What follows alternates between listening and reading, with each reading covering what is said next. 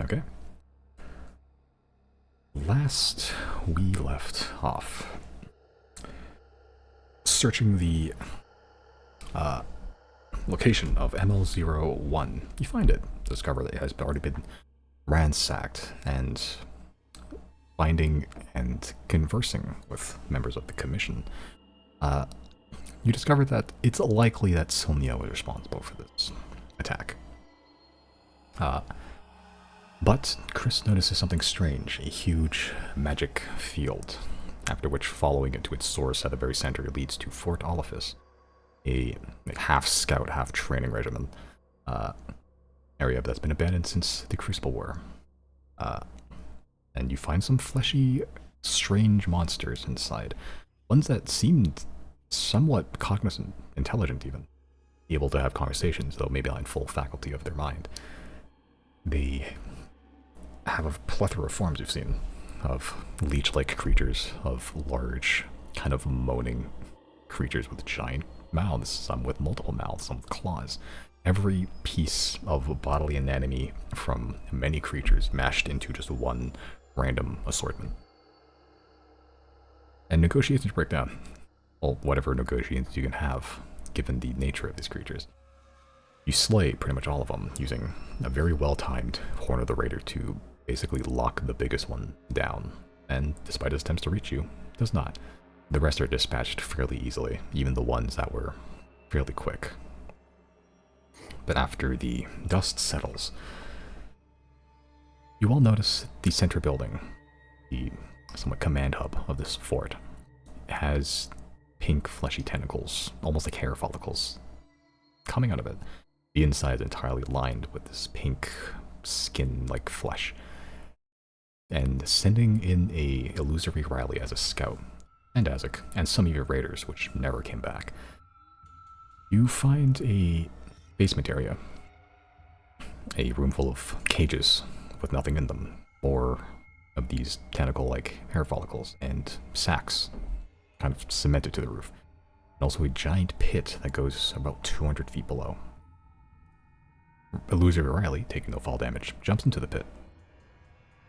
Finds a whole horde of stuff at the bottom, but also a large, almost brain-like creature, pulsing with fluids, blood, and every assortment of limb from many creatures. Tentacles, normal hands, normal feet, pasted to the wall that sloughs off and begins to speak very intelligibly to you, Riley.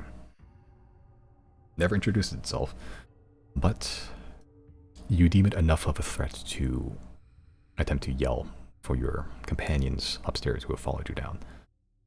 They don't hear your words, so you send a magic, and with that, you dispel Illusory Riley, bringing you back to your senses while the rest teleport up. Unfortunately, it followed you through as well, at least through the floor. After some brief combat, it drops the illusion, revealing that the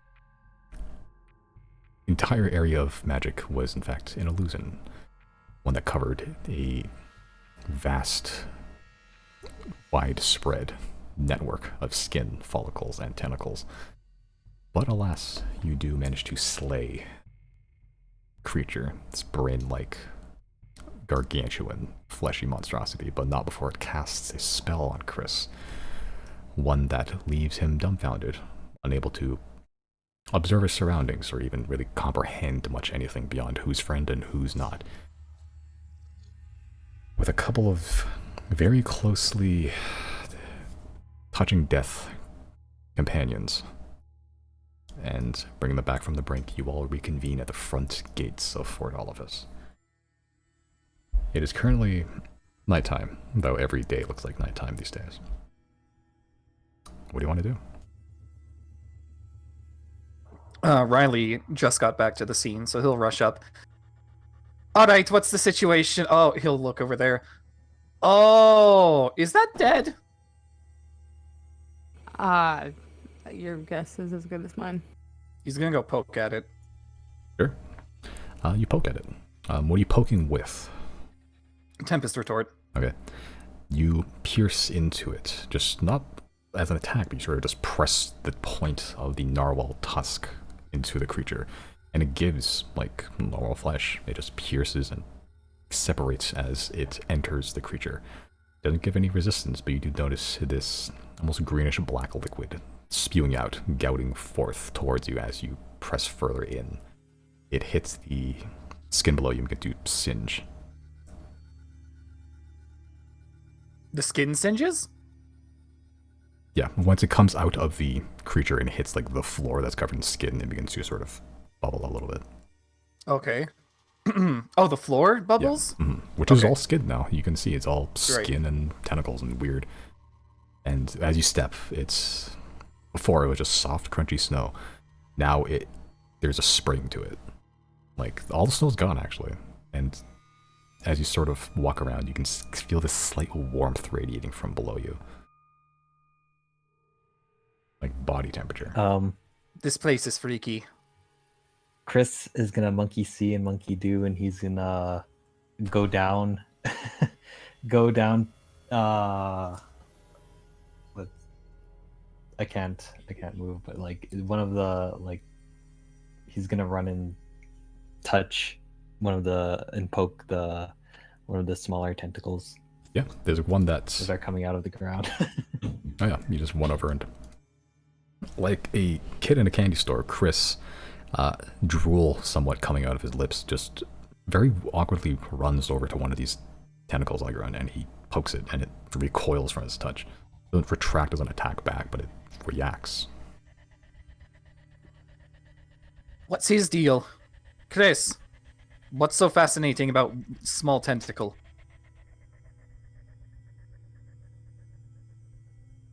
Yeah, Chris. I run around Riley. Yeah. Chris just begins running around you in circles. Like Naruto running or just like sprinting full speed? Good question. Kind of like I have vertigo or something like that. Like I don't even know how to run. Yeah, so he's almost like drunkenly stumbling around you in a perfect circle. Like the steps don't match the cadence he's walking with, or even any form or structure. He's sort of just flailing limbs in a general direction around you. Iziro, what the fuck happened to him? Did I see what happened to him? I think I was down. I was hiding or something.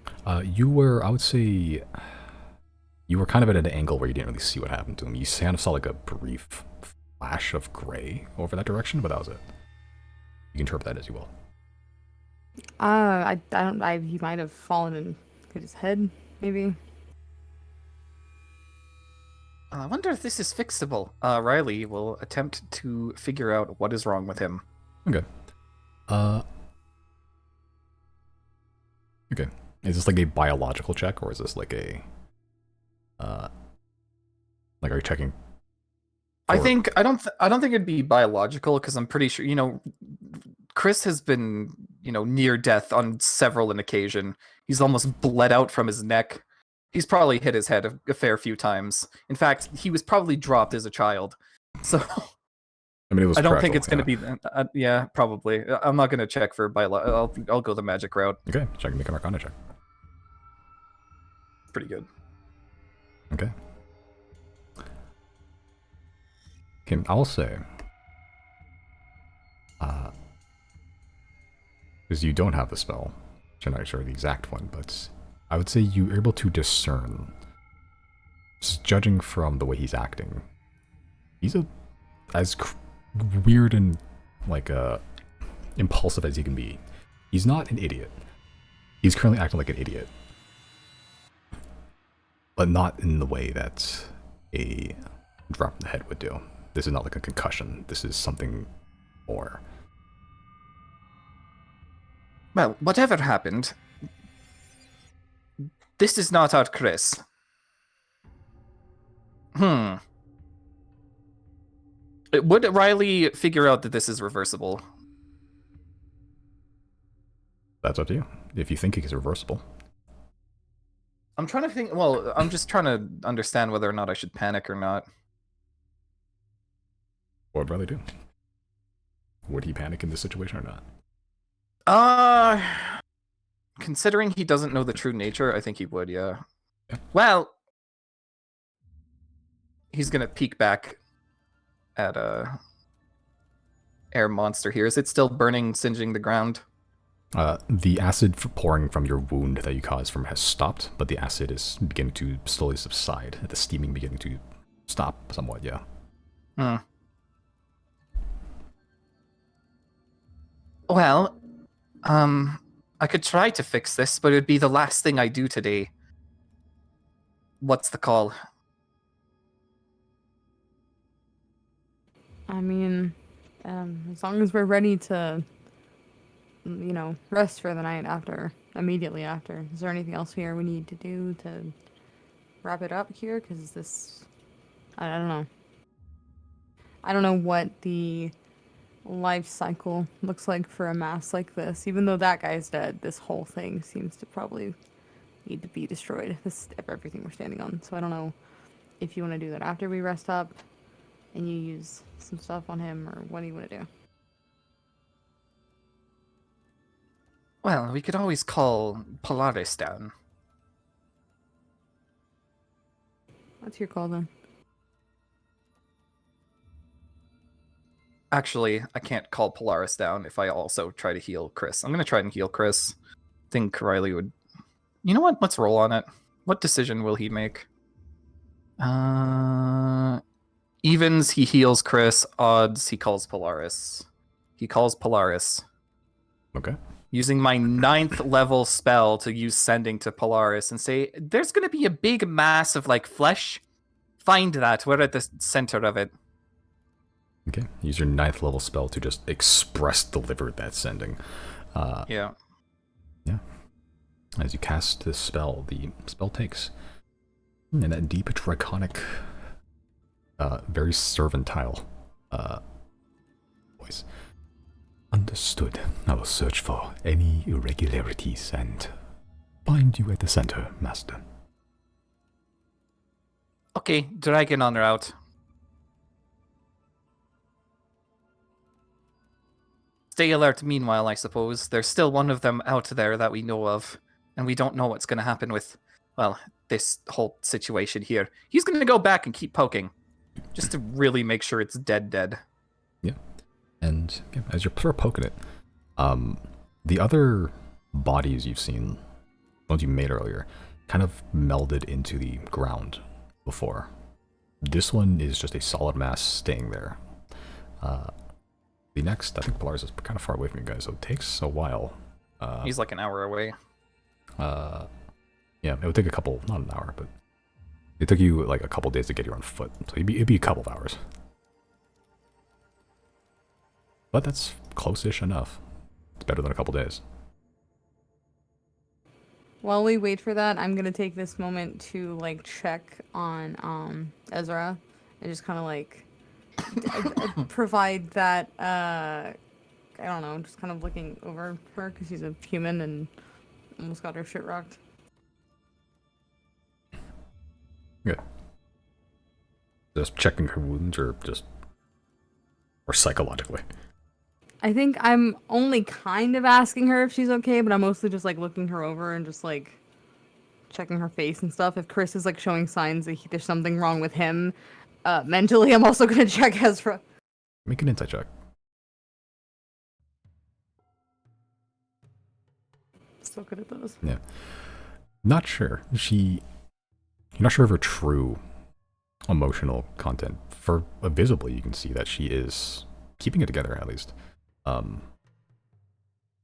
Like, she hasn't visibly broken. She is currently just not sitting because it's gross, but she is standing and sort of just somewhat pacing about, just trying to keep an eye, not nervously, at least from what you can tell, but she seems to be holding it together. And she sort of spots you eyeing her. I'm fine. I'm not used to being telekinetically choked. And this is a little beyond my normal rounds. This is something you do often? Not this specifically, but the level of danger, I would say yes, unfortunately.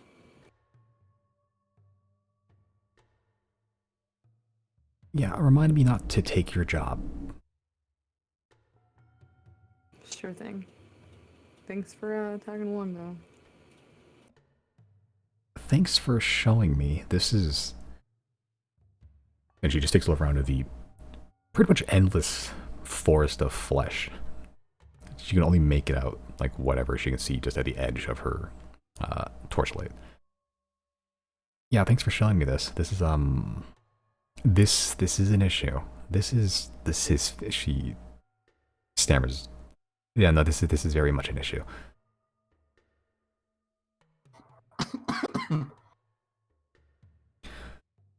So we don't have any leads on whatever this could have been.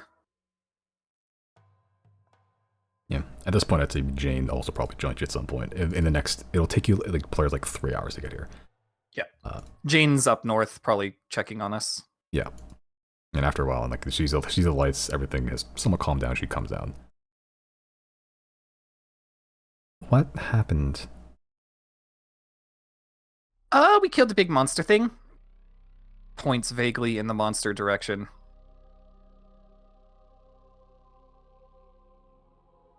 Yeah, as you go toward that direction, the lens on the front of her face, pretty much her only face actually, used to brighten and pretty much kind of become like a makeshift flashlight. She begins sort of inspecting it.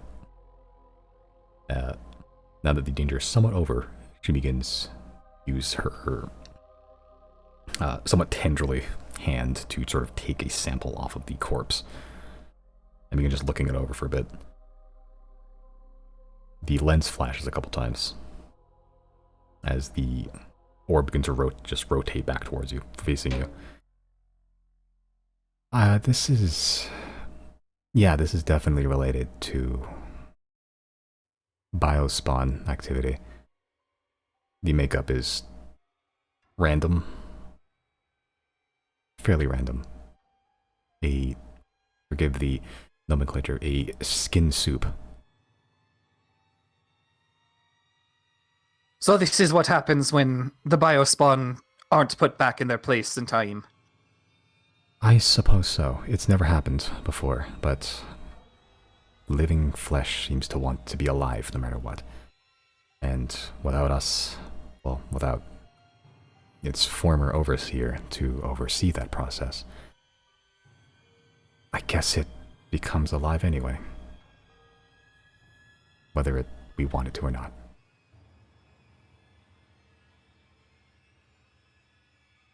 In hindsight, okay. I guess it was almost a mercy doing or keeping them in check. Yeah, this is pretty horrendous if it's the result. So I guess that really leaves it with 2 options. 1, the biospawn escaped the facility on their own somehow and set up camp here. Or 2, Zilnia removed them and placed them here. And this all happened without any of the gods noticing.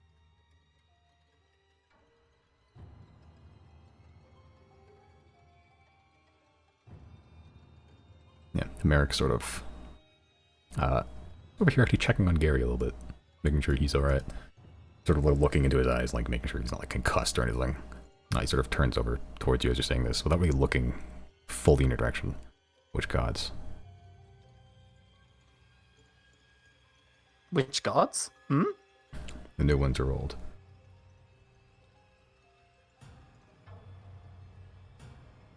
The old ones.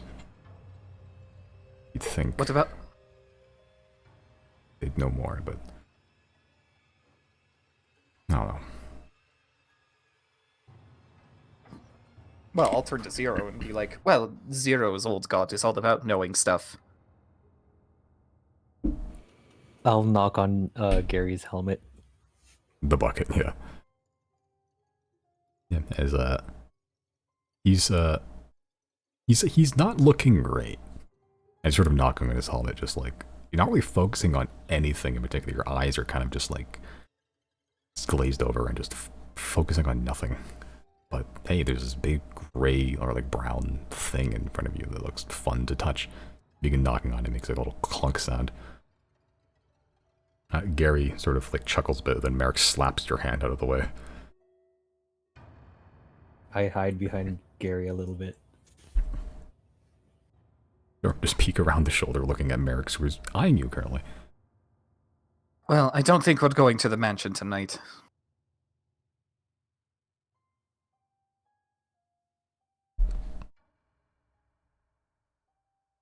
Oh, the dragon's on the way anyway, so second best. We take what we can get.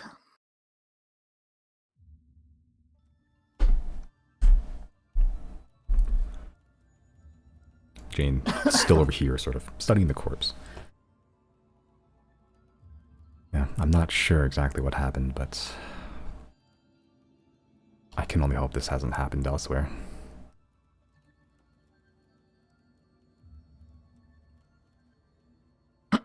Considering they put up an illusion, it might be. It could have happened in any number of places, and we'll never know. Yeah. Ezra at this point sort of looks towards you very blankly, Riley. Okay, I think that is the single most horrifying thing I've thought about. Just imagine these places like this, exactly like this, just, you know, could be just made of skin, you just won't even know. Well, it's a good thing we had Gary with us. Rangers can tell, it seems. Yeah. Gary sort of chuckles a bit and sort of spits out a little bit of blood. It's, do not think me, think the animals who, only through their lack of being there, I noticed. Well, I guess if you're out on your patrols, that's one thing to look for. Lack of animals. That said, if you find one of these things, don't go in alone. I think it's pretty evident that if there's something as large as that thing in that could potentially be in any of these areas, it's going to take a group effort. Yeah, I mean, I don't think it'll be an issue for us. At least if we're prepared. This is I'm a scout. I don't really fight all that much. I'd like to. Not this, but yeah. Just leave that for the big guys. With spears and shields and everything. Magic, maybe. I have a few mages, and the spears are enchanted anyway. Also, we have the you know, Hellmouth. Oh, true.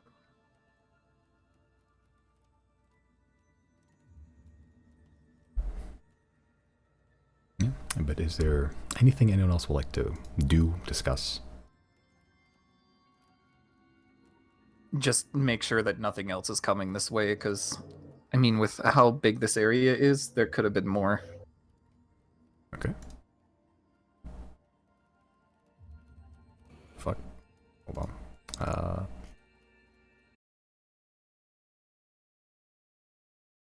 Roll20's doing some interesting things here that they weren't doing before. Okay. Everyone make a perception check. Can I make that check?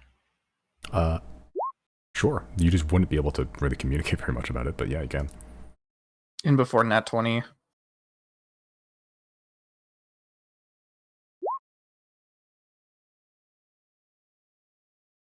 Okay.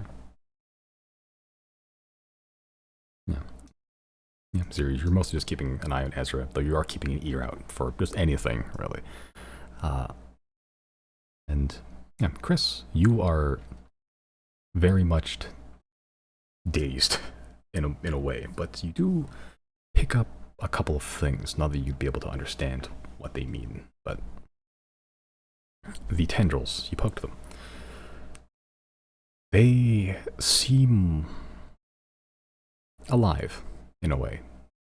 Like they seem like friends, maybe, or foes, or something. Like, but you, for some reason, in your infinite lack of infinite knowledge at this current moment, you see them as people. Like a living thing you can have a relationship with.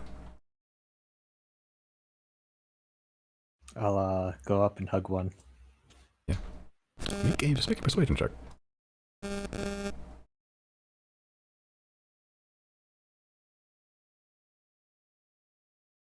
Oh my What the fuck? God. Double natural The 20s. double nat 20s, that's But- insane. And that's on a minus.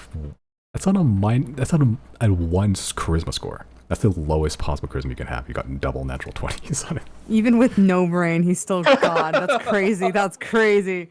He has unspoken riz.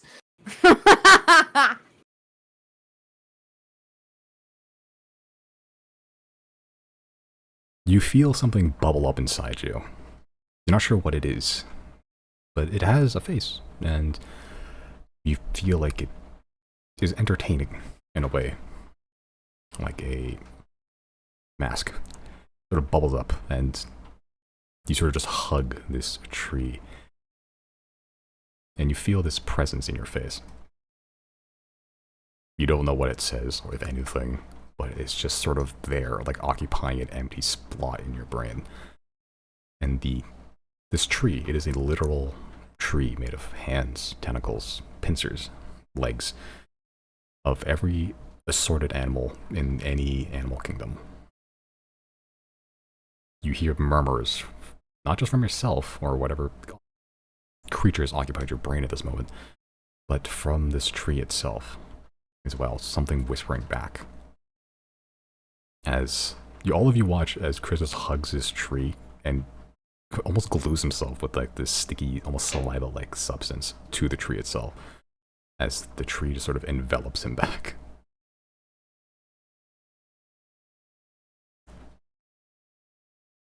You have successfully made friends with a tree of the grossest proportions. I believe I've seen it all at this point. That's cute, I guess, Chris. Cute in a very disturbing kind of way.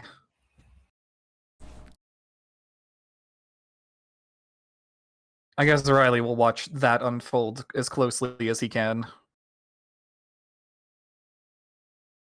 Okay. Yeah, but with your perception, you notice something else in a way, actually. Hmm? You're sort of watching them, and you're just keeping an ear out as well. But you pick up stuff that kind of blend in with the surroundings, but you sort of pick up some underlying tone beneath it.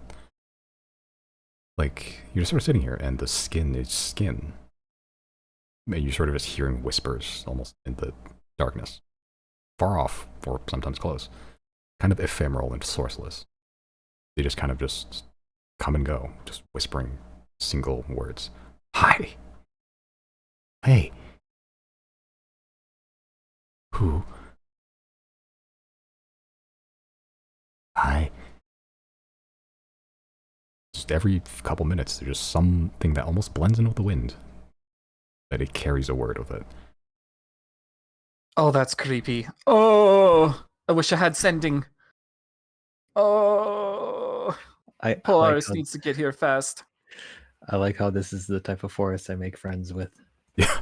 Hate that so much. The normal ancient forest fucking hates your guts. The flesh forest that got entirely replaced with skin. Yeah, no, it loves you. How fitting.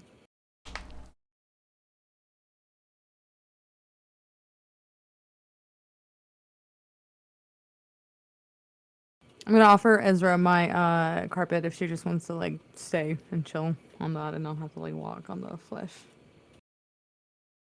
Yeah, she looks at the carpet and then she sort of just very gently just like pushes it back towards you. Thanks for the offer. I'm doing okay. I'm not like a, I'm not a princess. I don't need to keep my ball gown away from the skin. Besides, it's good to get used to it. Probably. Maybe that's not such a good thing to get used to. Your call. I know.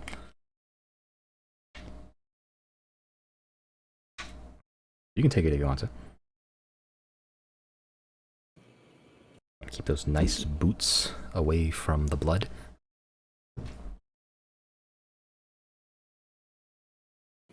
Am I not? Is that a character? Am I not already just covered in guts by now? Probably. Actually, where you thought you want to be hit, to be honest. That's true. Right, sorry. Bastard. Fucking blur mirror image, fly 6 feet in the air. Visible, hide it from everything. Whatever.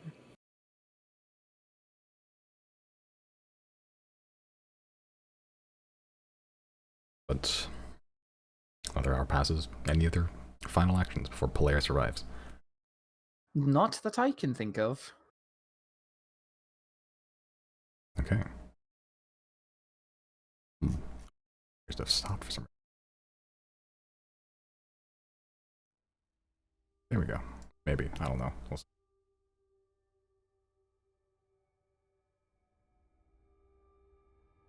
Okay. But eventually Polaris does arrive.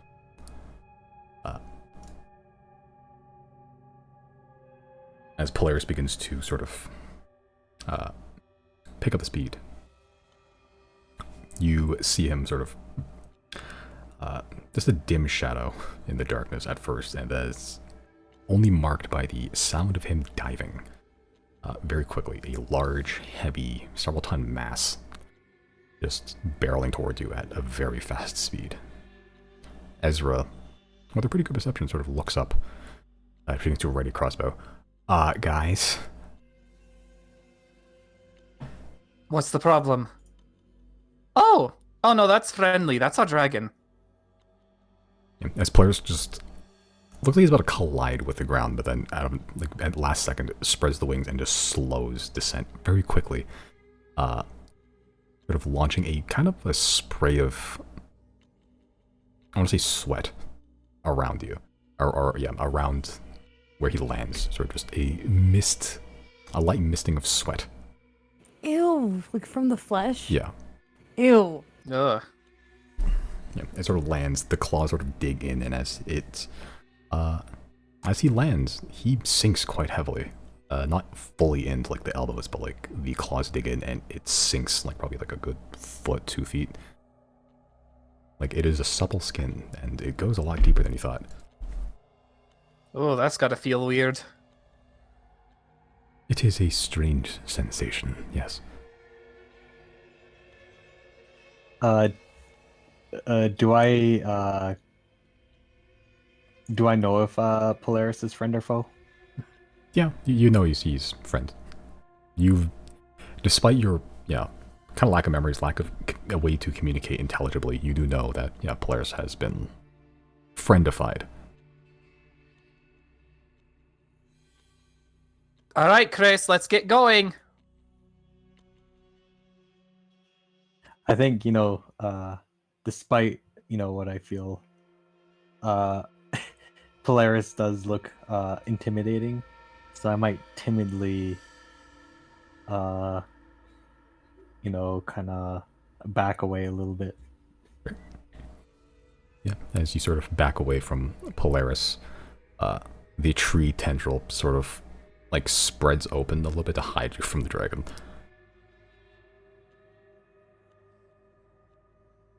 Come on, we gotta get going.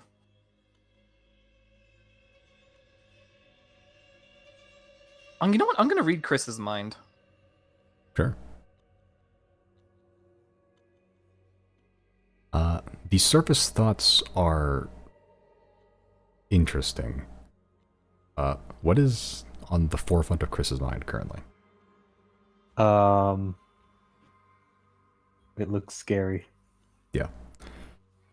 Riley, you are the most, even the most basic of life forms have like a series of complex thoughts, more or less. Like they're able to have like relationships and connections and like reasons why they do things. And even animals do this. You can read an animal's mind and see it is hungry, therefore it is searching for food, therefore it's doing XYZ. Currently on Chris's mind, it is just a primordial sense of fear. There is nothing behind it like greater other than just Polaris is there, and it is just, it's like finding a children's crayon drawing in like the back corner of a room. That is all the information you get to discern what the intention of Chris is. Oh wow, there's really nothing up there right now, huh? Alright. I'm gonna like try and reach out for him and see what the hand tree does. You sort of reach out, the hand tree sort of very slowly, it doesn't move very quick, and it sort of just slowly unfurls, tries to push your hand away. Alright, so you know what I'm up to. Listen, that's my friend, I need him back. Make a persuasion check. Persuasion.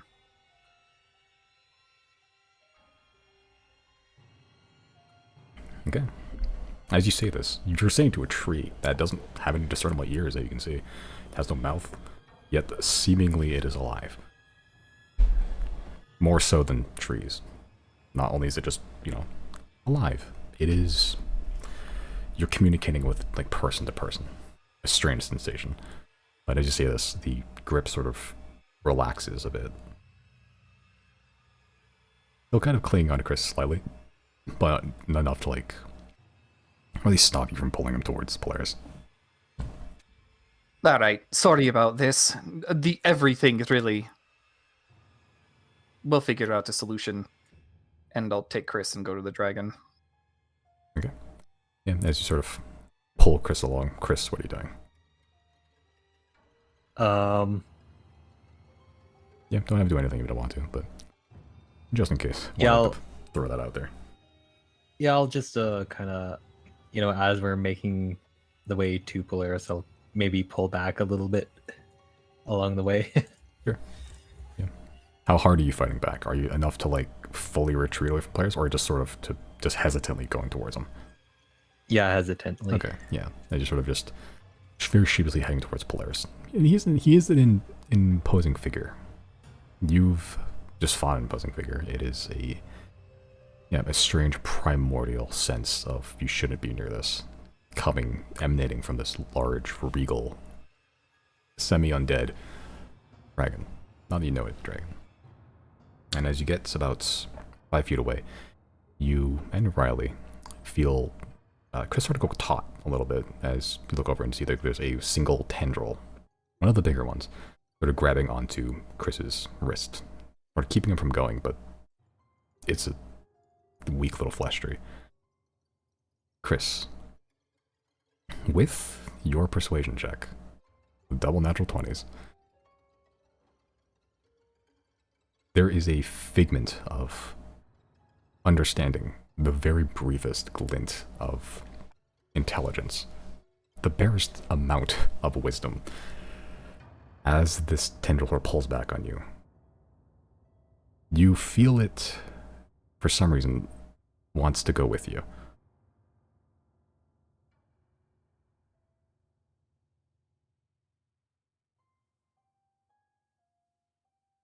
I guess I'll keep it with me. Okay. It's currently attached to the ground. Are you going to try to like cut it off, or?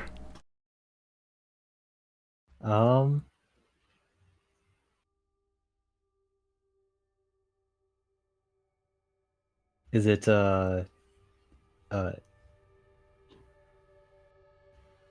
like holding on to me? Yes. As well. Yeah. So the tree, which is anchored to the ground, is sort of extending out one tendril and grabbing onto your wrist. From all the way over there? Or are we still in like this area? You're still in about that area. Just as you're about to leave and it gets about like 5 feet-ish away, you sort of goes taut. Does Riley notice this? Yeah, you're pulling on him and then the tree is sort of stopping him. Oh, right. You He'll turn back. Oh, Yeah. this is a problem. I'm gonna try and read the tree's mind. Okay. Weirdly, it works. But you don't just read the tree's mind, you feel this vast connection. Hundreds, thousands of tiny minds, but not individuals. They're kind of like a collective, almost like a fungus. You focus on the tree, and then you feel the tree connect with you, but then you connect with the roots, then you connect with the floor, then you connect with another tree 30 feet that direction, then it continues and spreads throughout until you have this understanding of like a roughly 1 mile radius around you. You get... It takes a while to actually understand this, because it's not just one mind. A single single concept in your brain. Dying.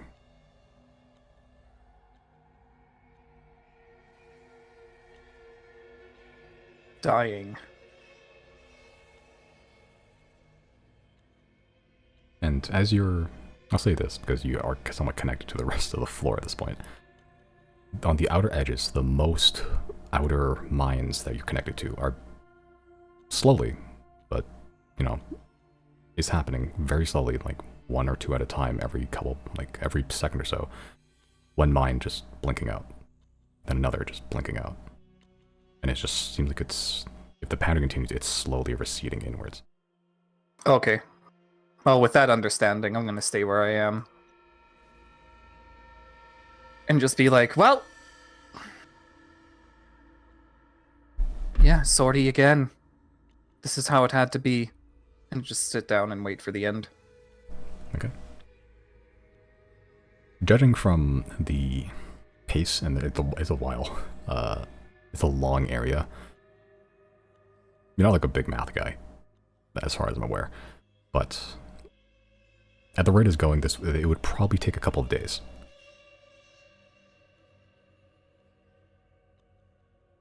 So you could wait if you want to respect this somewhat like semi-conscious creature's last moments, but it's up to you.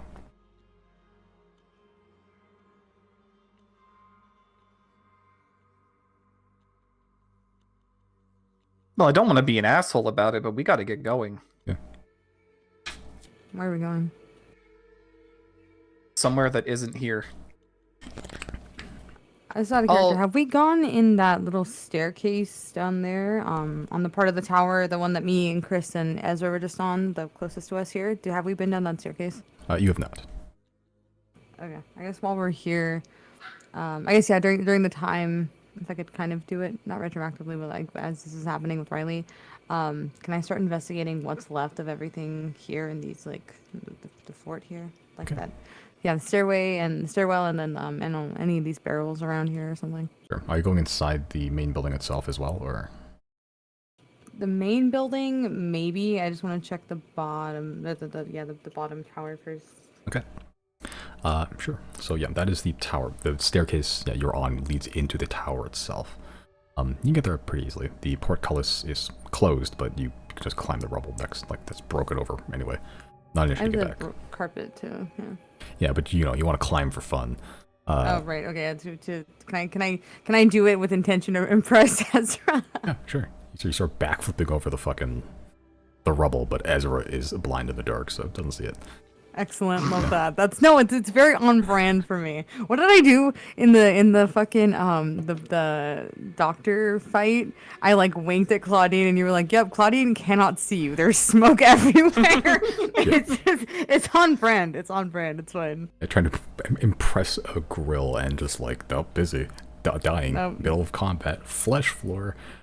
It's true to character. It's fine. Yeah, but you get up there and yeah, it's just a small descent down. Only goes about like a couple feet. Just enough for really there's like a foot of brick above you, really. But inside it seems just like a standard guard tower. The wood furniture is still intact. Looks like there was a kind of like half-finished card game that is also has been like forever internalized because it's been frozen in a thin layer of flesh. And yeah, there's a weapons rack, but most weapons are gone. The ones you do see are also similarly coated in skin. Make an investigation check.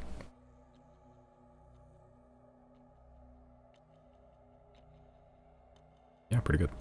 You find some loose change. It seemed like this was the remnants of the card game, and whatever happened, that just, caused everyone to leave very suddenly. They just kind of forgot some of the pot, and just kind of been scattered on the floor. Some of them hidden in the cracks of the floorboards themselves, some of them in the corners, and you kind of have to peel open the skin to get at it. Okay. Yeah, it's humid in here actually. It's almost like a sauna, but not quite as hot. Like there's this ambient moisture that's just built up inside the tower at this point. Yeah.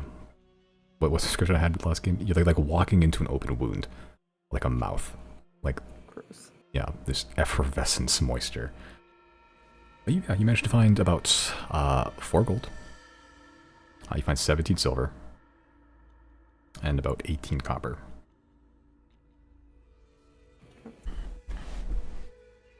Also, you also find a fairly nice unopened bottle of wine. But is also covered in skin, so whether you think that would have spoiled it or not is up to you. I will take the skin wine. Skin wine. Funny enough, it comes from Skinner's Vineyard.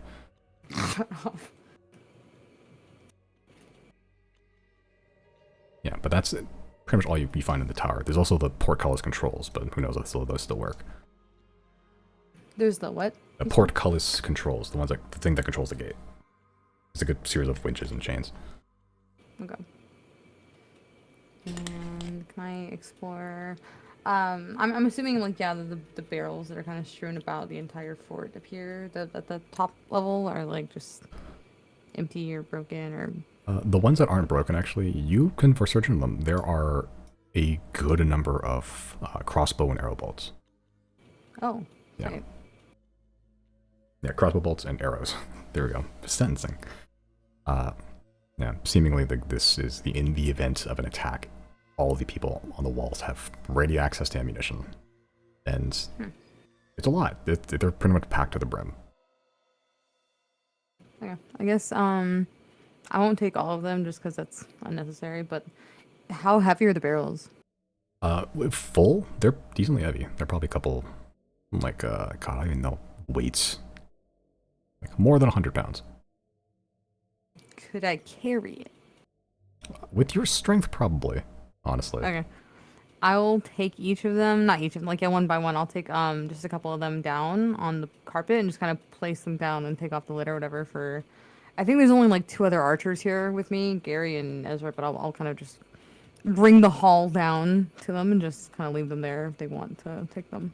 But once I drop those off with them, can I go? Okay, because Riley walked in the front door to like the main fort building, and that's how he like the illusion got to the scary brain guy. But we haven't been. Have we been down that staircase, or does that just lead from inside of the building? This staircase here, Yeah. that just leads into the main floor. Yeah. Okay.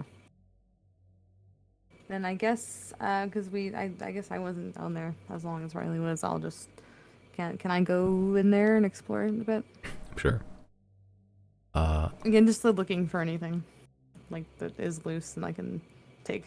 Okay, inside the fort itself, right? Yeah. Okay. Yeah. As well as like looking for, I don't want to say traps, but like if there's any like anything around. I know everything's covered in skin, but if I find any hint of something that might be hidden. Okay. Make another investigation check for the sort of basement floor, I suppose. Okay. Yeah, going around, you don't find anything hidden. Most of the other rooms in the basement, the one that has a cage in, the one that are like pretty much like the barracks, the bedrooms, they don't have anything interesting in them. Like anything that was interesting in them probably got eaten at this point. The main attraction is the room with a giant hole in it, the one with the 3-headed Cerber statue at the other end. The investigation check. You notice 2 things. One, the drop you can see is sort of shining some light down there just to search for stuff. There's glints at the bottom. Like metallic glints. You're not sure whether that's muddy or just some other miscellaneous, like a metallic object at the bottom. But there's stuff at the bottom of the drop. It's roughly 100 or 200 feet down. It's a good drop. You can rope down, and there's still those giant tendrils, almost hair follicle, eyelash-like structures around it as well, growing out of it. Gross. 2. The Cerberus statue across the way. You feel like it's somewhat watching you. Like the eyes aren't moving or anything, but like there's like this, every time you look away from it, there's like this weird presence from it. Like you're just being watched. Nothing happens, but it's there. Have I used Eye of Truth already since like last time I rested? I think so. Like, okay. Yeah. Can I go closer to the Cerberus statue? Investigate it? Yeah, you investigate it. It's covered in a thin layer of skin. Less thick than the actual stuff you're walking on, and more like a membrane, if anything, that's kind of surrounding it. Like investigating it, look, you go close to it, nothing happens. You can touch it if you want to. Sure, I'll touch it. Yeah, touch it. It's warm with the membrane, but yeah, you touch it. Feels metallic underneath. How big is it? Decently sized. Like it's not something you'd be able to carry. It's like probably from bottom to top, roughly like 12 feet high. Maybe like Oh wow, okay. like 5 to 8 feet long. It's sort of like in a sitting position, I suppose. Is there any writing on it that I can see? Not really, actually. It's just kind of on like this base. Like it is just a statue of a Cerberus. Is the base completely covered with like that fleshy membrane, like concealing the actual material of the statue, or is it just like? You can still you can see, translucent enough? yeah, it's translucent enough. You can see like it is just a normal unmarked base. Okay. Yeah. And then I guess I will get on the carpet and go investigate you said the metallic glints at the bottom. Mhm. I'll go do that. And yeah, as you go down, avoiding trying to touch the follicles, and as you're slowly going descending, some of the follicles reach for you. Some of them, not all of them, but they don't really get you in time. You go Like pretty fast. fast or Pretty slow. It's like yeah, it's almost like a magnet slowly being like attracted to like a piece of metal. Like it doesn't go like fast enough to like lunge at you. It sort of just reaches, like a Venus Nice. flytrap. Can I swat them away with like the mage hand? Yeah, you sort of just bish bash them around with invisible mage hand, and the moment they get touched, they sort of like return back to their position, like a sea enemy almost. Yeah, but you get down to the bottom, and it is a roughly hewn cavern, pretty much. Looks like it was at some point natural, like a small pocket, but it's been expanded out since. And it is covered head to toe from, yeah, bottom to top. It's flesh, like the entire thing you've been surrounded by the entire time. But directly in the center at the bottom is, yeah, you see a pile of coins along with a lot of weapons. You're not sure if they're magical or not, but there's a lot of weapons here. There's axes, there's halberds, swords, arrows, bows. And there's a good amount of coins down here. Can I take some time to dig through this stuff and investigate it? Yeah, so this could be happening while all that commotion down out there is happening. You have 3 hours to kill anyway, so. Yeah, taking the investigation check into account. You count there is roughly 1,476 gold in here. Jesus. Okay, let me That's write a good that amount. down. Yeah. How much? 1,000 what? Hold on, I'll just type it out while I'm narrating. 1,476 gold. There is 3,073 copper. Or it's not copper, silver. And it takes you a while to count all this. There is 11,403 copper pieces. Jesus. There you go.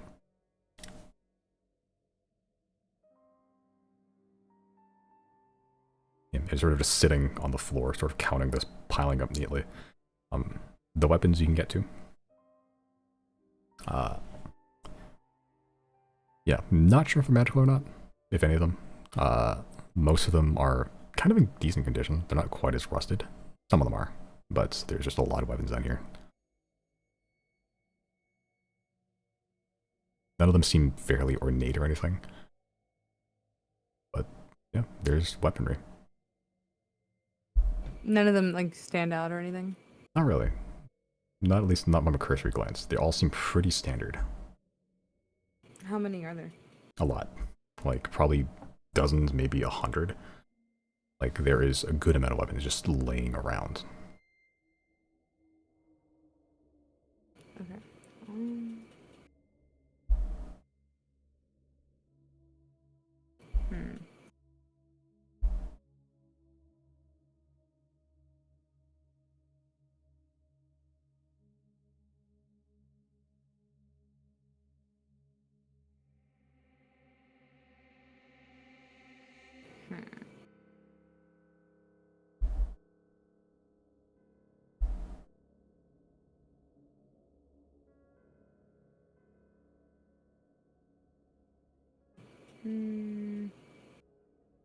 Sorry, I'm trying to figure out what I can do without our wizard here with detect magic. I don't think there's much I can do. Would the I'm not gonna do this. It's too much. But would the Atneys like let me just pay them to like, hey, can you just come stand out here for a second and like scan it? You can pick up weapons and I cast like pay them to identify it. But you said there's hundreds of weapons. There's a good amount of weapons, but maybe you can, you know, if one of them have probably has detect magic.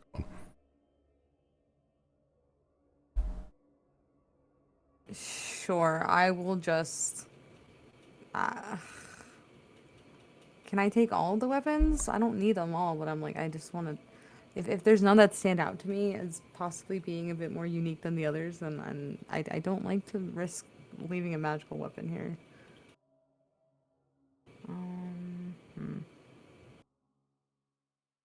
What if I sprayed Arcanium on all of them? just spritz them with Arcanium. Yeah. You can try. If you All want of to. them would be magic. Yeah, definitely.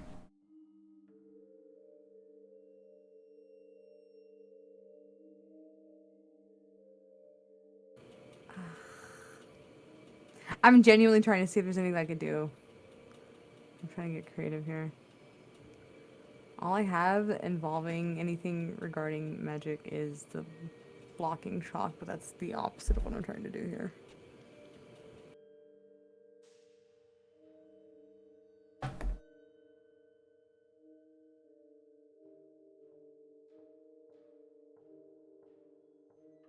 I'll ask, I don't know, when all else fails, I'll just turn and ask Isaac. Isaac, if he thinks any of these are magical. Make an intelligence check for Isaac. I'll have to pull up those stats, hold on. Sorry, I should have had it already open.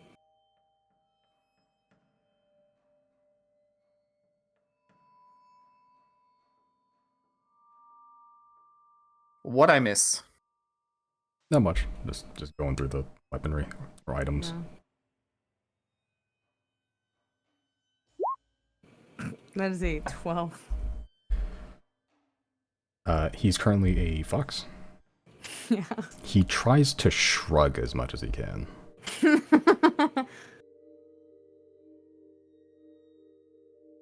Okay, if I were to take all these weapons, how many are there? We counted them. There's roughly about like 56 weapons. Okay.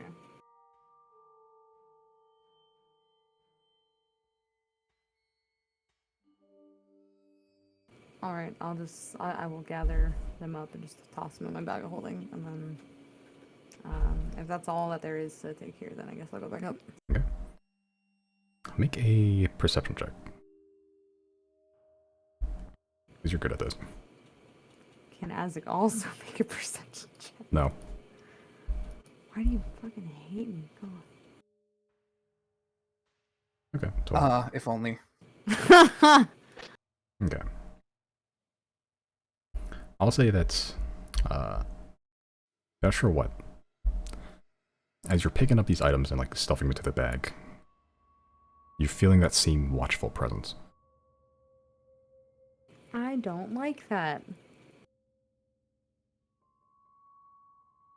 Can I just tell Azek to keep an eye out? Like a little paranoid? Sure. He has keen hearing. Sure. Just, am I allowed to make a perception check with him or no? I don't have to. Yeah, I can give I am directing him to now. Yeah, okay.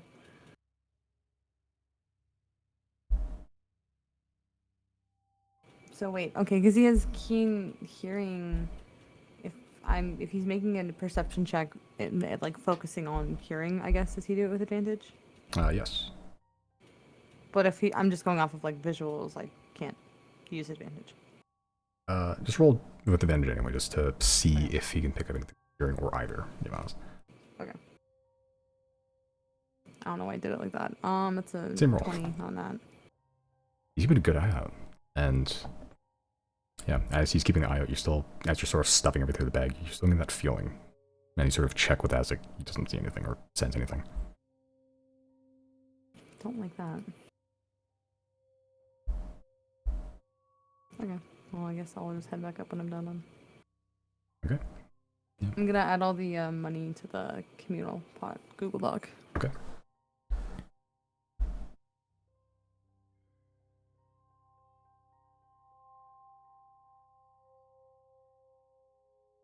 Yeah, and as you fly up, that feeling of being watched doesn't just happen as you're in that Cerberus room anymore. It just happens the entire time you're in the building. It kind of even lingers when you're outside. But Hate that. so far, nothing happens.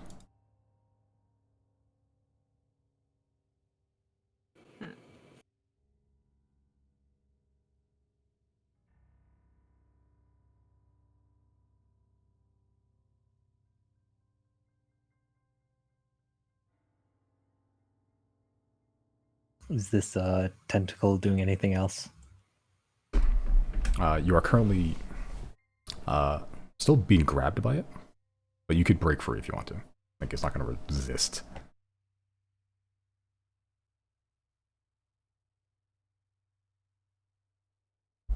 I'll stay there for now. Okay.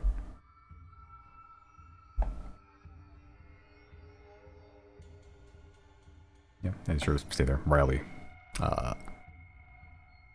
Yeah, currently Chris is being, oh Jesus, somewhat restrained by the tree, but it's up to you what you want to do with it. I'm gonna try and communicate with it.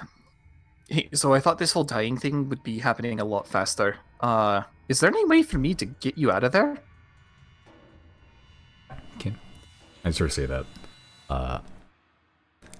Yeah, even with the plethora of minds, most of them say just dying, or the concept of dying. The one that's currently grabbing Chris, or the couple actually that's currently grabbing Chris, yeah, you get the sense that, yeah, they want to come along, but as you sort of shift your questioning, if there's a way to get you out, yeah, you get the sense that if there is a way, they don't know it. Well, if you're going to die anyway, then we may as well try and get you out of there. Polaris, could you do me a favor? Yes. Could you try and claw around this area of flesh and remove this tree thing? I can try. As Polaris runs over and begins to, kind of like a dog, just digging a hole around the tree like a fox den. Somewhat humorously, as you're still somewhat connected to the network, as Polaris sort of digs in and separates the flesh. The couple binds just go, ow. But it passes fairly quickly.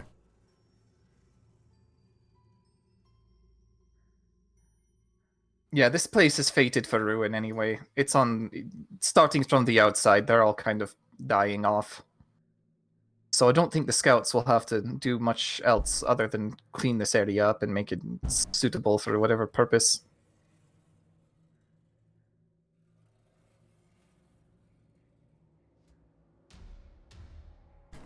Yeah, but eventually, yeah, it takes like only a couple minutes, but eventually players just separate this tree from the ground itself. It is now sort of free floating.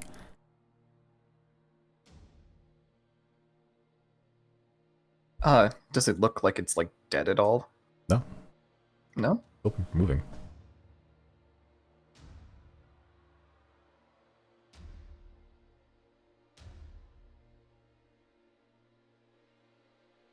Alright. Well, if it can be moved, then I'm gonna start dragging Chris again and see if it gets dragged along. Yeah, the tree itself is pretty big. It is like a tree-sized thing. Yeah. Yeah, but as you sort of pull on Chris, the weight of the tree sort of still prevents him from moving. You can pull Chris free pretty easy, but yeah. The tree is free floating. Not tethered to the ground. It could be manipulated. Free floating, as in it's floating? Sorry, no, just it's not tethered to the ground anymore. Just as in not floating, but it's like it's not rooted, I should say. Oh, okay. I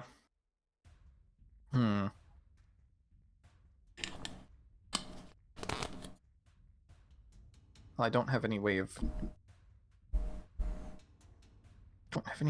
like, transporting it.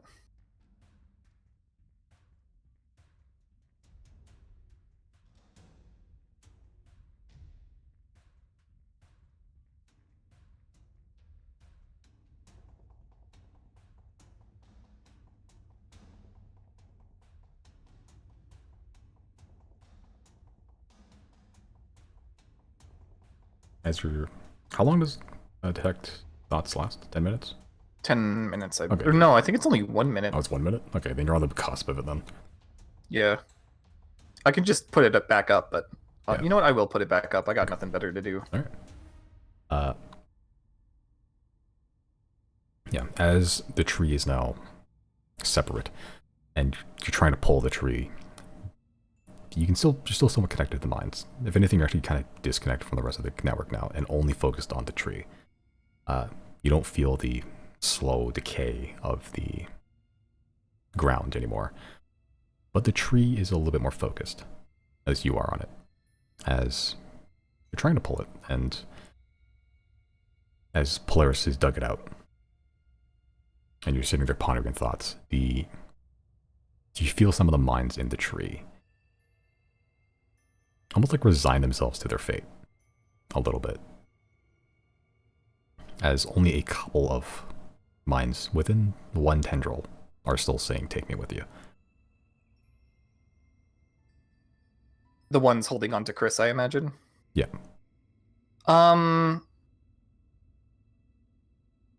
Okay. Here's what I'm going to do. I'm going to ask specifically, I guess, the tendrils enveloping Chris. If I cut you off, do you die right away?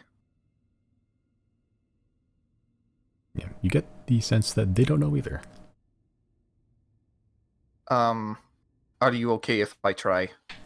You're going to die anyway, right? You get what you think feels like an approval. All right. Well, I'm going to do just that then. I'll cut one off and see what happens. Okay. Yeah, as you cut one off, a brief gout of blood spurts out from both sides of the tendril. Yep. As you're still focused on the tree, but the tendril is now free floating. I keep seeing that. Is now separated from the tree itself, and it's still moving, still writhing.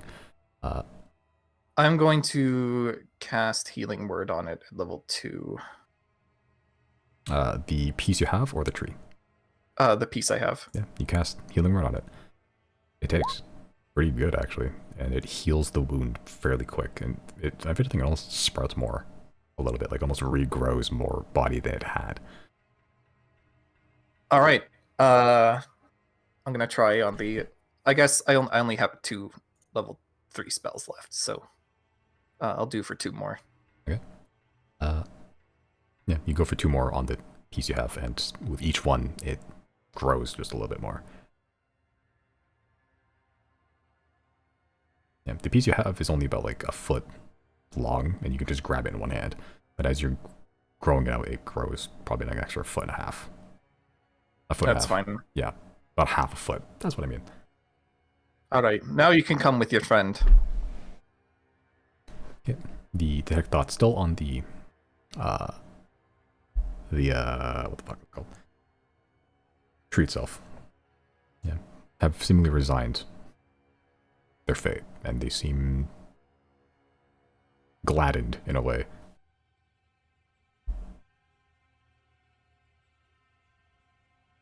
All right. Yeah. Riley will apologize once more that it had to be this way, and drag Chris onto the dragon with the new tendrils, I guess. Okay. Yeah, just the one piece of tendril you have as Chris is dragged onto Polaris. Ezra is sort of sheepishly approaching Polaris. But Garrick and Mary. Garrick and Mary. Nice. Merrick and Gary just very commonly board Polaris like nothing, and Ezra sort of just follows in. Yeah, and Zero, you're pretty much done with your escapade down to the bottom at this point too. Okay, I'll just ride up to Polaris on the carpet. Yep. Easy peasy. You're all aboard Polaris now, including Ezra.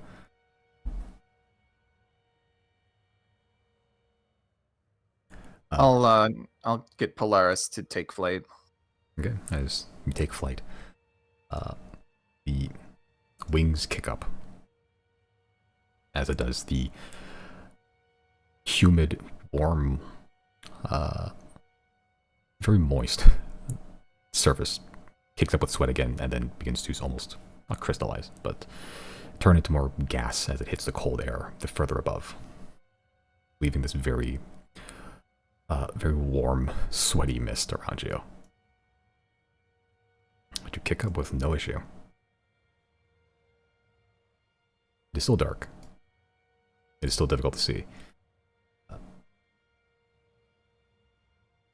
But you are away. And I guess we'll have Polaris land back where he did the first time we approached Lorono. Okay. So just a couple of hours away back there. So it'll take another 3 hours to do. That's almost a full rest for Riley. Yeah, almost. Not quite.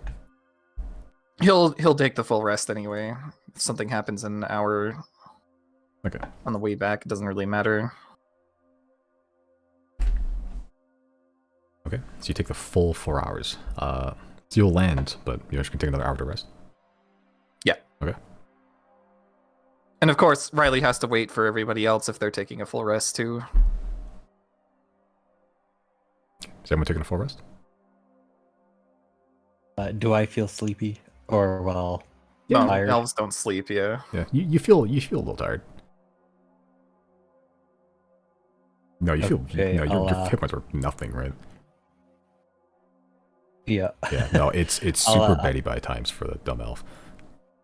yeah. Yeah, that's what I'll do then. Okay. Yeah, you don't know where your bed is. In fact, you don't know what a bed is. You just, hey, spot on the floor. That looks nice. So, He can have it. Maybe so some of you, maybe the friendly statue. yeah, the friendly statue. There's something about the which statue actually? The Janna Yeah. bust. There's something weirdly warm and somewhat motherly about this particular statue.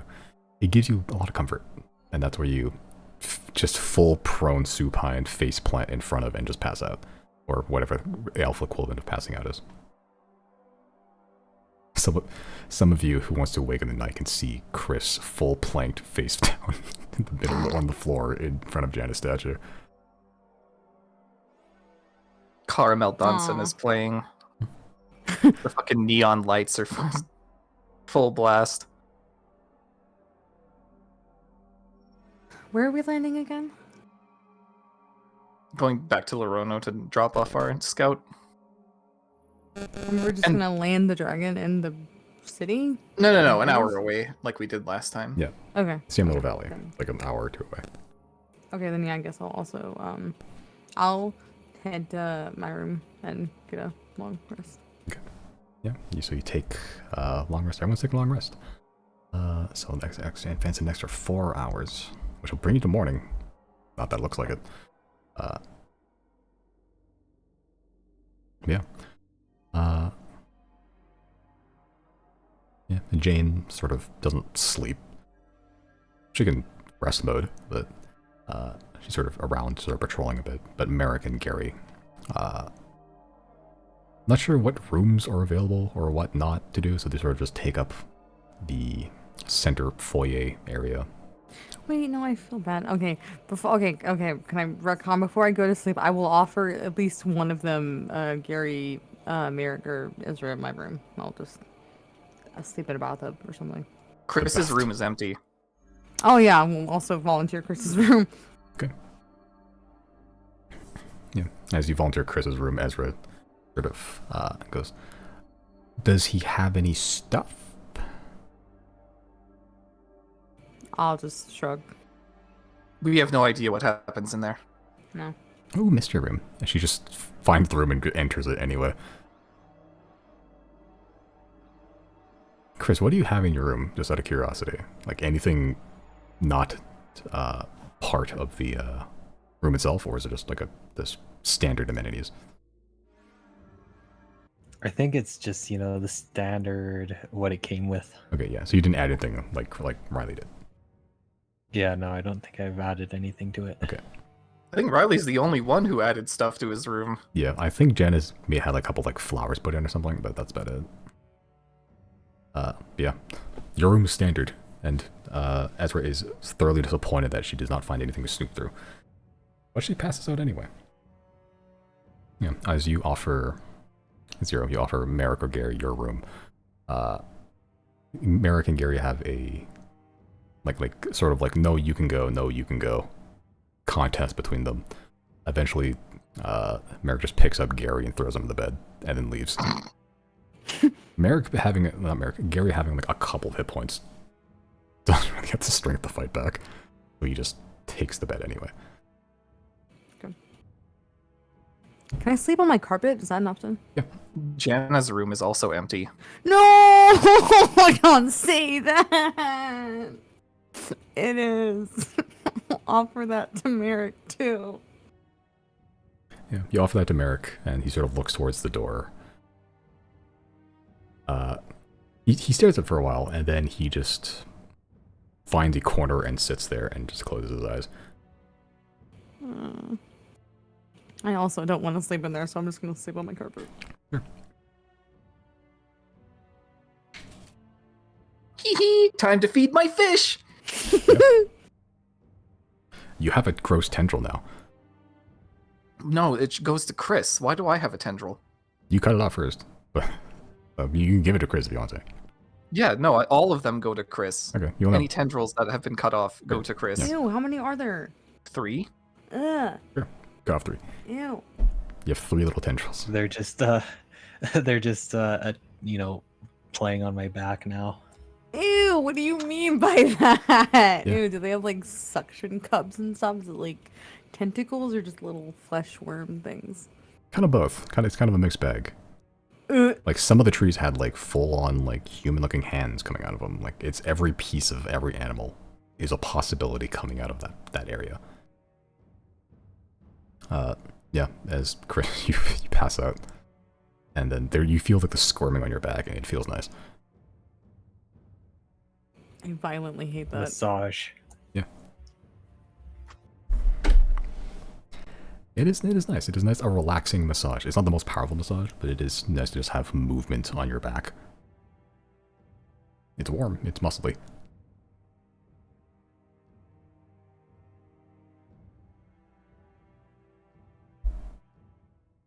Okay. While you're there, nothing happens while you sleep. You all awake. Chris, not sure why, or even what the fuck's going on, but you awake, and the statue that is warm and friendly greets you in the morning. You don't have concept what morning is, but you are awake. And you find your tendril friends, and they have, at some point in the night, conjoined into one single mass. It's a kind of a triangle shape. They combine at the base, and it's now like kind of like a starfish with only 3 arms.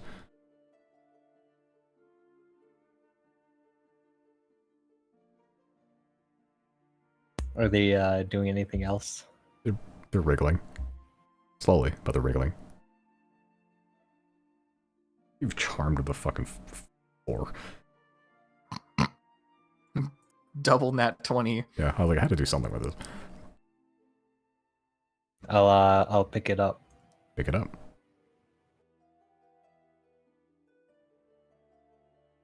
Yeah, it wriggles. And I'll put it on my head. Yeah, you put it on your head, and once you put it on your head, it sort of slowly cups your head like a hat, and just keep itself aloft there. Oh yeah, if Riley passes by Chris, he's just gonna throw Diamond Dust in his face and cast Greater Restoration. Okay. You cast Greater Restoration, and you're not sure what the cause was, but it takes. Whatever was blocking Chris's mental faculties has been blasted away by your Greater Restoration, which looks like, I think we described this at some point, but what does it look like? I forget, but it's like getting splashed in the face with water. I think you do. I think we did describe it. You just throwing diamond dust at them and it fixes their problems. Yep. Yeah, just fuck you, pocket sand. Exactly. Yeah, Chris, this guy who you know is his friend, or at least friendly, just walks up and throws fucking diamond dust in your face, and you start spittering and shit. Chris, your faculties come back. You remember everything that happened when you were dumb, but now you have the mental capacity to process it. You remember your spells, you remember memories, you remember that guy in front of you is Riley. He is a bard, he's a fisherman, and slowly, rapidly, but slowly in a gentle stream of memories and recollections, you are returned. Please tell me that worked. What in the world? Oh, he's back. He's back. Oh, he's back. Well, I don't know what's happened, but apparently that thing hit you so hard you became a potato. Literally dumber than a fish. I had no idea what was happening for like the past since yesterday. Do you remember anything that happened? Tentacles. Looks to the meat hat. Yeah, you made friends with the biospawn. I don't know how that happened.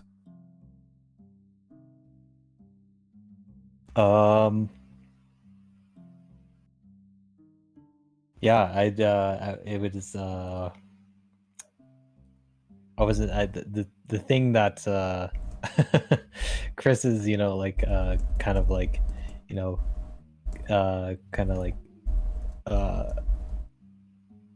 a little bit, confused on like what's happening, but he just kind of is kind of surprised that that thing had seemed to have a lot of knowledge about magic. Yeah. Make an Arcana check. Hold on, I need to fix my Yeah. stats. Yeah. Do you remember your stats? Because I have them just in case you don't. I know intelligence was 22. Yep. I forget charisma. It was 16.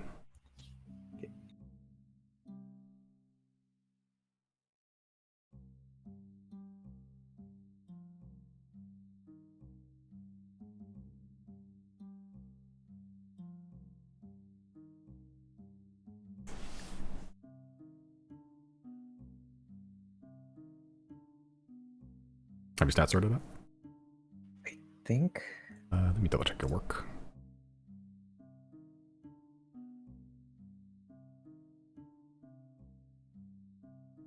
Yeah, I think it's good. Yeah, you're good. You're fine. You're back to normal. Yeah, but you feel something moist sucking to your head.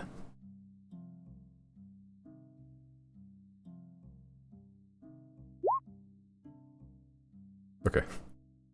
Yeah, you have no idea what happened. You're not sure what the fuck that thing was. Yeah, and you're surprised how it can cast spells, but it is quite literally alien to you. You're not sure what that spell was. You're not sure what other spells it could have learned, or inherited, or memorized. You don't have an inkling of what, even the basis of what that was, or how it came to be. If it helps Yeah, any, Jane said that this is basically what happens when the biospawn are left to their own devices. It seems like this could possibly be a something that's happening in other places around the world. You know, if Not a there very concerning thought, is it? yeah, I mean, if these places have been left alone for, I don't know, hundreds of years, it's possible. Especially if they've been abandoned.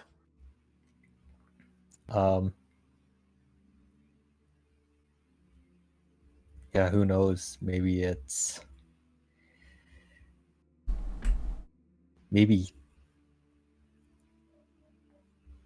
someplace like Thane is entirely covered in it. Considering like this was kind of had the illusion of there being snow on top. No, I'm pretty sure Thane's snow is not an illusion, though. I mean, we experienced how cold it was there several times. Maybe further south?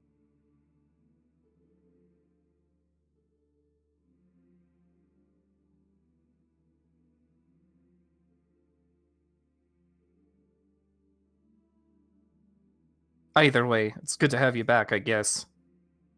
I guess.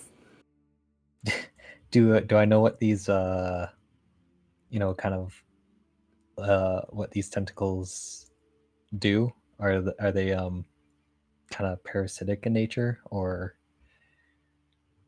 Make a medicine check. Are you proficient in medicine or anything? I am actually. Oh, you are? Okay, make a medicine check. Now that you have your faculties, you are fucking useless. When you were dumb as a brick, you got double natural 20s. now that you're maxed out stats again, double natural ones. This is poetic. This is a saga right here. What, do you want to know something about them? Sure, yeah. Fool's insight. On the mass? Yeah. Okay. Yeah, you connect with them, and the minds are still intact. You kind of register that they're actually not dying anymore. Maybe you're not sure why, maybe because of healing spells, maybe some other factor, but they seem somewhat stable. And they seem to know this somehow. Anything else? They've chosen a name. Hate that. Amalgam. Yeah, that makes sense.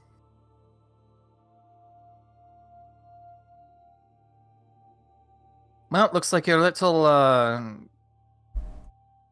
meat friend has a new name. Fittingly, they've named themselves Amalgam. Oh, well, nice to meet you, Amalgam. A couple of tendrils sort of gently pat you on the cheek. And the good news is I don't think they're hostile. I kind of saved them from a deathy type of fate, so it seems like, just like the invader,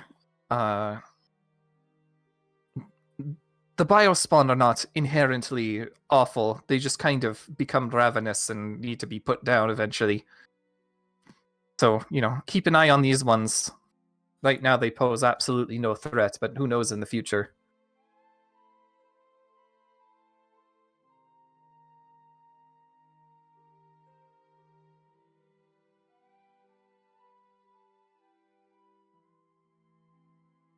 As you're reading the minds and you say that, the minds are still very simple. They are beginning, now that they're somewhat condensed, they're beginning to collectivize and beginning to focus their thoughts more.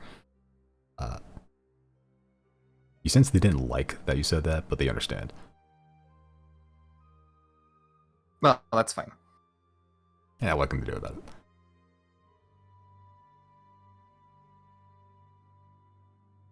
Well, I got nothing else to do for the morning, but I guess cook a fish and wait for everyone to wake up. Okay, yeah, you cook a fish. Solid fish. What do you season it with?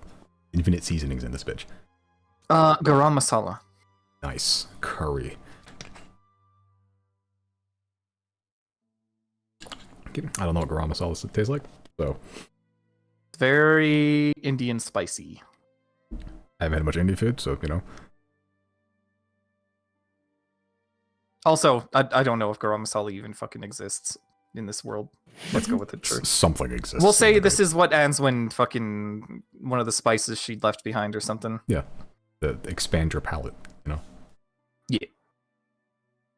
Yeah, and season it with like some of the leftover Anduin spices that you left behind after she got very sick of eating fish every night.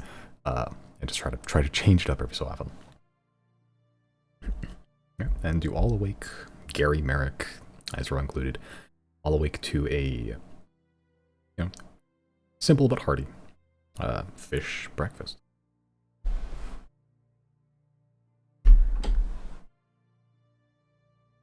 Yeah, as you have a dining table. You're all eating on the dining table, or just taking your food around and just eating it, whatever. Yeah, Riley will dine today. He's got nothing better to do. Yeah, as Ezra sort of sits with you. I haven't had much fish, so that's nice. This is not a common thing to have fish with, the spice, that is. Just figured I'd give it a shot and see how it tastes. Oh, I like it. Better than Is just it- salt. And, well, that's it, actually. That's all you got in Lorone, salt. All we got is just... It's a tight ship. Just try not to eat as much as you can. It's a very, how to say this? Rations-based kind of system? Yeah. We're not struggling, but it is a concern just to have food just in case. So it's the minimum needed to get through the day. And it's not meant to be enjoyable. It's meant to keep you alive. Oh, what a shame. You live on a river and the ocean's right there. Oh. You could be having so much fish. I have some fish. I just haven't had much. It's mostly dried meats. Hunt myself. Not a lot of fishermen. What a shame. Some of the greatest warriors have been fishermen, you know. You friends with a lot of great fishermen warriors? A few. Name 3. Yul Palanaldin, Erlach Nohag, Ungvar. That is unfortunately, yeah, 3 warrior fishermen you do in fact know.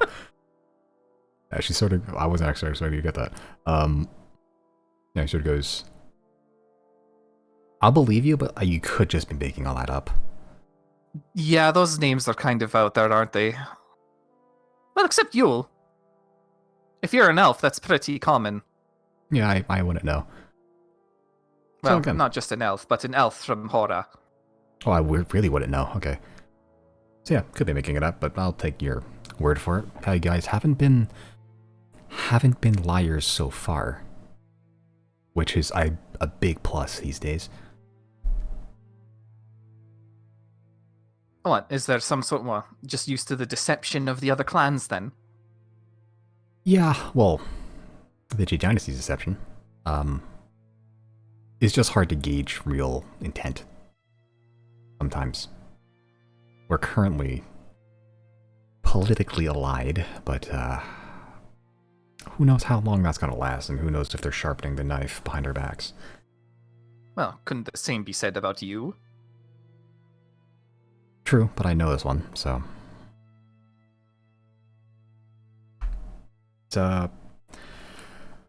if we're all sharpening knives, then either we all kill each other at the end, or we don't, because we know that we'll kill each other. And all three of you have just resigned yourself to that. That's all we've known, and we've been pretty good for it so far. I mean, just the three of us combined, even for only a couple decades, managed to fight the entire mainland pretty good, so... Not that I'm encouraging war or anything, but wouldn't it be better if the sharpening of the knives were pointed back at the mainland? Instead of at each other? True, but once we go to the mainland, who's to say that they're not going to just stab us in the back while we're busy there? True. This is why war is foolish. Well, in this upcoming, invasion, you might that's less of, need a war. This invasion is less of a war and more of a... two-sided onslaught? There's not really any political reason behind it. I think that by definition that's a war. Two factions fist fighting. Us versus them. You know, the whole shtick. I suppose you're right.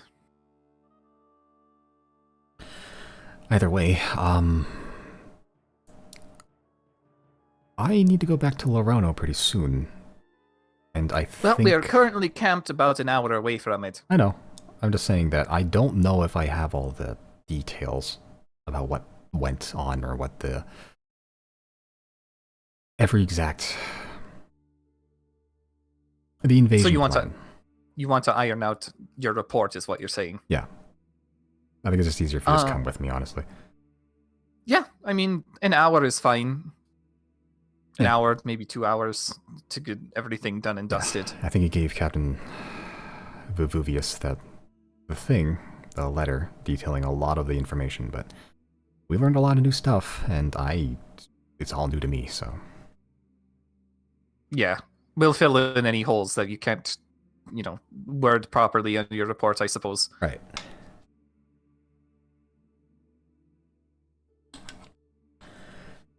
Good fish. It is, isn't it? It is. Would you like another? If you know what, I would. Alright, I'll give her a fish. Just Make sure to cook that in... Yeah, just one. Right.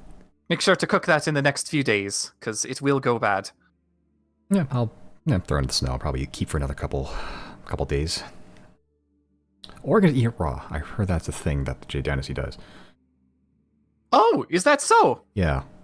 Weird. I've never tried that before. Wouldn't that make them really sick? Well, that's what I thought too, right? Like, I don't know if that's somewhat elf magic, or that's like a technique, or they just have weird fish over there. I don't know. Are they primarily elves in the J Dynasty? Mostly. Really? Yeah. I didn't know that either. Yeah. There's some other races there. It's more of a culture thing, but yeah, they're predominantly elven. I don't know where they came from. Interesting. Well, wait, you said that they have knowledge of the outside continents. I didn't say that. I just said they said they came from another land. Whatever that means. Oh. Well, yeah, I guess that could mean Hora. It could also be some folklore hocus pocus. I don't know.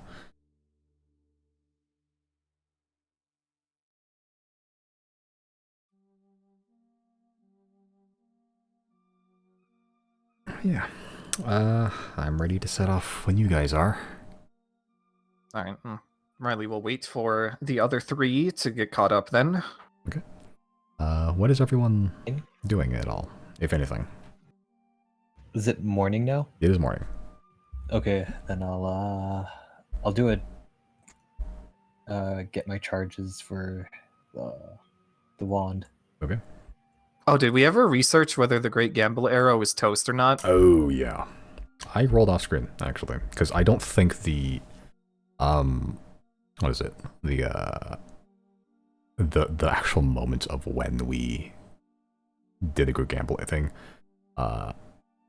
was caught on camera, because I think it happened after the session, and we were going through it. So it just lost the time forever, so I just made it a 50-50 shot, and it seems to be intact so far. Oh, nice. From then on now, it is a 2 to destroy it permanently. And we'll just go from there. But it is uncharged currently. So if you shoot it, it is just a normal ass arrow. But you have to charge it? How do you charge it? Arcanium. Oh, okay. Which you have droves of, but you know. You won't get it.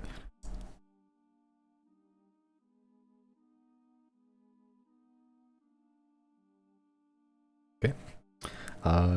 Any actions for the morning? I'm done. All right. Riley, zero. Not Riley. Chris, zero. Yeah, I'll just ask anyone.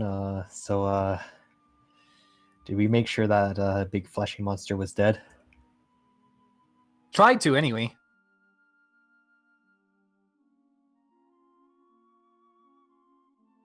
How? I mean, we can go check, I guess.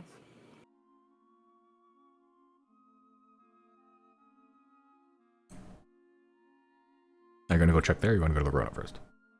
Well, we should take Ezra back first. Okay. Yeah, I guess we can check later.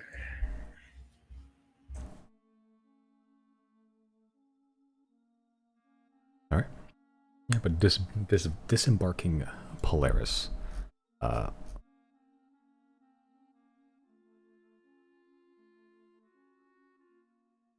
and just marching north, as you have before. Same road, though it's now covered in snow again. Your footprints are still somewhat there, if now just vaguely veiled by the fresh snow cover again. As you're walking, just a cold chill runs through, but animal life. Squirrels hunting for nuts into the snow, trying to dive in, see what they can forage. Foxes hunting the squirrels. And things worse than foxes hunting the foxes. It is a creature eat creature world here. But at the very least, there's not a thinly veiled illusionary flesh field feeding on the rest of the life here. You saw to that. And trudging through the snow, you find the tall-walled city again. The sort of brass dishes with 6 torches in a radial axis around it. Not lit, it is somewhat daytime.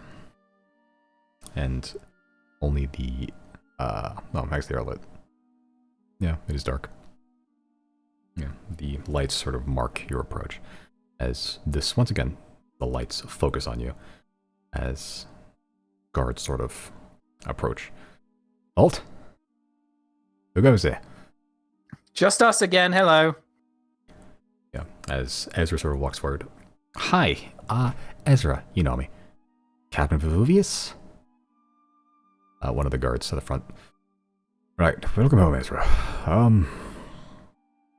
Let me get the captain. As he walks through the tiny little door built into the gate itself. A couple moments pass, the spotlight's still focused on you. And eventually the older human man, bald, scar from the left nostril down to the lips and to the chin, just sort of leaving like this very large open hole in the side of the nose, just wearing ceremonial armor and sort of seemed like just now strapping a greatsword along his back, like he just got dressed or something. But walks forward. Ezra, you have returned. How was the trip? She sort of just shrugs a bit, seemingly somewhat unfazed from the whole ordeal. Oh, you know, just got got the groceries, took out the dog, literally took out the dog. Krim died. I'll get him back. It was eventful. I think they have probably more to say about it than I do. Camberfoot just walks forward, sort of making a deep pat in snow as he does. And you have returned as well. Oh, what did you find? Did you find this facility? Did you destroy it? Facility is there and it's mostly intact, but it's empty. All right. We have suspicions that Sylnia may have infiltrated it. Somebody got there before we did, and there's a 90% chance it was Sylnia. All right. I've heard They took everything. Oh, I've heard some advanced scouts report back. They said someone related it, but you're sure it was Sylnia? Not 100% sure, but considering we found traces of interesting technology, it was more than likely them. I'll show a pin that I found off of a body. Oh yeah, right, the pin. Yeah, that raises it to about 99%, doesn't it? Yeah, you show him the pin. He doesn't grab it, but he looks it over. I am not familiar with this symbol. This is a Sylnian symbol. Something to do with their elite squadron of shadowy behind-the-scenes workers or something. Yeah, he sort of sighs heavily, grits his teeth. Really has overstepped this time. It is not a concerning, or deeply concerning, I should say, concerning thought that they can come into our homeland. Land with impunity in the raid. Mm-hmm. A unknown location to us. Well, that's not all we found. There was something a little bit worse than that, even. This one, we don't know if we can truly blame Sylnia for it, but we found the result of one of the three anchors of the invasion. The biospawn. We don't know if it was the ones that got loosed from the facility, or if it was something else entirely, but they got free, and they started propagating or something. They spread their influence far, centered on a fort in the middle of a forest. And you'll find, if your scouts go there, nothing but skin floor, weird hand trees. That's one of the weapons they seek to use against us, and then Riley will point towards the tendril hat.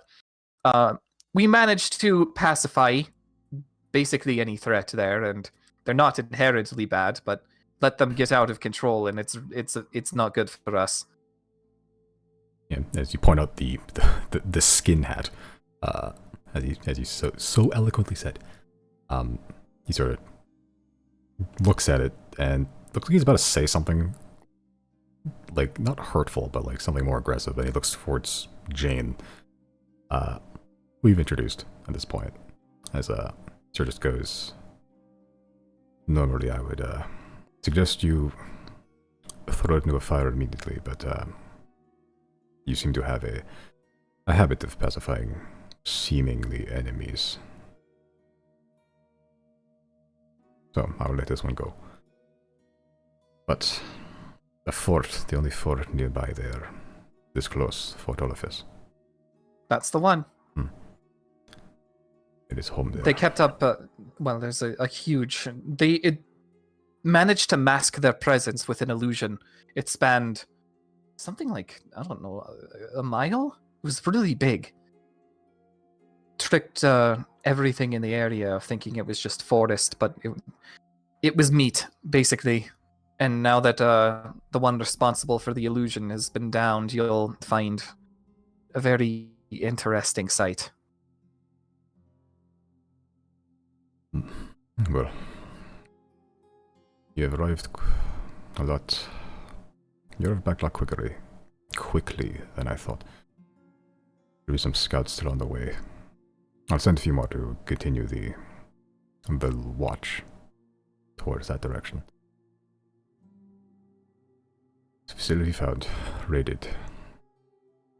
And whether Cillian or not, the Fort Artifice has been infested with flesh. Pretty much. Anything else I should be aware of?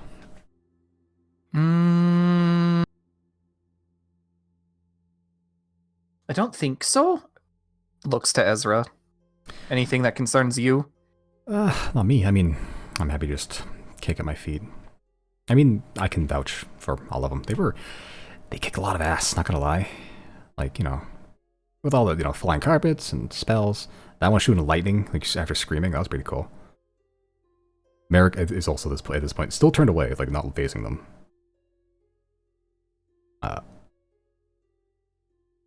Vivi sort of looks towards Merrick. Shooting lightning. In what way? Ezra sort of just shrugs. He's really angry, and then just there's like storm clouds at his feet, magic stuff. I don't know. I mean, I can make storm clouds and shoot lightning too. Yeah, we all have a few different magic items that allow us these neat gifts. Edgar is no exception. Both of you make deception checks. Riley not even trying to deceive, but true. Deception.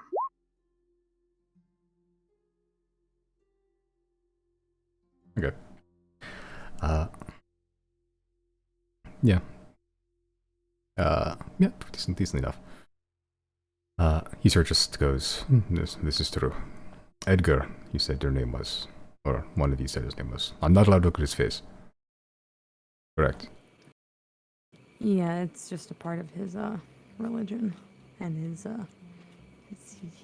yeah. Esther sort of scoffs. What do you mean? I was looking at his face all the time. What do you mean?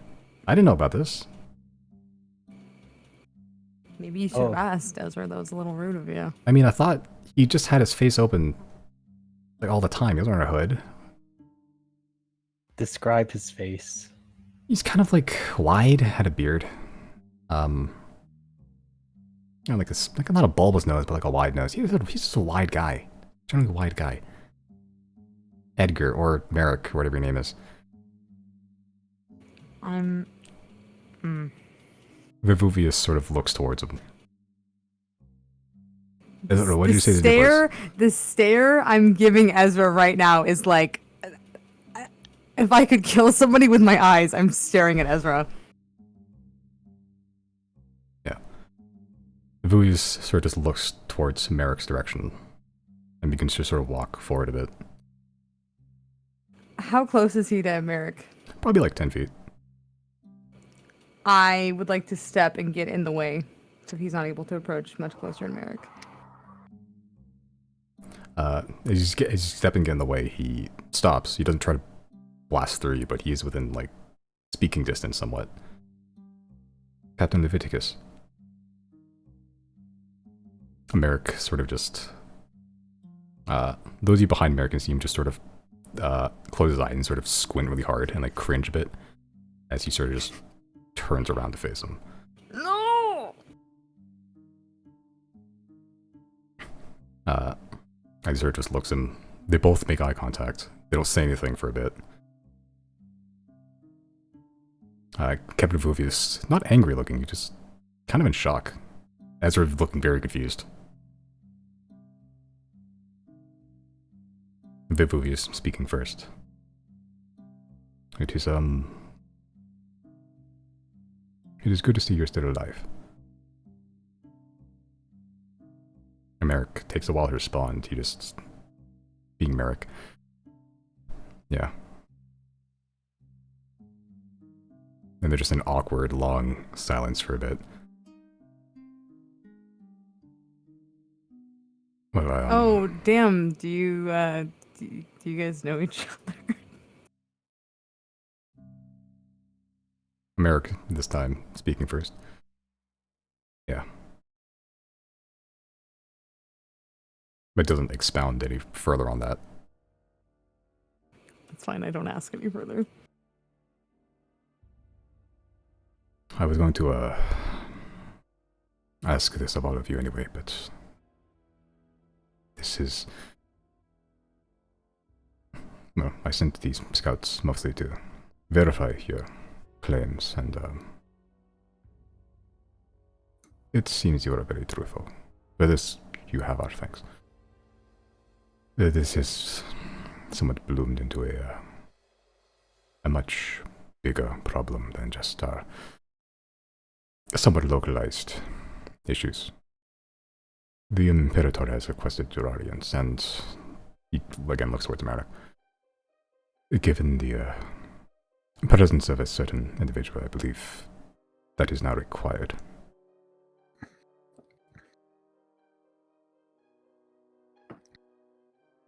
I'm gonna just cast message to Riley and just be like, we can just say no, right? I believe that's up to Merrick. Sounds fun. You're not in on this group chat, Chris. And I'll cast message to Merrick. And I'll just say the word and we'll leave.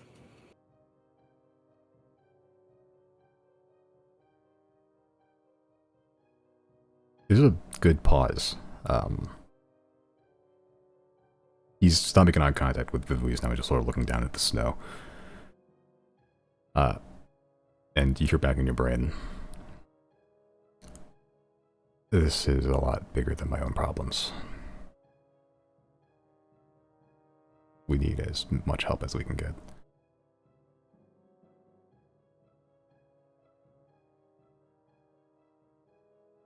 That response is confusing for me because not only like I'm happy that he is referring to this issue as our issue now, because there was a point in time where Merrick was like, He just didn't give a fuck. He's yeah, like, whatever. get rocked. Yeah, get rocked. I'm doing my own thing. Fuck you. But I'm also, I feel terrible that he feels obligated to go. I feel so bad. Okay. Yeah, there was a point. Then he spent a year with Gary. He's like, who's never been sad or angry or anything but positive and joyful. Well, if there's some sort of... I don't know... issue that needs clarifying or something, just know, I suppose in this context, Merrick is under our protection. Right. So if it's like he's going to face capital punishment or whatever, with all due respect, no. With all due respect, nuh-uh. Ken Vivu sort of just sighs heavily. I understand you are young. And ultimately it is not up to me what happens to me. This is not... True, we're telling this to the wrong person. Yes. You may try. But... ultimately... this is not just some... place you can just walk out of. If we wanted to keep you here. This is not a tavern brawl or common city guard. This is the Brown Legion. We've been a warlike culture for millennia. You may try, but if it came down to it, it's not just a couple of people you'd be facing, it is a nation.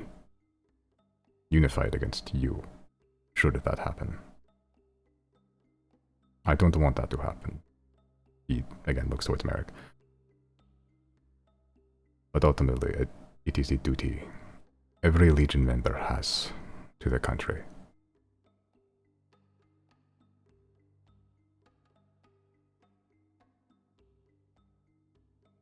I like having an audience, so this should be fun. We'll put on a good show. Please don't. That's my line.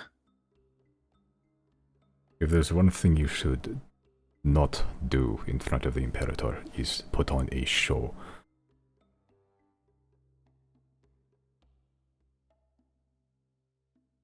Just speak.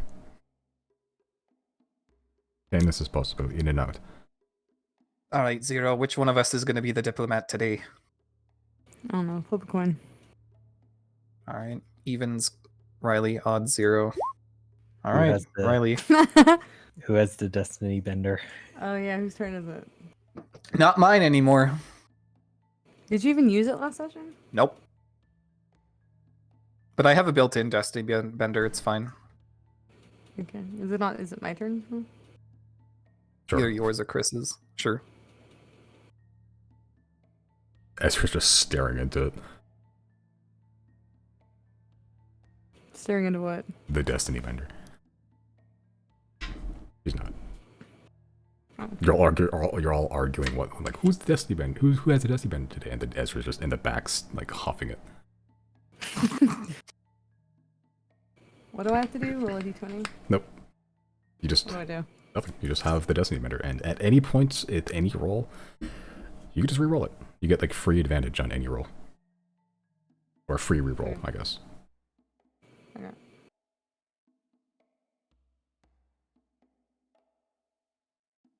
Okay. To the Imperator's court, I suppose.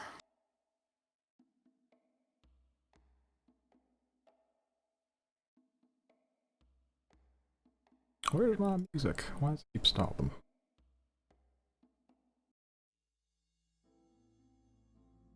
Okay. Yeah. As Merrick is the first to sort of just step forward, his eyes still kind of at the snow.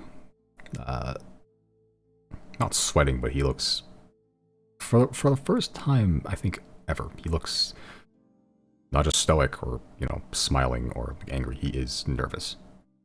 His eyes are sort of just wide, and he's sort of just walking towards the gate. There's a couple people that the guards around have been listening to this conversation, and once they hear Merrick, they immediately begin to posture up, and not threateningly, but they're more attentive now. The heavy gates part is giving you a brief glimpse into the interior of the city itself. I don't have a map, because it is impossible to make the layout. But the tall walls give way to pale white, perfectly snow white buildings. Tall columns stretching up fairly high, 2-3 stories, that are topped with triangular arches. Not quite whitewashed. They are like almost made of pure marble, even. You see the streets are clean. There's almost no grime, no dust, no trash in sight. It is a quintessentially perfectly organized city. The streets are wide, they're cobbled, cleared of snow. You see people in like furred robes sort of sweeping away the snow into small little buckets and then dumping them into little troughs or trenches built into the streets themselves as they sort of run downwards.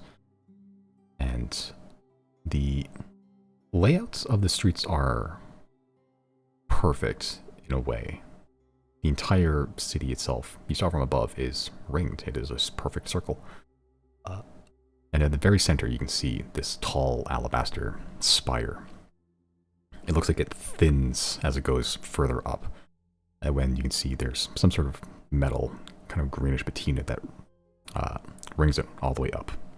And at the very top, you can see the triple-headed figure of 3 dogs, each facing in a different direction.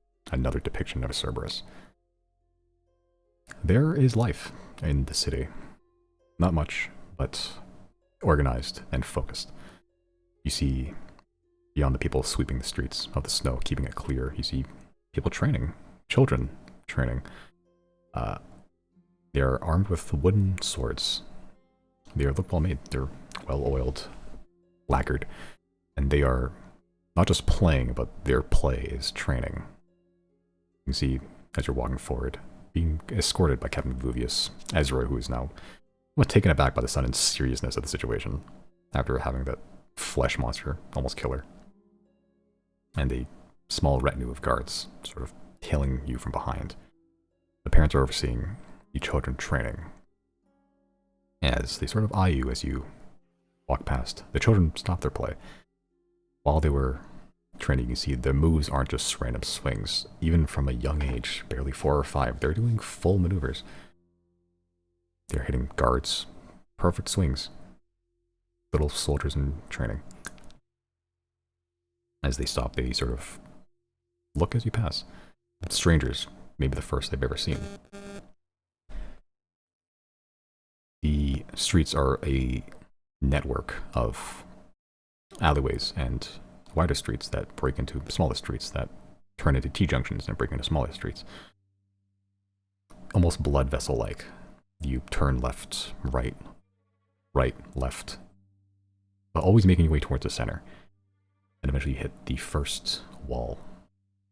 There's a small set of stairs that climb further into the city, about 300 feet. The only set of stairs, actually, at least from this side. The rest is a sheer drop-off, maybe about 30 feet. And as you crest to the top, past the second set of walls, another similar district. At this point you realize the city is tiered, each one higher than the next, each one ringed by a wall. Chris, make a history check. Okay.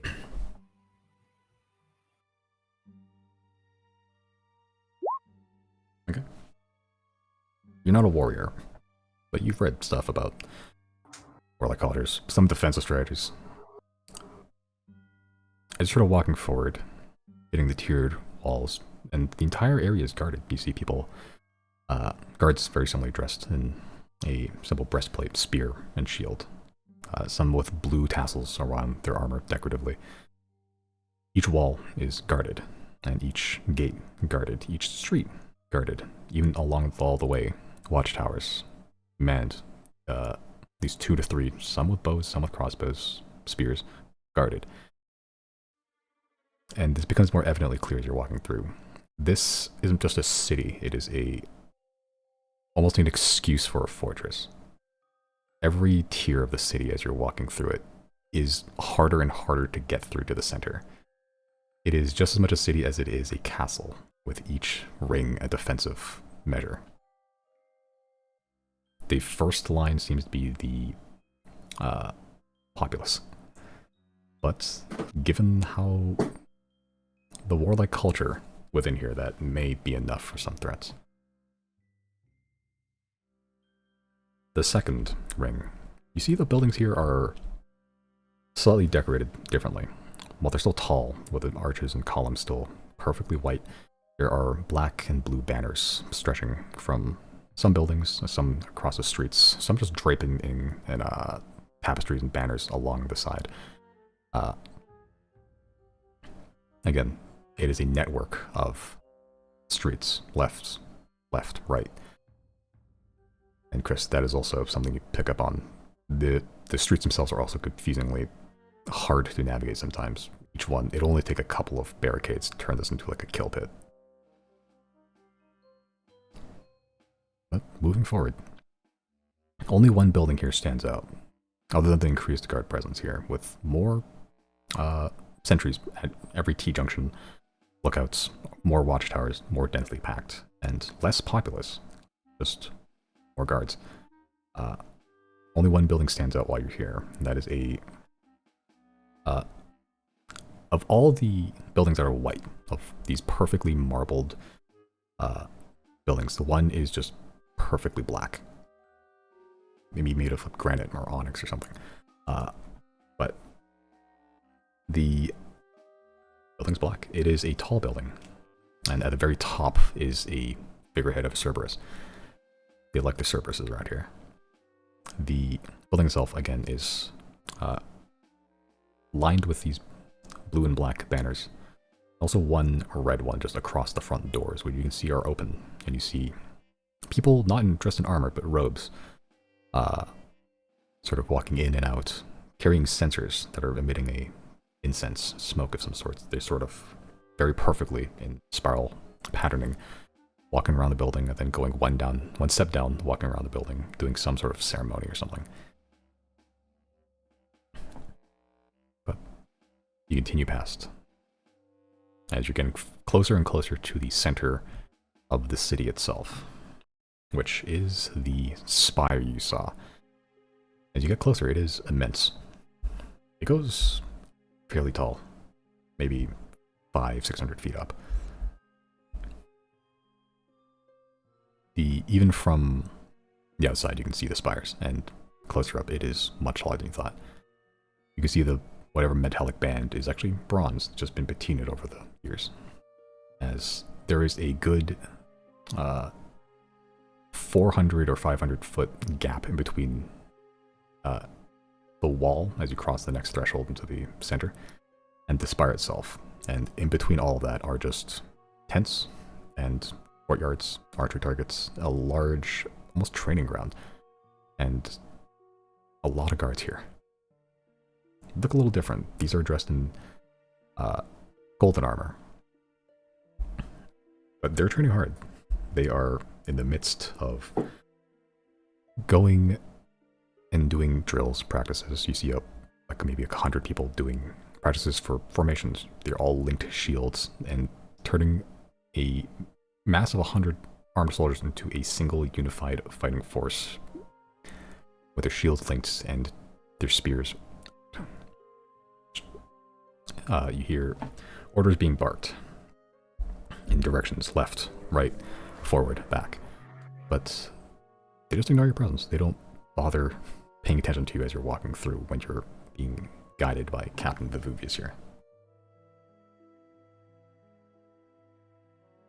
And eventually you do get to the spire itself, with only a single large bronze gate in the very base of it, guarded by no more than 10 people. These golden armored guards, some armed with shield and spears, some armed with larger pikes.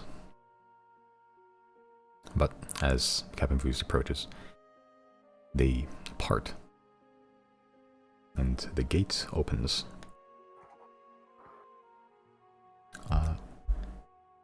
On the way here, is there anyone else? Anything anyone would like to discuss with anybody? I got nothing. Okay. Walking in, they don't see a reception. You don't see even like a foyer at all, or armed guards. You see a single stairway going upwards. There's no railing. If you fell, you would fall hundreds of feet. It's wide though, and every so often there's a pillar supporting it. There's barely anything here. The base of the tower itself is only maybe 200 feet or so. For a government building, it's more tall than wide. And it's mostly empty. There's barely anything in here, just guards. As Kenfu stops at the steps, you can see the huge pillars of marble going as far as the eye can see upwards, but there are no windows. It is entirely lit by just torchlight. He stops at the steps. Just continue up.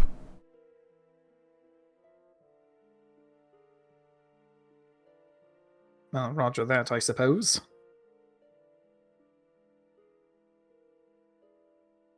Are you coming with us? No, it is imperative request to do a presence, not mine.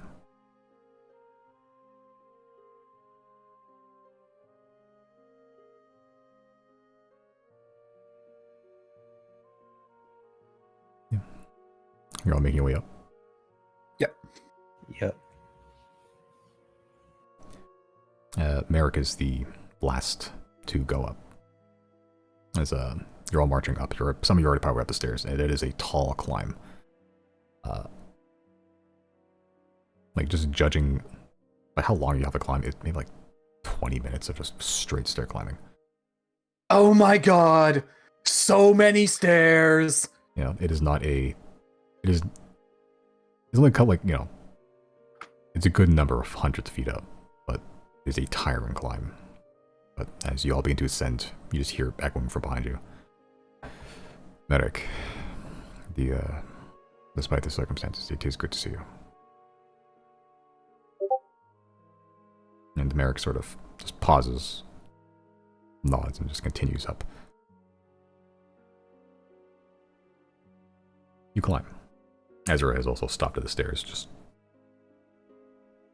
has been silent the entire time now that the mood has been more serious. The apparent threat had been dealt with, but something new came up. You're climbing. And every so often you hit a flat platform where there is just a guard. One of these golden ones stood there. Like a statue, unmoving, unflinching, not even acknowledging as you pass. And you climb.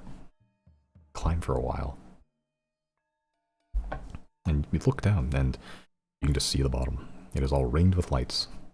And now that you're further up, you can see at the very bottom there is a relief, sort of somewhat embedded in the ground itself, of the face of a dog.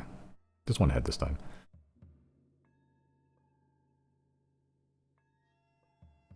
You're climbing, and eventually you do reach the top, despite your legs screaming at you to stop. And you just hit a flat platform. Again, no railings.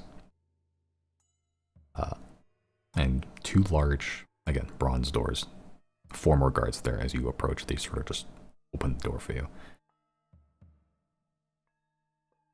What maybe you're expecting a grandiose throne room is a fairly small room, like a storage closet, but like a standard room. There's no throne, there's no big glass windows, there's no hugely decorative chandelier at the top. It is just a like 50 by 50 foot room and a simple wooden desk at the center. Circular, large, and just covered in papers. There's guards inside here too. There are pillars, but they're not made of marble. They're made of just standard wood. A very utilitarian Spartan design for the leader of a nation. And back turned away from you, you see a man. Human. Old. Maybe in his 90s.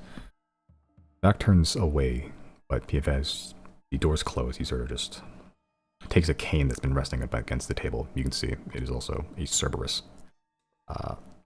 A black lacquered cane with a bronze spiraling metal all the way up to the head, almost mimicking the shape of the spire you just climbed, just in reverse, with a very top, a triple-headed Cerberus. Very similar to the one on the top of the spire, actually. He takes it as he sort of leans on it and sort of slowly turns towards you. His face is a somewhat tanned and weathered texture. Light gray, short hair, and beard, with a receding hairline that ends at a widow's peak.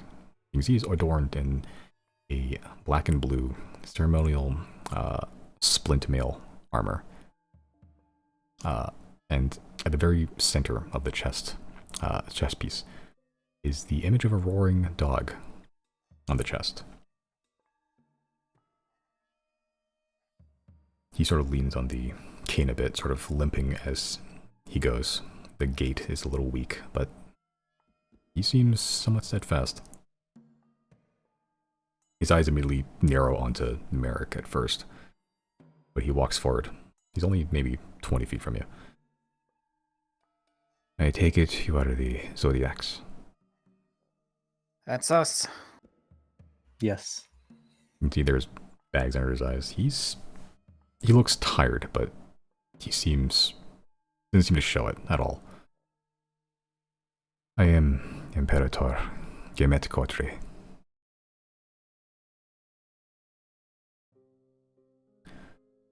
You have been the witness and are the discoverers of a new threat. Not Well- quite new, more like a really old one that's begun to stir again. Couple of threats. Pedantics do not interest me.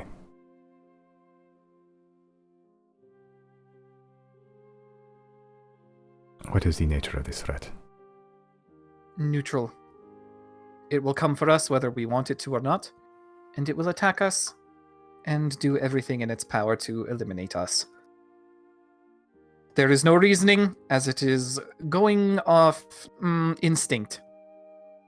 It is much more dangerous than perhaps an enemy that can be at least attempted to be reasoned with. In the middle of you speaking, he's walked around the table and just grabbed a chair. Not a throne, not a fancy decorative chair. It is a standard chair with looks like some animal fur just at the seat as he puts it down and just sits on it, putting the cane in front of him between his legs as he's sort of leaning on it as you're talking. So the nature of the enemy is a beast, then.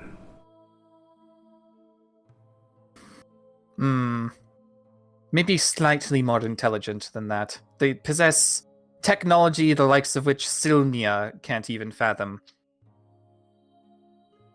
Which is probably why Sylnia went after it. From the reports, what meager information I've been given, seems this facility, you found it. We did. It was raided. Seemingly so. And Sylnia was a culprit. Most likely. I'll show him the pin. Yeah, as he sort of leans forward. The Salvo Guild. If you found this at the site of this facility, then yes, this does confirm the suspicions of Sylnian involvement. Does this make Sylnia the enemy? From what I'm understanding from multiple points of view now is that Sylnia is not to be trusted with, like, anything, which sucks because we trusted them at one point. Yes, they have a history of that. You know, Sylnia is actually quite a nice city, on the surface anyway. Haven't seen any of the horrible undersides, but if this many people say there is one, then I have no choice but to believe that. So, Sylnia appears to be an enemy, but it is not the enemy. It will also be unraveled in this fight.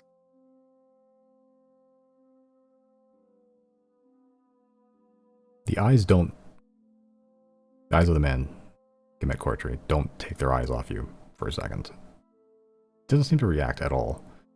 In a very similar vein as Merrick, who just seems to try to keep stoic at all times.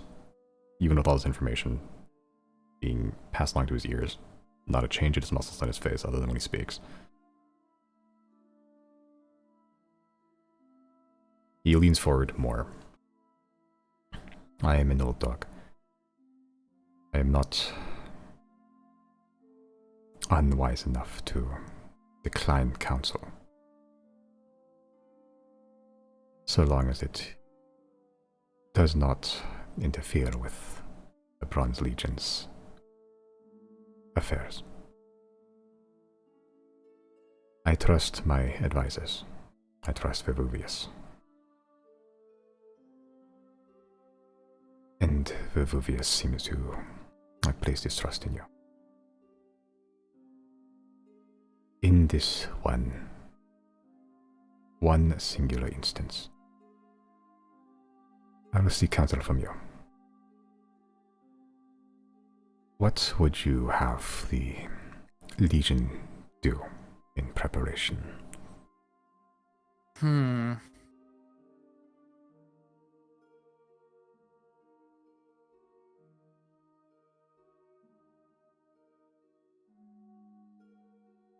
Was not expecting that question. We're honestly really not even sure what we're doing in preparation. We're just kind of getting stronger, learning new magics, seeing more of the world, stocking up on as many resources as we can, and, like, here we are, trying to gather the loose concept of an ally anyway. We're all allies in the end in this fight, but the more who have an understanding of what's to come, the better a chance we all stand at surviving this. So, in terms of preparation, I would simply think that knowing the nature of the enemy, not just as a theoretical force, but also as a physical one, is important. There are 3 different factions, I suppose you could say. Did you receive a report on that, or do we have to explain? I received the report. Great, then you'll have a basic understanding of what it is you're up against. We know not how many will come here, how aggressively they will attack any of the 3 countries of Calbe. We know not where their main forces will land, how thinly spread out they'll be. We know not any of this. What we do know, as you have been informed, is that their base is the moon. We also don't know how it is they intend to get here, but my bet is that they probably use those ships that they use to travel between the stars.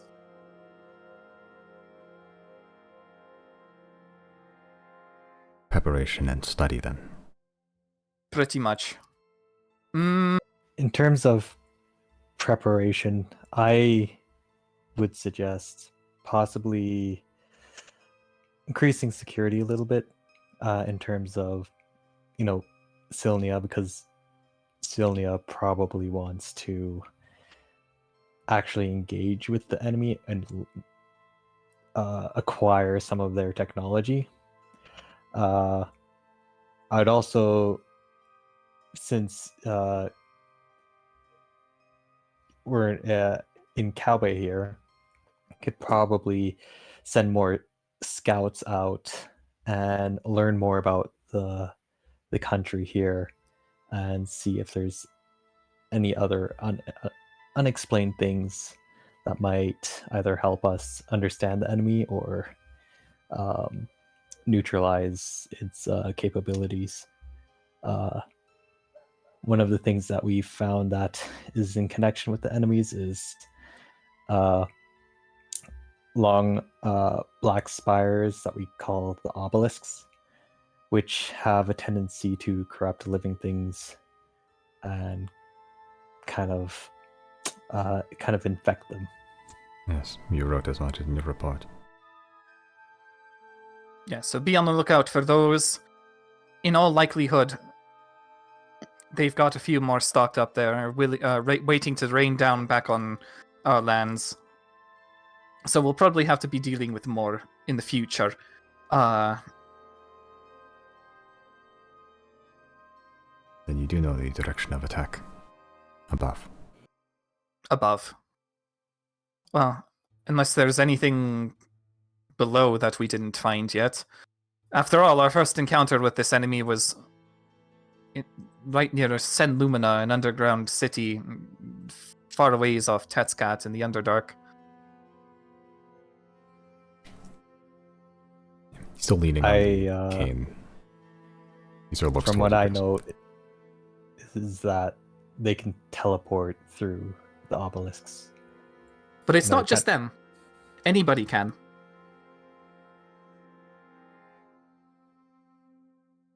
His face still doesn't change, but elaborate. The obelisks serve as some sort of waypoint connection. An old magician known as Mazmazak figured out as much through his research, and it is believed he teleported through the spires and probably ended up in their base, or at least somewhere unpleasant, as he's not been seen since he did that. So going alone is not great. But if we can find a spire intact, or if perhaps they drop one again, and we have, I don't know, mages around and a decent amount of soldiers, you could use the mage to teleport through the spire with the soldiers and end up on their home turf. That is a possibility, a strategy if nothing else works out. Also, destroying the spires cuts off their teleportation, at least from that location. There is another thing that concerns this. We have encountered, how do I even put this? It is like a hodgepodge patchwork of a landmass. It is an island with a giant spire, and it is oscillating somewhere, everywhere, all at once, and it is only stopped when observed. There is something called the constant. We know not what it is, only that it is somewhere. If we find this constant, then we can access that island and do something with it. I'm not sure. The people there look like the enemy, but they are docile, and they can be reasoned with. And it seems like they're even willing to help out, but we have to find the constant first.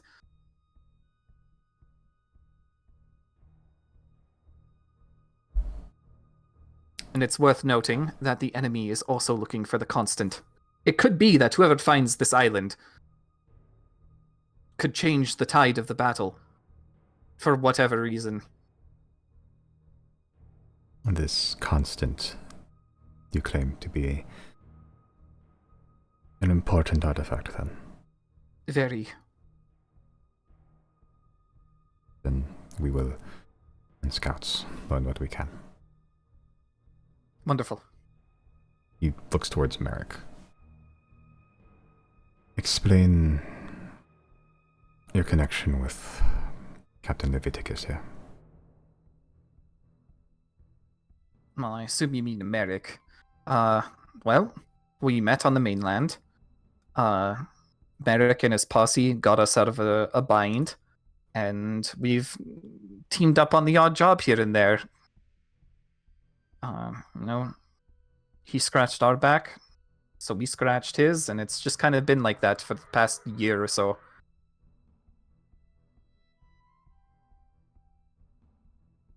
Has he ever claimed to be from the Legion? I don't know if he said outright. There's very little Merrick has ever voluntarily shared with us about his history.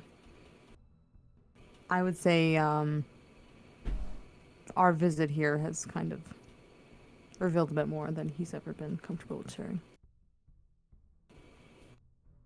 He sort of looks toward you. Zero. The first word you said. You claim he says he has no connection with the Legion, at least according to your understanding, until you brought him here. I'm saying we did not know he had any connections anywhere because he's never told us anything about himself. Which is a lie. I'm willing to deception that, but... I mean, I think we also knew that he was from the Legion because of testimony in court. Yeah.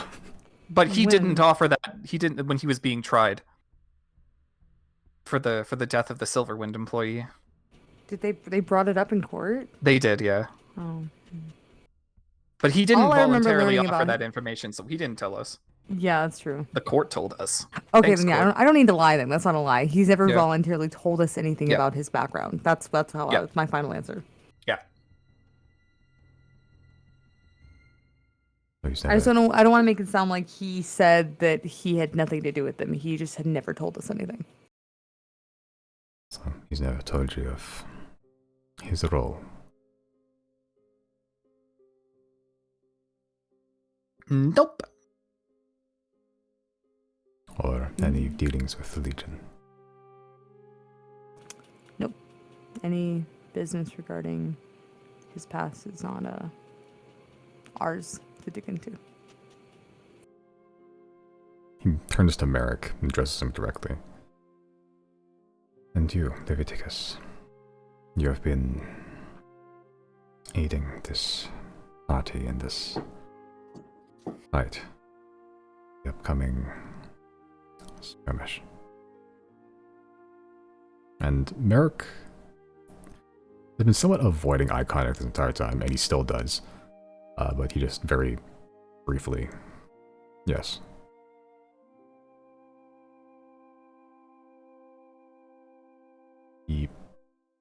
stands up, leaning on the Cerberus cane as he does. Sort of walks forward. You know the crimes of desertion. Yes. Do you accept your punishment? And there's a long pause. Yes.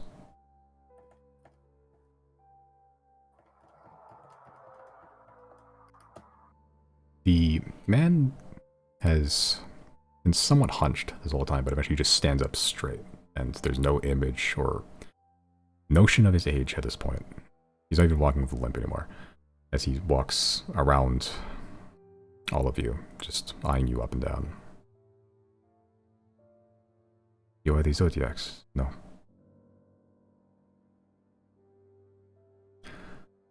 What are your impressions of Merrick?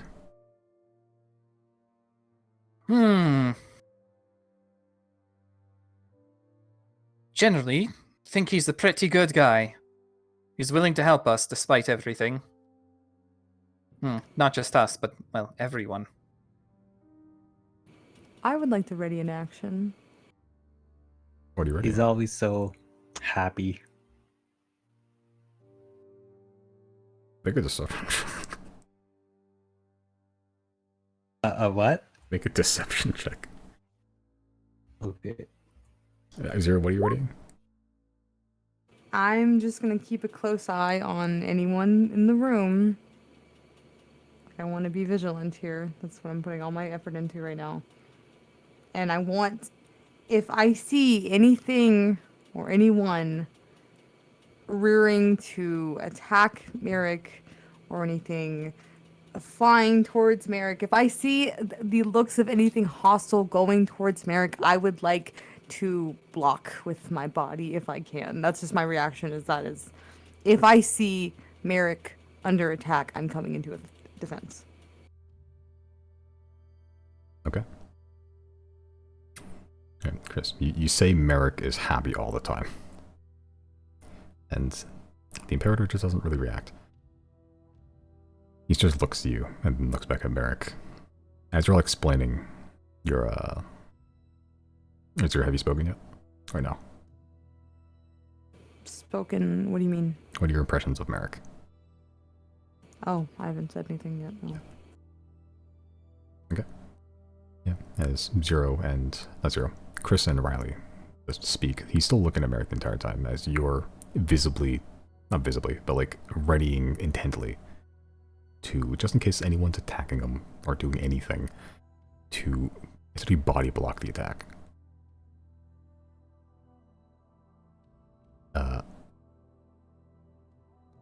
You barely move at all. But you just think this, that if this happens, you're going to do this. The moment you think that, the Imperator sort of looks towards your direction and it's like, almost like eyes your musculature almost. And then just there goes looking back at Merrick. Make an insight check. One thing. Zero. Also Make an say insight check. something about Merrick. I just wanted to say, he definitely knows, always wants to do the right thing.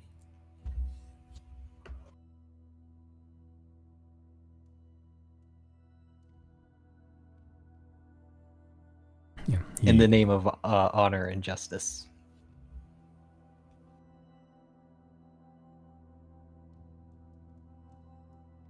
Then he begins to walk back to his chair and just sit back again. Merrick has not made eye contact with him the entire time. He's always willing to do the right thing in the name of honor and justice. That is your claim. Yes. Then you truly do not know Captain Leviticus at all. He has abandoned his post, abandoned those that follow him to death. He's abandoned the Legion. Abandoned the name. Abandoned his name. If he was willing to do the right thing for honor and justice, he should have died. But he didn't. He chose to live. No. No, he didn't. We chose to make him live. Those scratch his back moments, his life was on the line and we saved him several times. He had accepted his fate on multiple occasions and we brought him right back into it.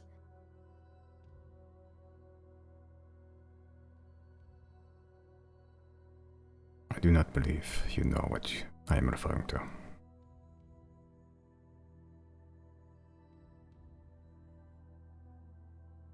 Abandoned his No, post.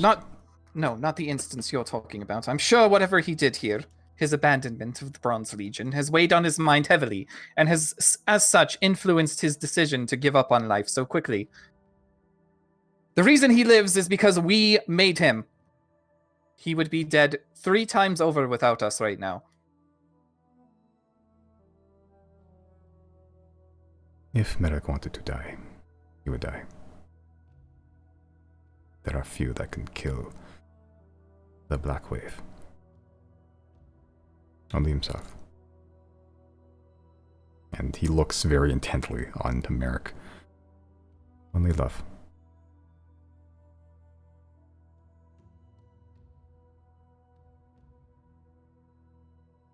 He stands up again.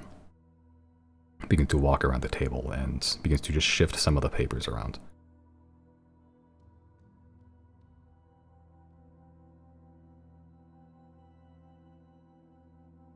Medic. You have abandoned the Legion. Fully. It is a crime that should never be forgiven. Yet, you took no pride in it. You did not turn into a roving marauder like some. And you did not boast. You did not make waves.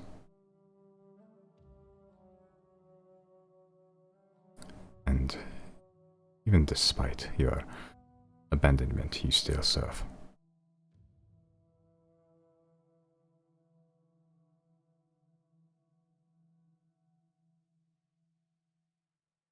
He begins to shuffle the papers, stacking them neatly, just revealing a map.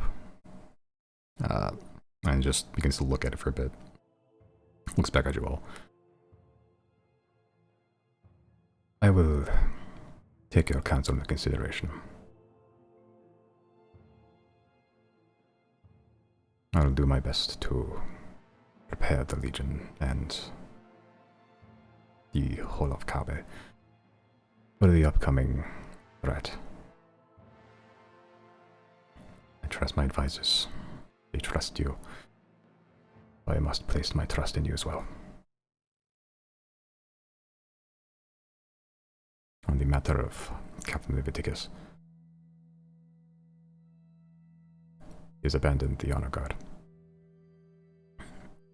Yet he still carries its proof mark.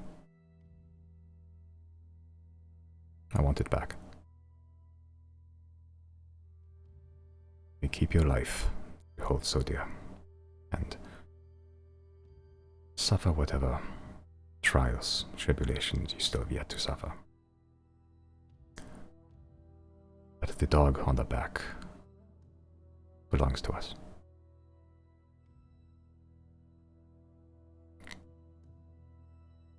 Is it a tattoo or something? The last you saw, you only saw it once when he was being exercised or forcibly like pushed into the pool. There's a large tattoo of a flaming Cerberus on his back. Hmm.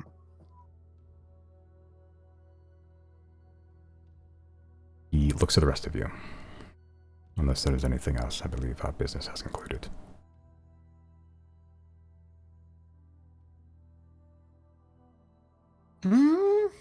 Can't really think of anything else. I mean, we live in quite turbulent times, so things are bound to change pretty rapidly, I think. But I believe I'll leave the matter of international politics aside right now. Right now, all of us here in Hidegrey need to cooperate, whether we hate each other or not. At least for a small while we fight an enemy that is a danger to us all. And then we can go back to, destroying ourselves for whatever reasons. I'm inclined to agree. I will attempt to relay the same information you have shared with us to the Dynasty and Ironheart clans. With what little bridges we still have. You are free to go. If you wish, you have my permission to explore the city. Well, it would be a waste not to, I think.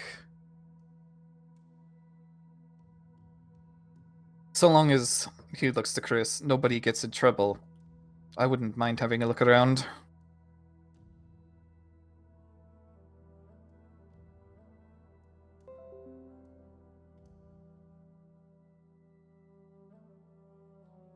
Yeah, the doors. I'm gonna sleight of hand cast message again to Merrick and just tell him, just say the word and we can leave.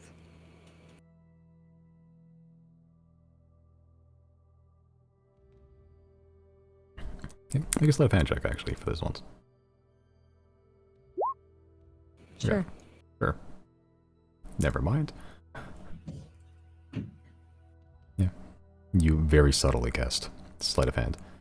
It's a fairly high DC because there are 4 guards here currently, the tough ones, and also this guy.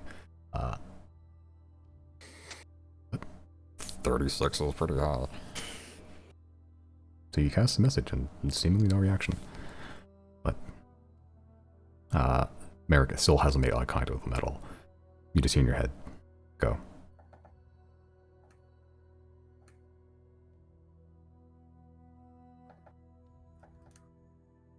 I can't tell what that means. So I guess I'll just follow Riley's lead before leaving. Riley will look back and see if Merrick follows. Yeah. As the doors open, as the 2 guards nearby the door that were blocking it have opened it at this point. The very reflective, decorative gold armor, very immaculate spears. They're well decorated, especially compared to the other fairly mundane-looking guards outside.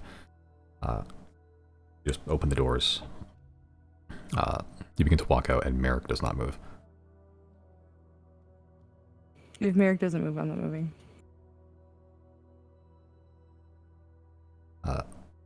You don't move. Well, is anyone leaving or no? Well, if Merrick doesn't move, Riley will show a little bit of concern.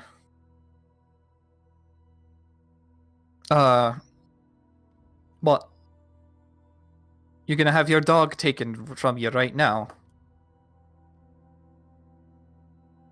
The Imperator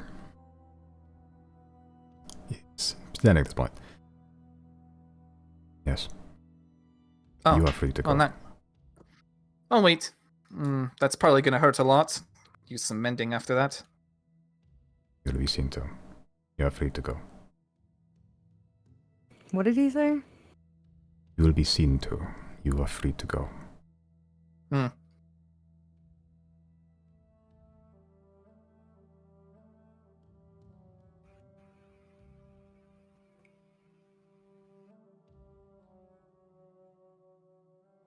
What are you doing? I do have a question about, the Cerberus. What is its meaning to this place? The Cerberus represents loyalty, unflinching duty. A perfect guard dog. It is triple-headed, able to perceive threats in any direction. Loyal to the last. These are all desirable traits for any legionary.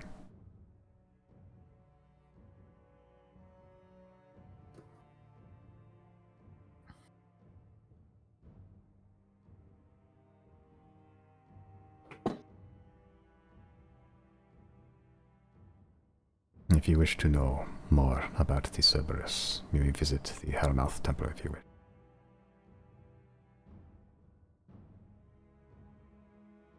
Sure.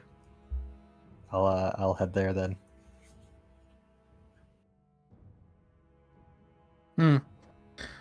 Yes, actually.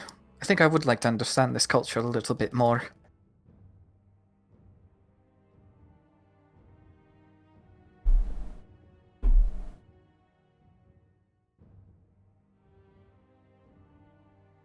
Is that where you're two headed to them? Wasn't a bad suggestion, may as well. As you turn to leave the room, you pass the threshold and you are not attacked immediately, not detained, not tackled. You just leave the threshold of the door. Zero, what are you doing? I'm not moving.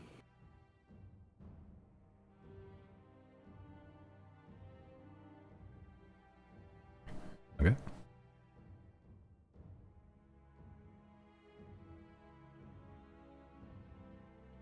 Yeah, as you're moving and showing no signs of moving,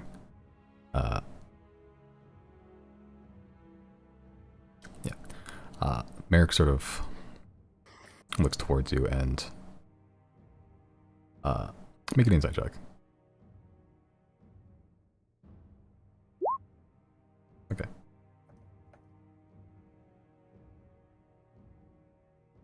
You gather just from his expression and the situation that he wants you to go, but you're free to do what you wish.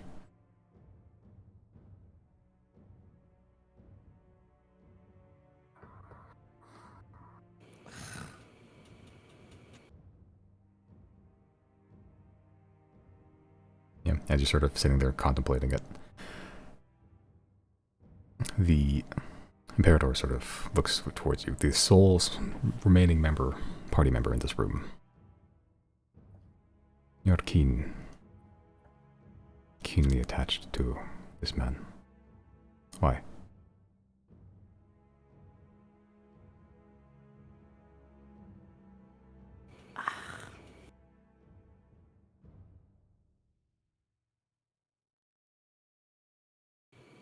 This man is chosen by old gods to help myself and my friends save the world, literally. And he plays a very important role in that, one that I think outweighs a lot of other things in the world that seem a bit superficial in comparison. I'll respect his wishes, but I hope you can understand why this man would be very important, not just to me, but to all of us.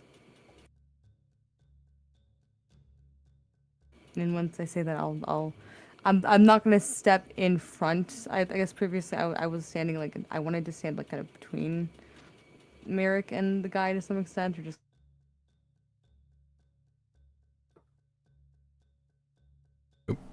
kind of stand a bit more protectively. Okay. To the side. What? You pause and then spit up real quick. Oh, sorry. Yeah. I'll just step to the side and get out of Merrick's way. Are they expecting me to just walk out and leave though? That's up to you. Merrick wants you to go, but and the Imperator is urging you to go explore the city, but he's not necessarily forcing you out. Yeah, I'll get out of Merrick's way, so I'm not blocking anybody from him. But I'm not gonna leave. I'm gonna stay in the room. I'll just keep a distance, a respectful distance, and put my hands behind my back. Okay.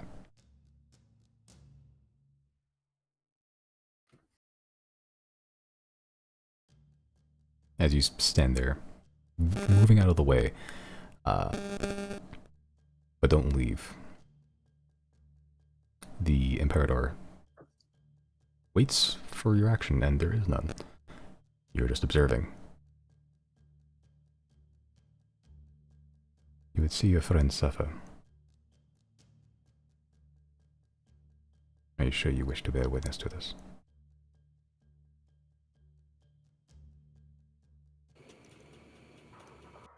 I will at least see my friend walk out of here with his life. Is all I can ask. What he chooses to do with it here and now is not my business to stop him. But he will leave here alive. I understand that's your intention, but again, it's not a chance I'm willing to take. I hope you can understand that much. And yeah.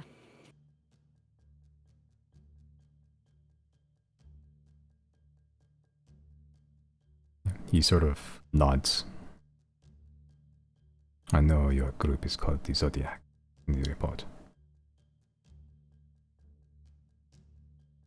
What is your name? Did any of us? I'm out of character. Did any of us give our names individually? No. I don't think so. Nope. You didn't ask for it. Not to the Imperator, no. I don't like that. I don't like being singled out like that. Yeah, you chose to stay.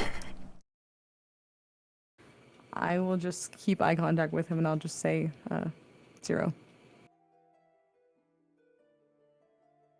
You have great resolve, Zero.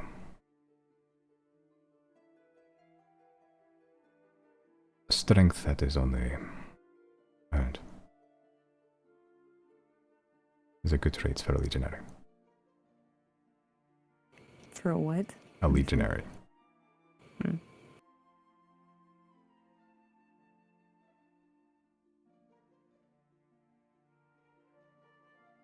As he looks towards Merrick. And you, Captain Epiticus. You have found a seemingly good group to rely on. It is a shame how you could not show that same faith in us. Merrick doesn't respond, he just takes off his shirt and steps forward. Just in front of the Imperator, who is still standing up, legs spread, just the cane just leaning on it as it's kept in front of him with his hands, both of his hands on top of it. Merrick steps forward and just turns around so his back's facing the Imperator and just kneels down on his knees. As he does that, the Imperator grabs the top of the cane and just strikes it against the surface, the wood floor once, and a loud echoing ring ricochets across the walls as the cane turns into a bronze short sword. A leaf-bladed, immaculate blade with a large hilt, guard, pommel. As he begins to just hold it to one side, he grabs Merrick's shoulder, gently but firmly, as he begins to very slowly and carefully carve the skin off of Merrick's back. Merrick's clearly in pain, but he doesn't make a sound. He just grits his teeth, looks at the floor, and just bears through it. The blood is trickling down very profusely from his back. There's nothing for him to bite onto. There's nothing for him to grab onto. He is just knelt down in front of his, I suppose, former boss, as he very surgically begins to remove the skin, flaying the tattoo off of his back.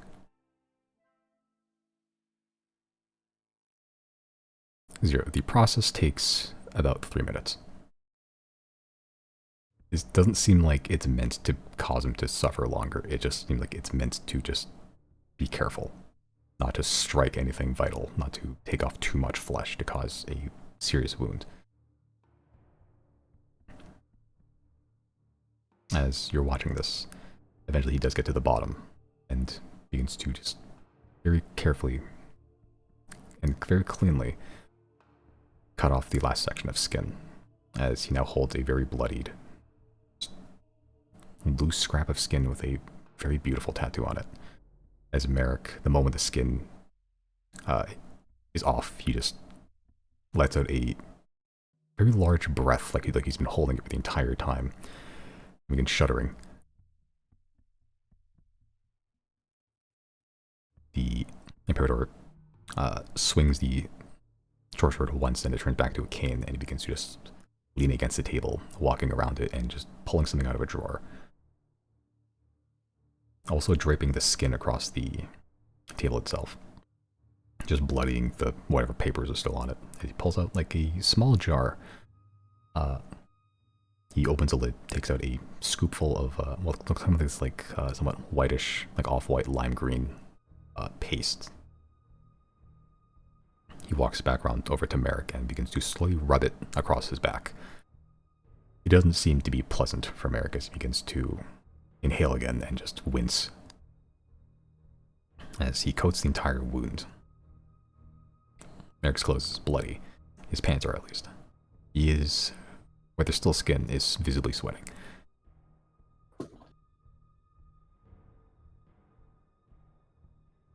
That process takes about a minute. As he finishes up, the Imperator sort of wipes his hand across just a cloth he had on the side. As he looks at the scrap of skin, the tattoo still on it. You have been stripped of your rank, Leviticus.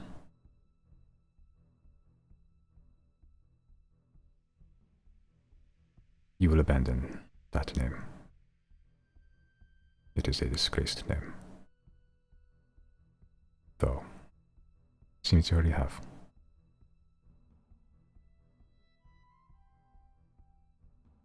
I cannot call you a legionary anymore. Even though you still have the heart as one.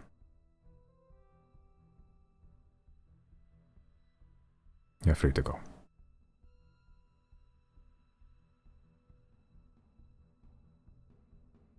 Merrick just stands up and doesn't turn around to face him, just picks up the shirt, tries to steady himself as best he can, and just begins to slowly walk out of the room. As he does, Imperator sort of interrupts him just a little bit. Merrick stops. I'm sorry for what happened to Kata.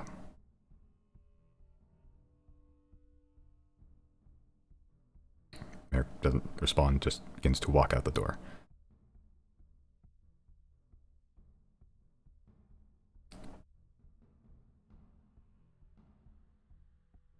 What are you doing there?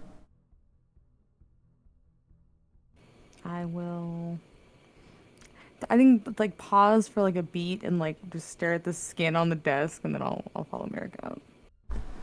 Okay. The Imperator just watches you as you leave, and the doors close behind you.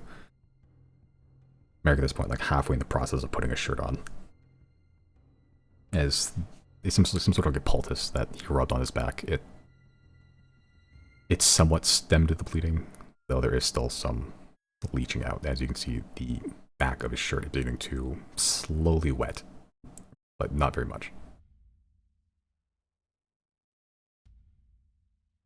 As he just wordlessly begins stepping down the steps.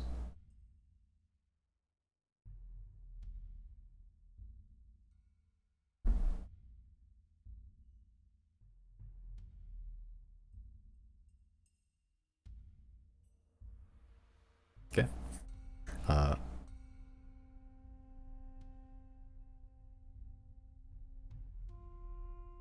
Sure. Are you doing anything or just following him along?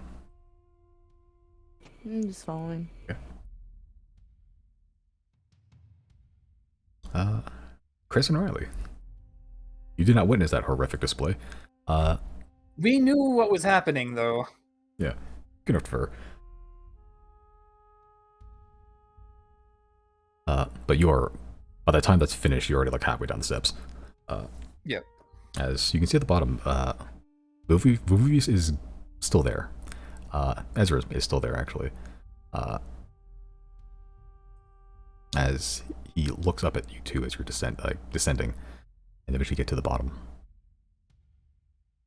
Where is Captain Leviticus? Oh, you mean Merrick? He's up there getting his dog removed.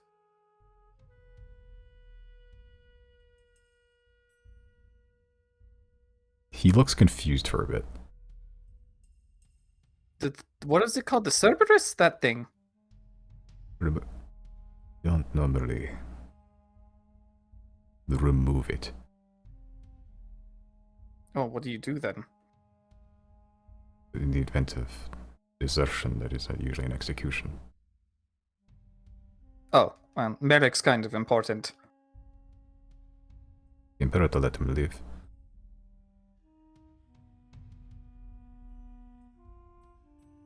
Is there a problem with that? No, I mean, aside from your whole customs thing, but honestly, some things need to take a back seat to objective reality, don't they? I was just voicing my surprise. Ah. Yeah, no, he's... From what our understanding is that he will live through this.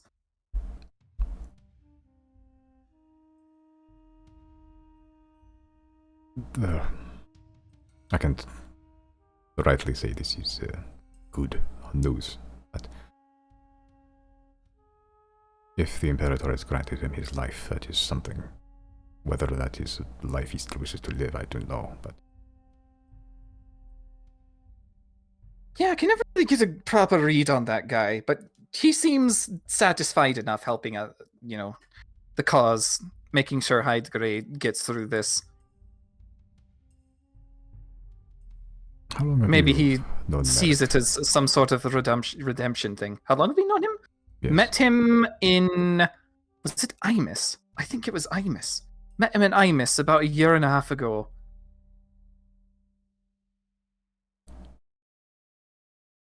And he's been traveling as a mercenary, adventurer.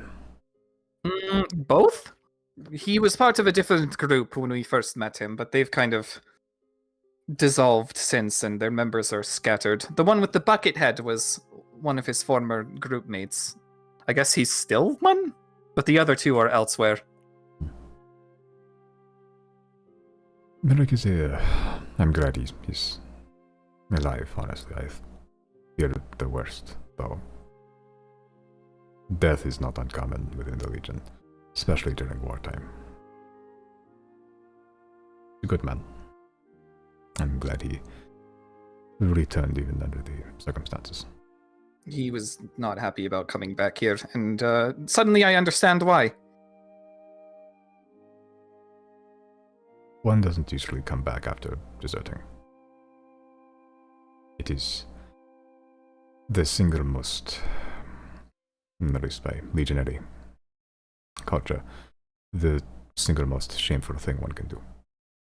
To abandon your life, your family, your name, honor, justice, the Legion itself. And it is what Merrick did. Not to pry too deep into his past, but what was his reason for leaving? From what I understand, he found love. And he feared that if the war continued, then they wouldn't see each other afterwards. It also didn't help that Merrick was deeply... he was broken, in a way, during the war. Are you familiar with the Tarno Inferno? I am not. It is, some would call it the turning point of the war. It is when Sylvia finally finished their war machines. At this point, we had beaten back the mainlanders, past the Demon Gate, out into their own lands. They built Tarno as a fortress in case we expanded out, but it didn't seem to work out for them. We took it anyway. It is when Sylvia officially began to turn the war around. There has been skirmishes that they've won, but this was the first decisive blow. The airships, the flying machines they made, they dropped incendiary bombs across the city. We were the only occupants inside. The celebration was occurring. Merrick was he was in the city, when that happened. He lost his entire crew. He was pivotal in taking Tarno itself. He was proud. He was a vicious man, but a good man at the time. And when he attempted to round up what few survivors of the siege were, that is when Sylvia attacked, and he was the only one left alive, and I think he blamed himself for that. Classic survivor's guilt. I believe that is when he and Katya started to, I guess, elope is the right word. I hoped to begin the slow healing process. But then, I suppose, even that it didn't last.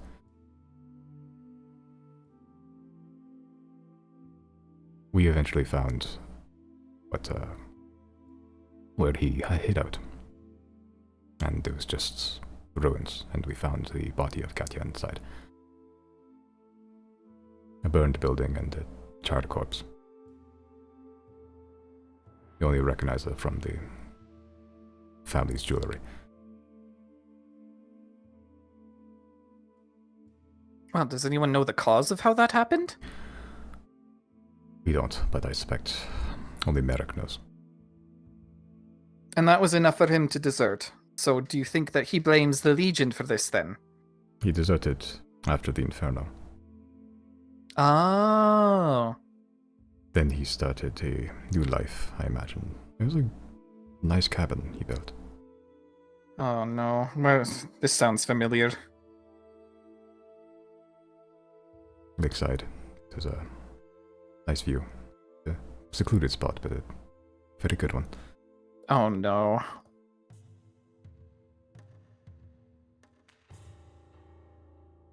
You seem to know something I don't. History repeats. I'll leave it at that. We didn't find Merrick in the house. We found a crib, an old one. No, one corpse, which is, I suppose, a welcome sign. But, we don't know where Merrick went after that. He only showed up on not 2 hours ago. Well, we only know where he's been, for the most part, in the past year and a half.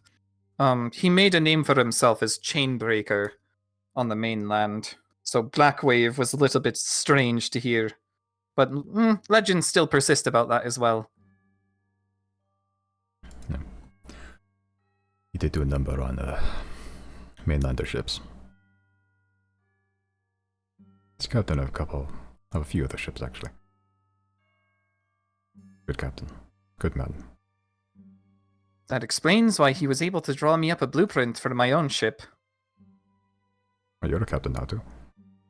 Technically, I haven't actually had my maiden voyage yet, but one day.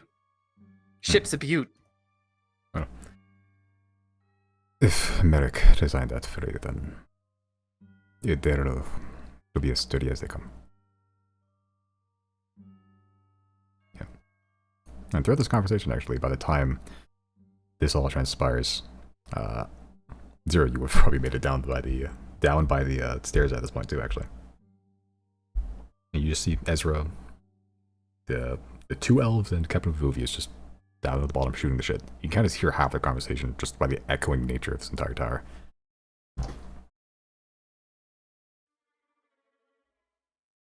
Yeah, as Merrick walks along, with you following closely behind, Vuvius are just looks up. Doesn't really say anything, but sees the sweaty and somewhat haggard Merrick sort of descending down the stairs.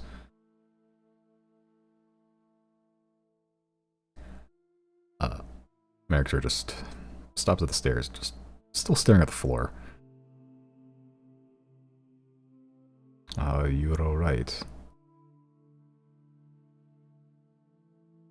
Merrick doesn't really respond, just still staring at the floor.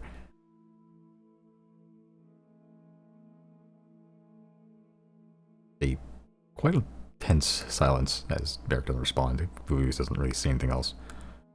Ezra sort of cuts the tension. So you guys can walk around the city? We've been granted access, correct? I can guide you. Why not? Okay, so, where to first? There's the, a marketplace. I don't even know if it's not really a marketplace. It's like a market ring, I guess. That's where most things happen.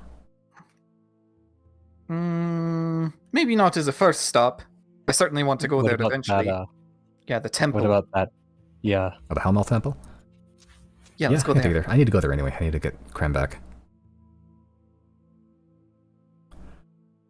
She sort of looks towards Merrick. Mr. War Legend, sir. Didn't know that. You coming along, or you want to, like, I don't know, mope? You seem mopey. I'm like staring daggers at Ezra right now.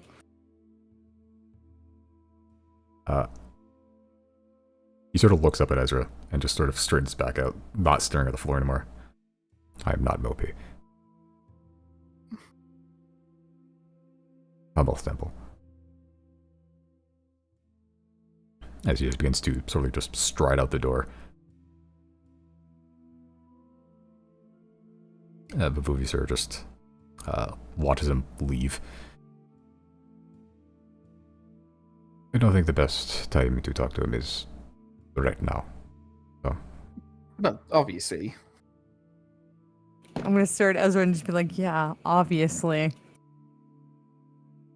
Oh, okay, but I mean, someone's got to do something, right?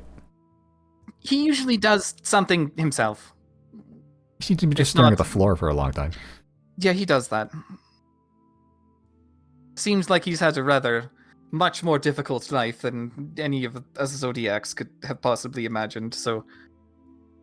And this is just another one of those, pins in the basket. Another walk of shame for old Merrick.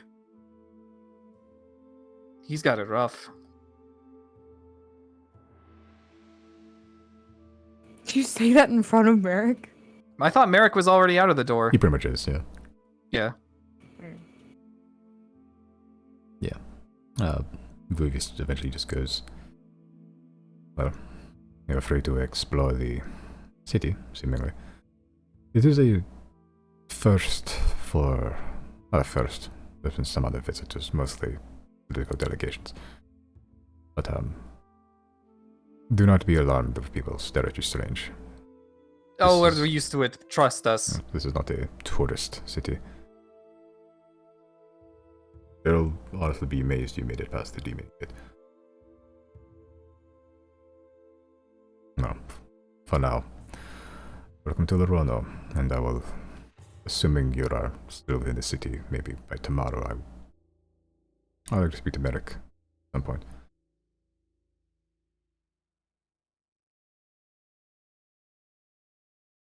Till then, I'll leave you to Indeed. it.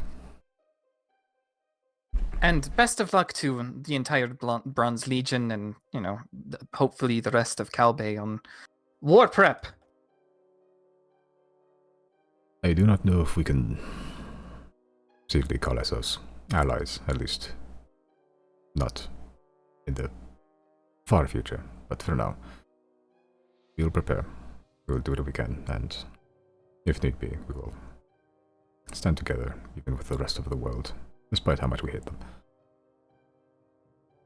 That's all we can ask for now. Yeah, you just got to find something you hate more. That is the Entire premise of the Crucible War, so we have a history of that. Then I suppose this will not be a problem to begin with. I suspect not. Well, good afternoon. Good luck. You just- And good day, good evening, good dawn, good dusk. He just turns and leaves through the door. Just you don't see Merrick anymore, but he begins to just walk down the steps. Maybe after him, maybe slowly behind him, just to let him pass. But yeah.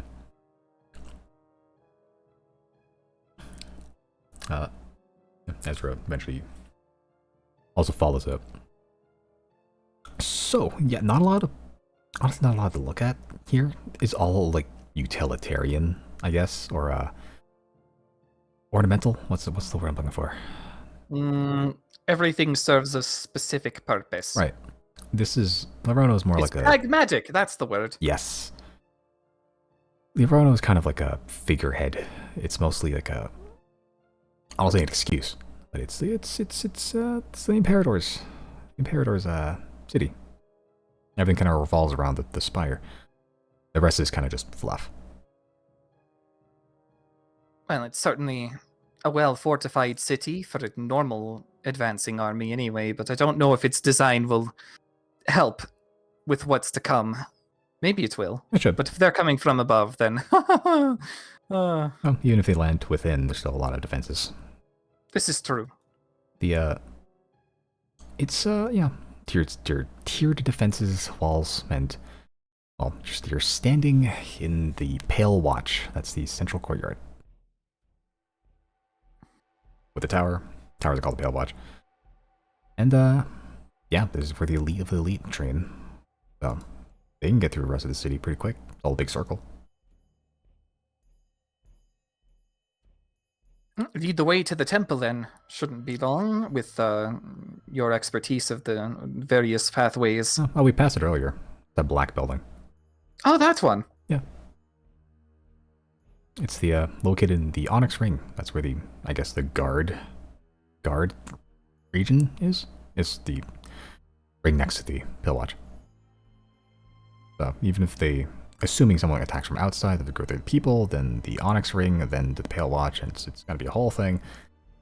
But if something drops from above, well, we have some air defense. I think there's something Good. attached to the tower itself. I don't know what, but there's something. And even if it lands in the city, drop something off, lots of guards, lots and lots of soldiers, just ready to swarm. I hope the raw numbers do you well, because these things are powerful. We're talking about, what you just experienced out by the fort kind of power level. Individually, maybe not, but we don't fight as individuals. At least not in normal battles. We'll be okay.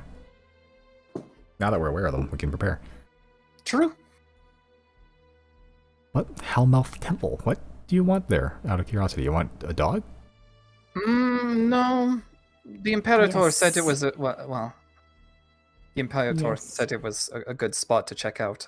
I know not what for. He didn't elaborate, but I would like an understanding of the culture a bit more. Soldiers, Cerberus. Yeah, I guess the Hellmouth Temple's probably a good place for that. Well, maybe you'll be able to speak with Valentina. She's a that- little creepy. She like a high priest or something. The Hellstoker. I wrote her name down last time. I never asked what that was. Yep, Hellstoker. What is a Hellstoker?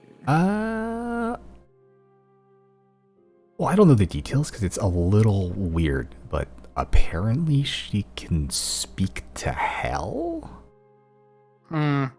Hell is probably one of the planets. Maybe, I don't know. I don't know what a planet is. Maybe, planet. Maybe she can find out what's happening with Isaac when he goes missing sometimes. He hasn't gone missing in a while, actually. Now that I think about it. Yeah, I mean, she's all things hell related, or at least fiend related. Yeah, fiend. Hellhounds aren't really, I guess, beholden to like one or the other. They're just kind of just bad. They listen to us. I don't know why, but they listen to us. I wonder if there's hellfish. If there are, I wouldn't recommend eating them. Well, as a master fisherman, the kingfisher even, it is my duty to make sure.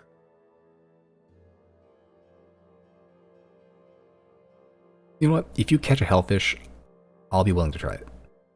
Because you and that whatever seasoning you put on there, it's a good track record, 1 for 1.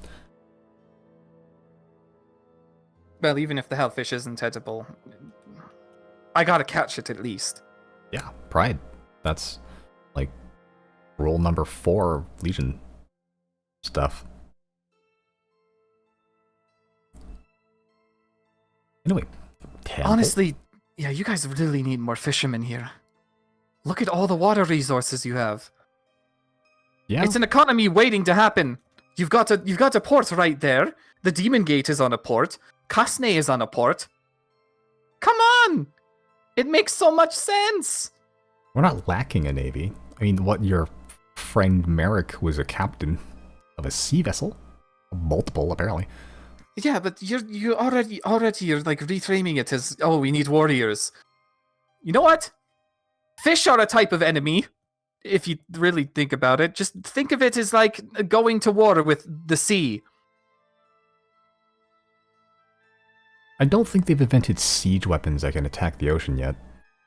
But if they do... Riley will pull out stick fish get. Would you like to see my siege weapon of the sea? I will reach over and push Riley's stick down and out of the way, and I will just step in between them and just be like, "You said we can get a dog. Where do we get a dog? Well, I didn't say... Well, I did say you can get a dog, but like, I don't know if they're gonna let Where? you. Where do we get a dog? Hellmouth Temple. You can ask. But, you know, I don't know how... I barely know how they function, honestly. Can they enhance my tentacles? I don't think they know what those tentacles are. I don't think I know what those tentacles are. I don't think you know what those tentacles are. I don't think those tentacles know what those tentacles are. They know enough. Take me to the dog." Okay, yeah. She just begins walking. Just, Merrick is still walking, but he's walking slow. He's visibly injured. But like, he is, you know, slowly, he's walking with a measure of not trying to show that he's injured. Riley will come up on Merrick. So you want like some healing for that, or are you just gonna deal with the pain?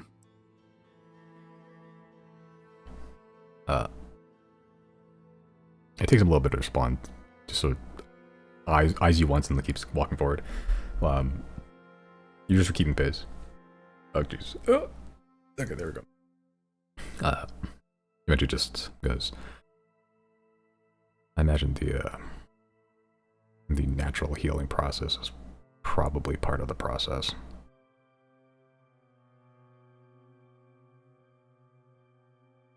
So you're fine to limp as is. Yeah. Alright. Gotta check after all. I'll leave it to it then.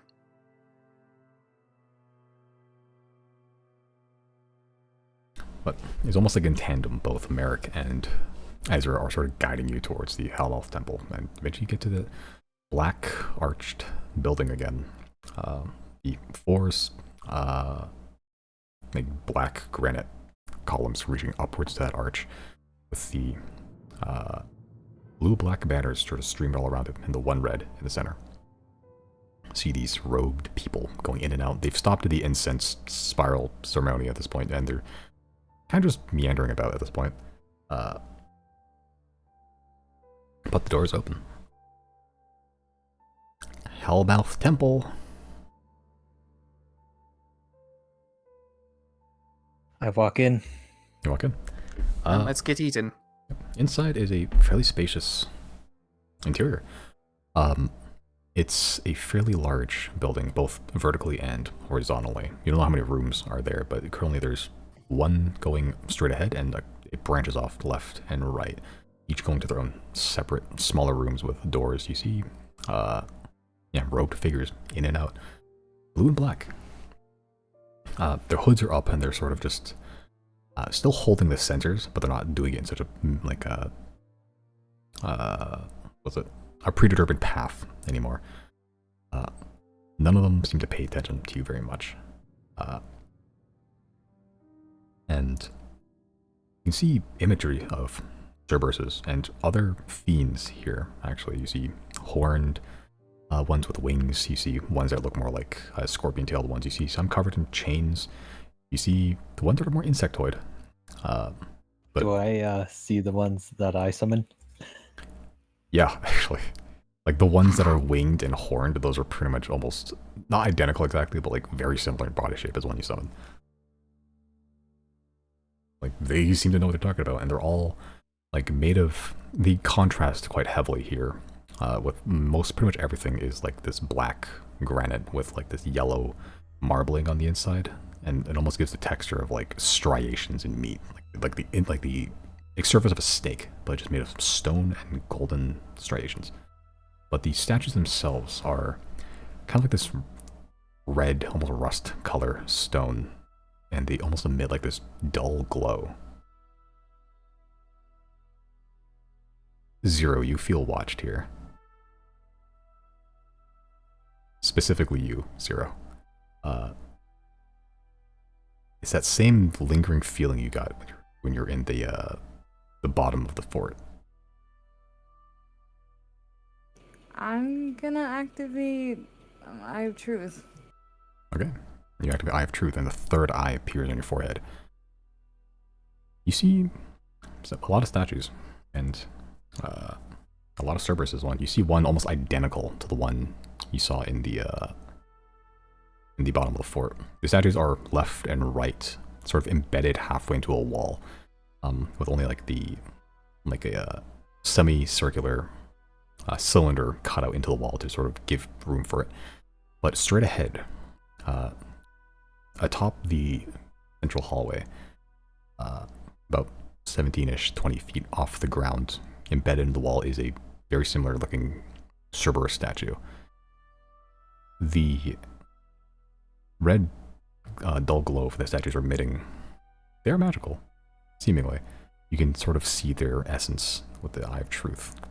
There's something to them, but there's nothing more that you can discern from that. But the Cerberus statue ahead of you, you see the statue, but almost like just a couple feet above it, you see like this spectral hound, three-headed.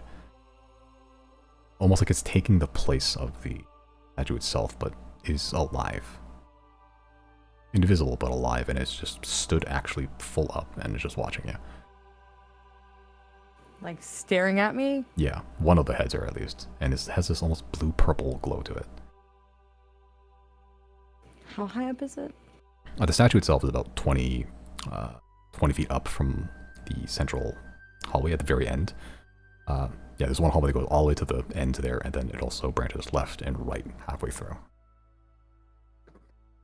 But at the very end, above the door, is a Cerberus statue with kind of like a second ghostly Cerberus taking the same spot as it, and it's just watching you.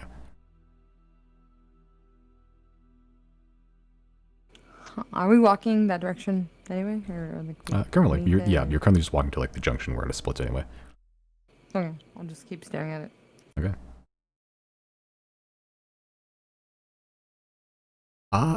So we kind of just have to sit here until eventually someone notices us and asks us what the fuck's going on. At least that's how I've done it. I don't really know how they work here, so.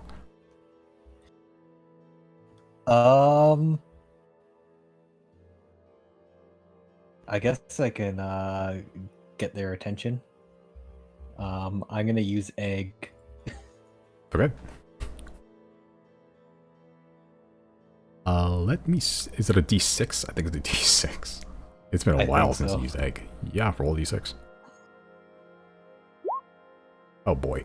As soon as he pulls that out, I'll lean into Ezra and say, "We're about to get in trouble." Okay. Oh, good. All right, roll 2d6. Or we'll roll 1d6 and then 1d6, just so we can see the numbers. Okay. Okay. So, starting with the first one, roll 1d12.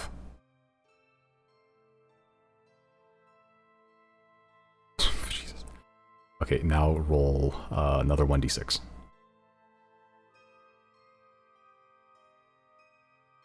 Okay. First, you summon 4 eggs. They are normal eggs. They are standard normal eggs. Delicious if cooked. The second thing that happens is that some of those eggs actually multiply and turn into 10 eggs. Those eggs crack open almost comedically in half and turn into chickens, normal-ass chickens. But there's greater than 9. There are more than 9 of them. So they are hostile to you. As they crack open, they immediately begin pecking you and everything around them. It is very much the Legend of Zelda, angering the cuckoos. Chris, what's your DC? Yeah, I'll try to. It's 16. Okay. Let me see here. There you go. Okay. Most of them miss. A couple of them hit. You take... let's see, 3 piercing damage. They peck the shit out of you.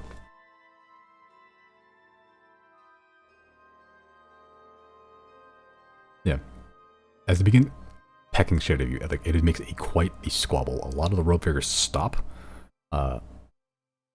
Zero. You have Eye of Truth on. The Cerber statue ahead of you, the one that is looking at you, is still looking at you, but the other 2 howl. The moment they do, you see those red dull glows on the other statues flare up. And at this point, all of you see these statues have animated as they rip themselves off the wall and begin to just tear into these chickens. Like the one that Chris summons begins to shoot actual fire. The Scorpion one begins to just run up and just grab them and start stinging the shit out of them. The one that's covered in chains begins to just almost whip out and begin to just begin lashing chains, barbed chains at these chickens until they're all just torn asunder. And you also have 4 delicious eggs with you. This stronghold is going to be excellent for the invasion. Do I just see these things just kind of get shredded? Yeah. And you're kind of on the crossfire of it, to be honest. Sacrifices have been made. Wait, so so the spectral one that's like kind of overlapping the statue ahead of us, did that one come down? No. Or is it just up there watching still? It's still up there watching, but once it howled, the red dull glows flared up and then the statues came to life. And then once it howled, it's still up there just watching. Can I get on my carpet as this is all happening and just like fly up to it? So I'm like eye level with it. Sure. As you get up on a carpet, fly eye level up to it. A couple of rope figures watch you as you do this, but seeing the statues rip the shit apart, they're not too concerned what you're doing. And you get up close to it, and it just makes eye contact with you, just staring at you. Once you get super close to it, the other 3 heads also turn to stare at you. And it looks, yeah, the ears are pointed. It looks like it has a very similar shape to like a German Shepherd, I suppose, like 3 of them.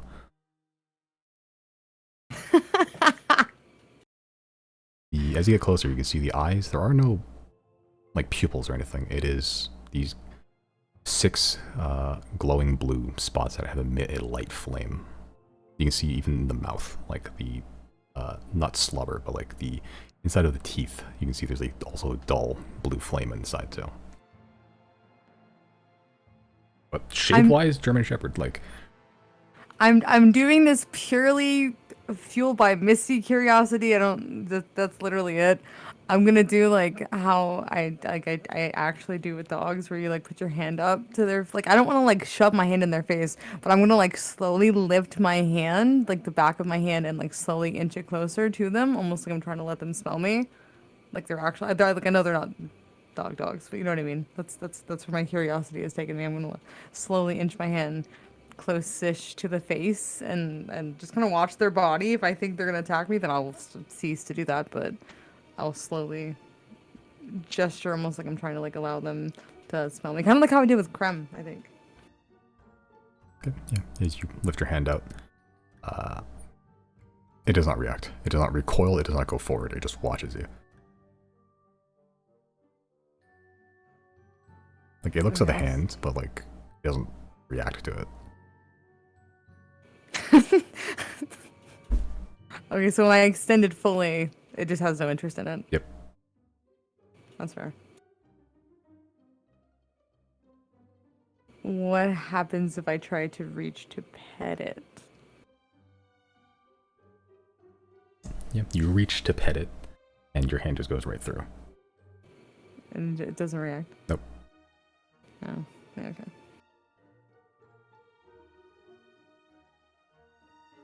And I will just come back down. Okay. Yeah, you just come back down. I think this place really likes chickens. Okay. Yeah, you say that as some of the robed figures are just watching this melee and massacre. Chris, you take another additional 12 points of damage for being caught in the crossfire of like these several demon and devil statues attacking the chickens and you by extension.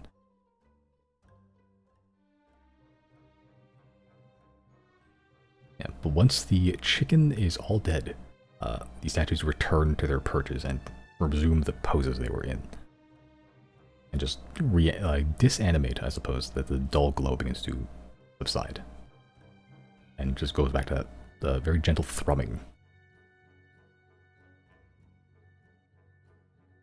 Also, you have 4 eggs. Like normal, mundane, delicious eggs. Okay. Yeah, as that's unfolding, Ezra just watches this. Okay, I didn't know those statues came to life. That is, wow, that's good to know.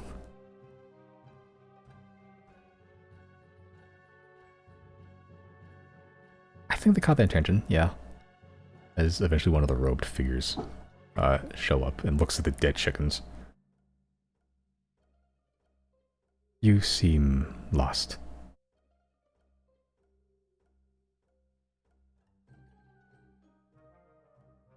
Well, the blue one's lost. The rest of us are here to have a look around. Feel free. Not much to look at. Not quite a place of worship, but it'll do. So what do you do here then? Honor the contract.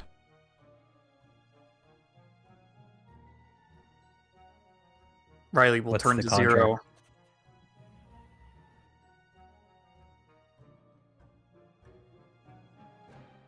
What? What? I mean, you guys spoke at the same time. What are we doing? Riley will turn to 0 and ask, so do, like, contracts vary between the familiars that you summon?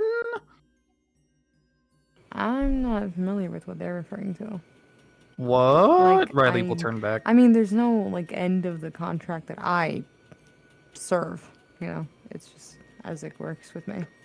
That's the agreement. That's the contract. I don't know what they are doing. It seems kind of one-sided. Yeah, let's find out It what is. goes on here then. You seem not standard.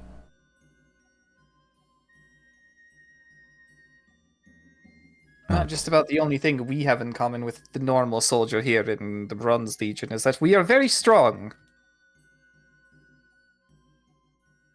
I think Valentina would like to speak with you. Just a hunch. You are interesting. I can summon a fiend. Can you? Well, Yep. you've dipped your hands into hell as well. Actually, can I summon the fiend and can it walk with us? Yeah.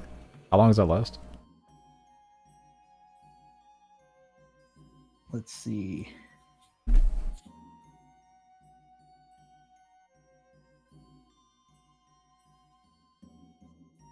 One hour. Oh, Jesus, yeah.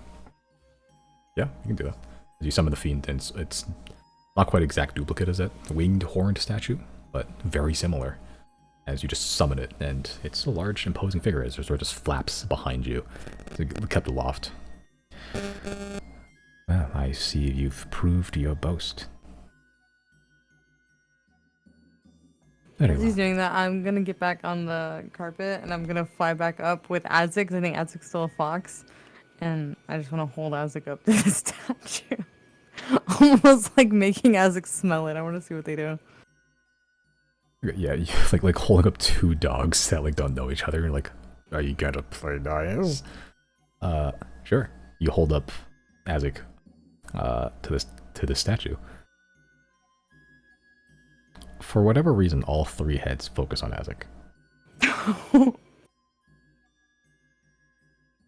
Not aggressively, they're just like out of nowhere, just like all three just shift attention to Azek and just sort of stare at him as Azek sort of stares back.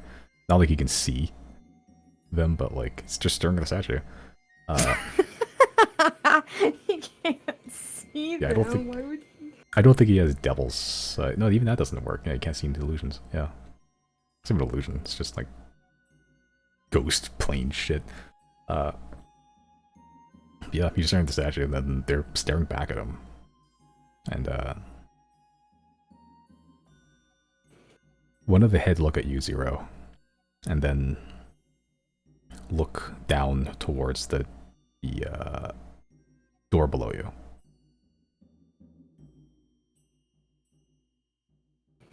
Can I insight check that? Make an insight check. No, it's a fucking ghost dog, man. Okay. I'm just gonna whisper to Azek, do you see the ghost dog? No.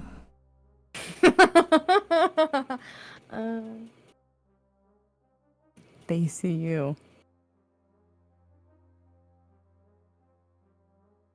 Yippee.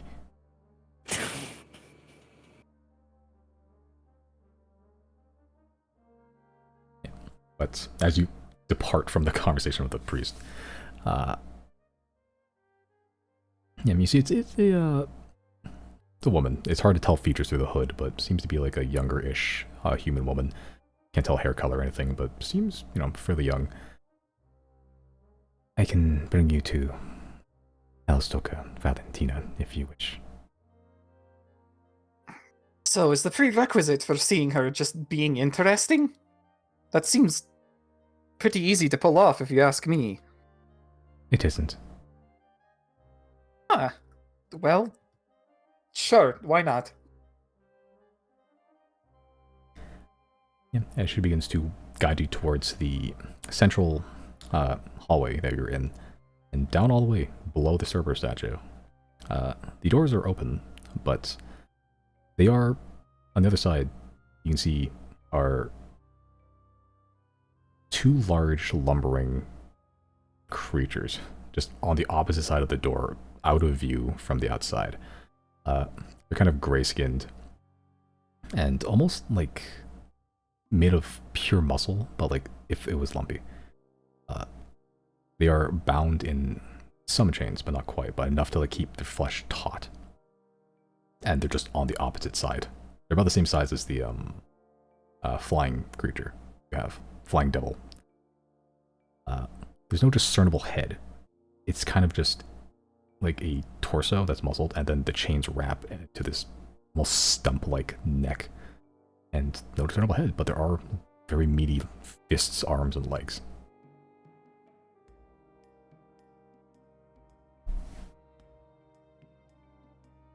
So what are those then? Brambashai. They are, well, a gift from the Hells. What do they do exactly? A very similar role as the statues that you activated. Though, Are they simply guard? yes. Hmm. But they are dull-witted, easy to command.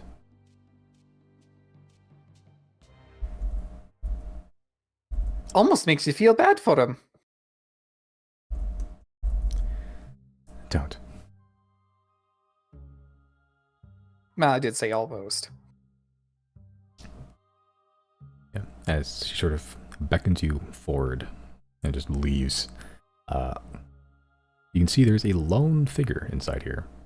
It's a wide chamber, probably about 30, 40 feet across, but in the center is a large hole, about 20 feet wide, a very similar size to the one you saw in the fort. There's one figure in not quite blue and black robes, but it almost looks like robes made of skin or hide. Not just the hide, it's specifically the faces. And it is a robe made of eternally agonized visages stitched together into this robe. But there are blue and black decorative tassels across it, a hint of beauty amongst the horrific imagery.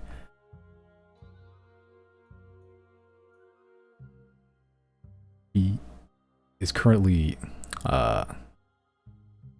knelt, but you can see that the body is thin. But don't see any other visible features beyond that.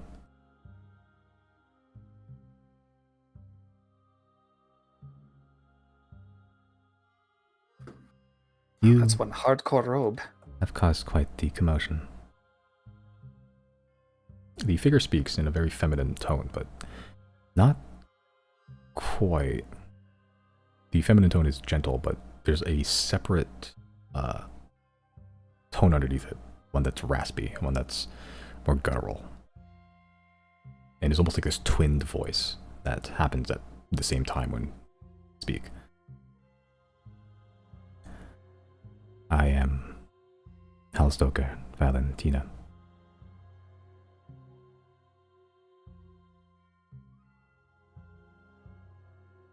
I am Riley. Pleasure to make your acquaintance. The figure stands and turns around. The body looks female, but the face is burned to a horrific char, almost to the bone, blackened and with only some bits of a sooty gray, like underneath near the right cheekbone. The only one eye is intact, a very piercing blue eye. The other eye has a melted flesh just covering it over top of it, and you can see there is a almost lack of skin, or what skin left has been so tightly charred and been pulled taut to the skull that it's basically indistinguishable from the rest of the bone that just makes up her face. Oh, You've wow. come to my temple. Made quite the entrance.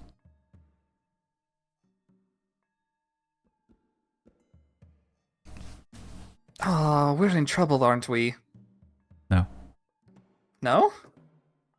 they were meager but satisfying offerings.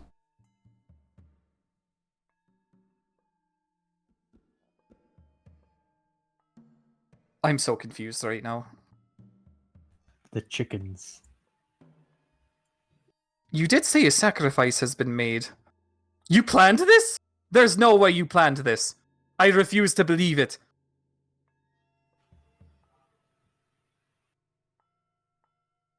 I was just trying to ring the bell, so to speak.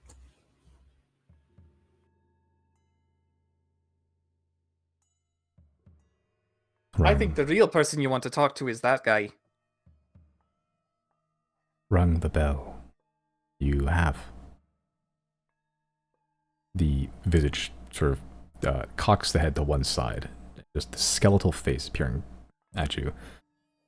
It almost looks it's impossible for her to emote anymore. Like all the muscle and skin has been burned away. That it's just turd flesh and just one eye, when the rest just melted flesh over top of it.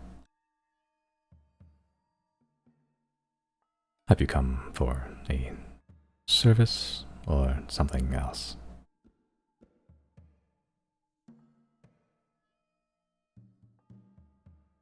Well, I guess kind of learn more about this place, the Cerberus, and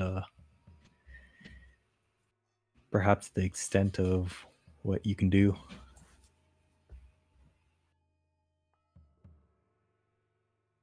What do you wish to know about? I guess maybe the history of this place, why the Cerberus is such a significant symbol. Beyond the cultural impact of a loyal guard dog, the connection with the Cerberus extends a bit further than that. There exists a contract, one that the Legion is in possession of, one whose location is secret. This contract is said to give the bearer of it a tongue to the lower planes. It's been used a few times before us. We're not the creators of it, just the current holders. But also the longest users of the contract, called the Calamity Contract. We don't know who first signed it, but when we were given possession of it, the Imperator at the time, Tacitus Coro, was said to have cowed the fiends into submission and turned them into what they are now. Otherwise, well, we could have ended up like the other users, betrayed eventually.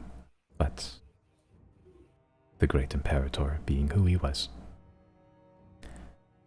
beat them back to submission.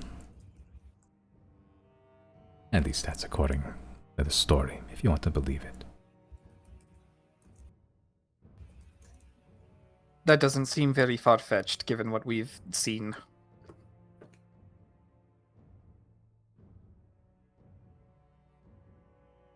The Cerberus is the figurehead of this contract.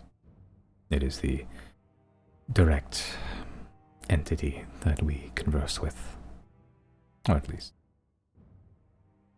supposed boss. The contract doesn't state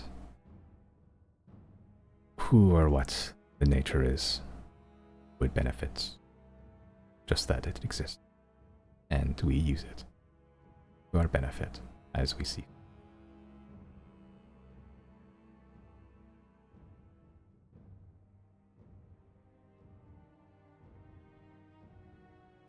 Have you ever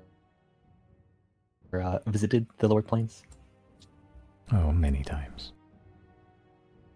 I do so every time I have to pull a particularly stubborn fiend out of the hells, out of the abyss, and out of anything in between.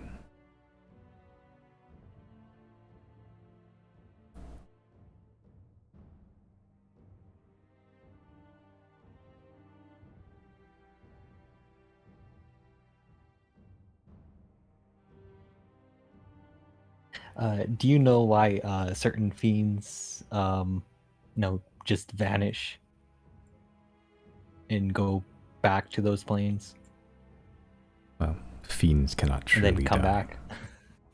Fiends can't truly die on this plane. They can only be killed in their own. If they were killed in this plane, their essences, their souls are returned back to their home plane to be recycled or reborn. The ecosystems in the hells or the abyss are different, and such failures are usually punished heavily. But not by us. Death is a very natural state here. I think that makes us a very I'd say, desirable employer.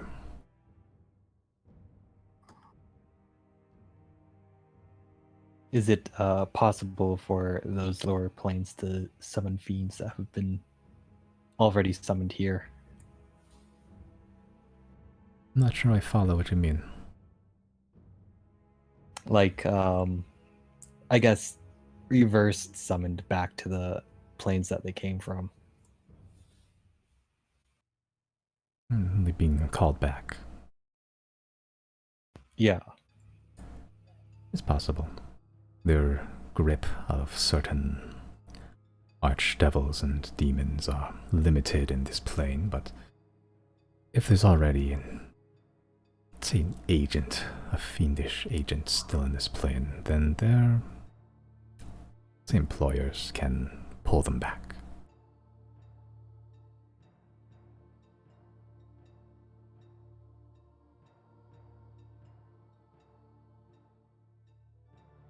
Fiends always answer to another above them.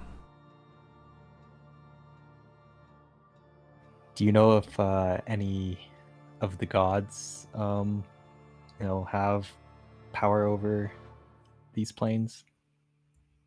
If they did, I imagine they wouldn't exist anymore. No. If the gods wish to intervene in the nature of lower planes, it would be quite the competition. There's their own, not gods per se, but they are powerful demons, devils, archfiends that rule over their own little slice of heaven.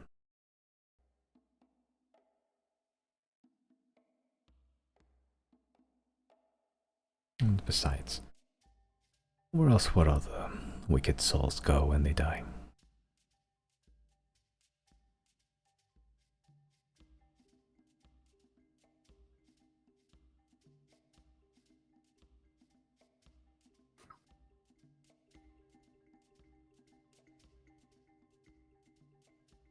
What even is a soul? No. That's a good question. One that a philosopher and scholar, many through history, have been trying to discern. I like to think of it as the drive, will, something that keeps us mortal. You can kill the mind, you can kill the body, but it is much harder to permanently kill a soul. Essence of mortality, of life. That kind of sounds like the opposite to me. If a soul is able to hang on past its physical body's host, then it's not very essential in terms of mortality, is it? No. Seems like the opposite. The soul endures where the body perishes.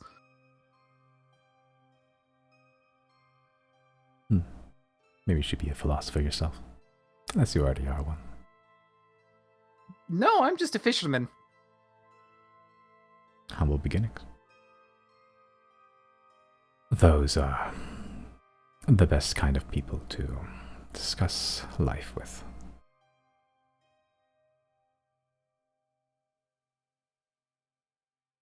I'm not I'll one be sure for to debate. jot down philosopher as a future career option then.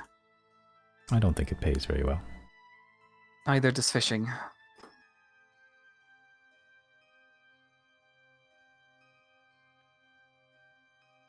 Have you come to just ask me questions?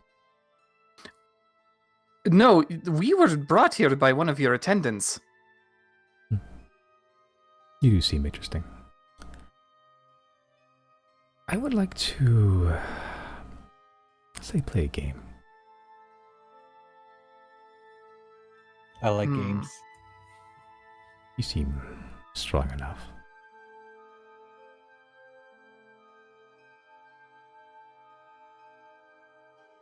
I would like you to be seen by the Cerberus.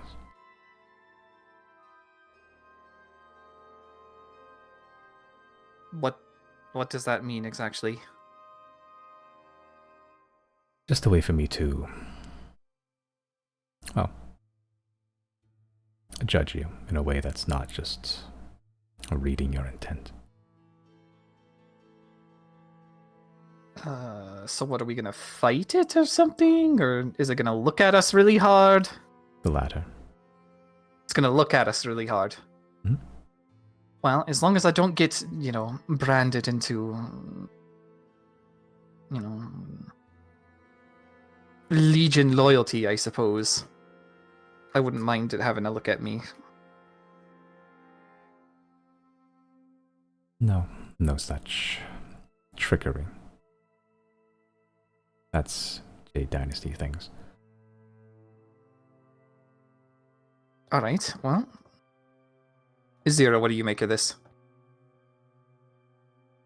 While this is happening, Zero is mentally checked out, and I'm gonna cast message to Ezra and just be like, where do I get a dog? And cast message to Ezra, who is not used to being spoken to in her mind. She sort of looks around for a voice, and then you just kind of make eye contact with her. She looks confused and then thinks of the mechanics for a bit, and then you hear back in your brain. Is this thing on? Check 1, 2. You ask Valentina probably, or one of I usually get it from one of the priests.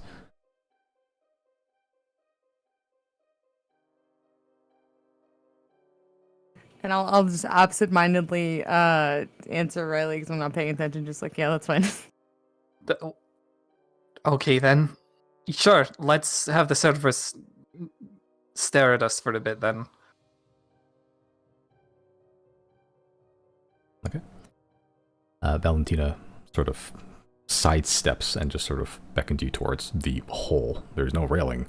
There's no barrier. There's just a hole in the ground. Oh, this place. Oh, did the Bronze Legion operate in a place like this out in the forest previous? Well, there's a good number of operations elsewhere outside of here. Did you find another hell pit? Kind of. There was a Cerberus statue there. That was a hell pit. Yeah, it was a little bit taken over by something else though. Well, this one's the real thing. The other ones are symbolic offerings. The hell pit that goes deep enough that you can't quite see the bottom. He looks down and towards the hole and sort of just smiles as best she can with what skin she has left still on her face. This one reaches straight to hell. I wonder what would happen if I sent an illusory double down there. I wouldn't. No? No. Well, as long as I don't have to hop in the pit then. No. What comes next? Just look into it. I will. Alright, Riley will look into the pit. Okay. And you see blackness. Not just a hole in the ground, but it is infinitely black. To the point where you stare at it long enough and the surroundings, even past the hole, near the surface, begin to blacken. Until eventually you are just staring directly into an abyss that does not end in a pit or the bottom. And eventually you stare long enough that something stares back. You try to look around you, but you can't. You're staring directly into this hole, but you realize you're not staring down, you're staring ahead. Your neck muscles have at some point just aligned straight forward until you're just staring completely horizontal, and you see one pair of glowing blue eyes. This flame emitting from them. And a second. And a third. And they have no pupils, but you could feel them staring at you. Then the vision, if it was a vision, fades. And you're just back on the surface.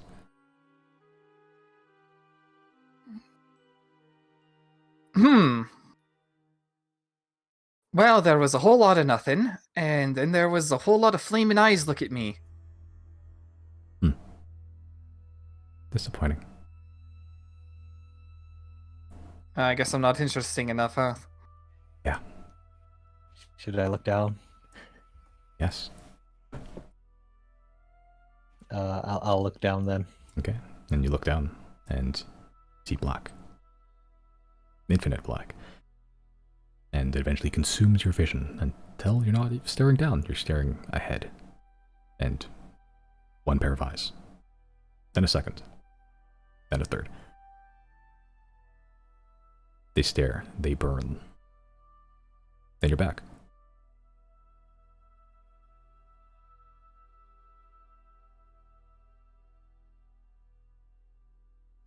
Yep, not so much with me.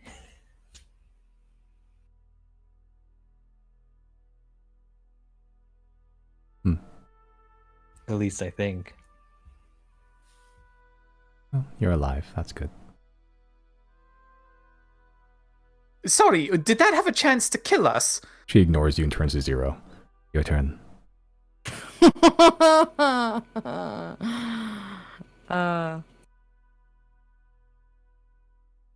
I cast message again and I look at Ezra and I'm like, do I get a dog after? Is this how you get the dog? You hear in your brain, I don't know what the fuck's going on. Tight. And then I will do as the other two have done. Okay. As you look down, black. Infinite black. Black that consumes your vision. You're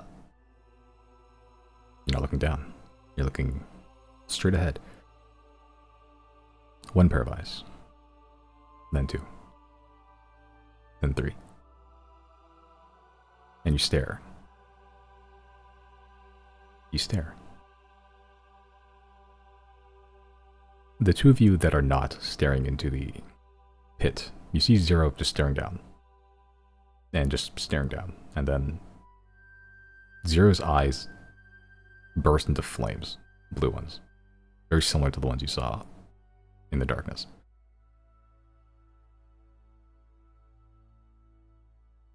Did that happen to us?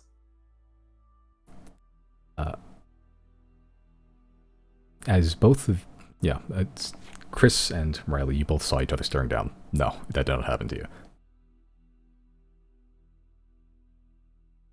Uh, 0. You don't see your surroundings, but you have sense of self. You can look around, walk around. You find yourself not in a just endless void of darkness anymore. You find yourself in a cave. One of perfect, like black onyx. There's no end in sight back towards you, but ahead of you there is just 3 sets of glowing eyes, and then eventually the eyes walk forward. And you see a huge 3-headed hound. Very similar, almost identical to the special one you found, but this one more tangible. The almost lack of fur, or very short fur. It's not quite fur, it's more muscle, the legs, as it walks forward, each paw about the size of a wagon. As it sort of leans down and sort of rests on its forelegs, the mouth opens up and emits a blue flame, just to light the way as it almost blinds you. In a deep, ephemeral booming voice, sourceless, but it sort of echoes down the hallway. Contract.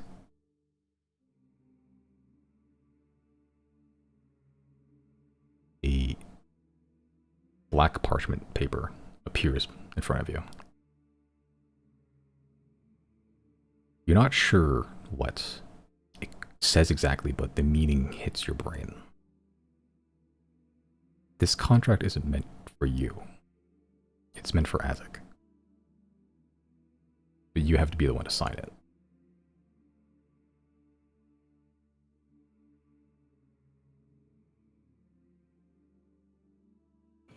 And I have no idea what it says. You're reading it. It's not a script you're familiar with. You're not sure if it's script, but the meaning of it, at least, maybe means more, or maybe this is just all you need to know that the Cerberus is offering you. But this contract in some way will affect Azek.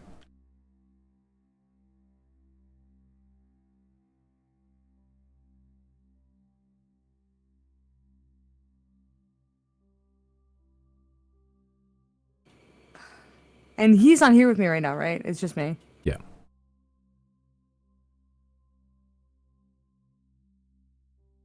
I will just look up and ask, what is this? The scroll floats just a little bit off the waist as a blue, almost portal-like flame emits just off to the side. Bright. But then it dims as you see images in it. You see a white tiefling.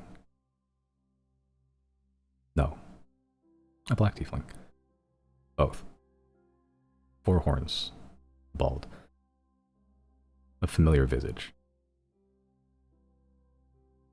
You see it form a black ball with a red sheen. And you see it pull it apart into the shape of a raven.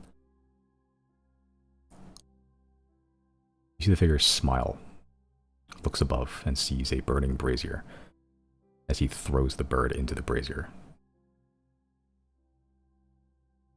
The other side, you remember images of summoning a bird from a brazier the first time.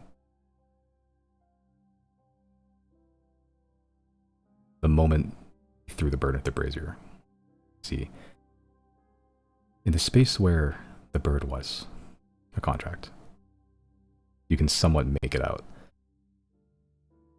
The bird was meant to spy on you.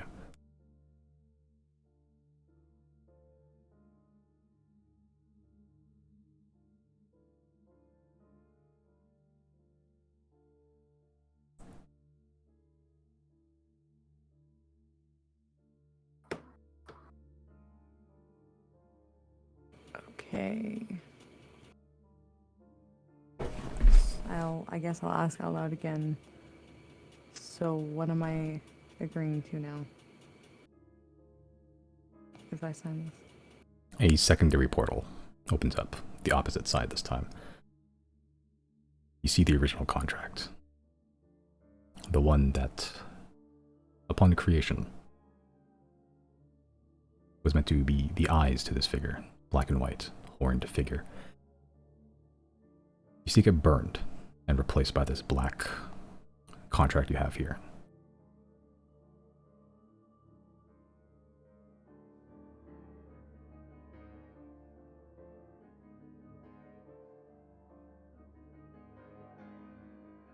And I still have no idea what I'm signing to. No.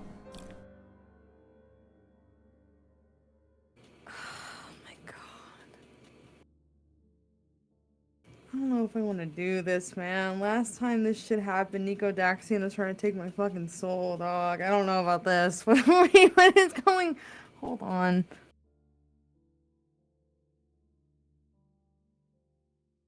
So the second vision doesn't show me anything except the new contract replacing the old one? Mm-hmm.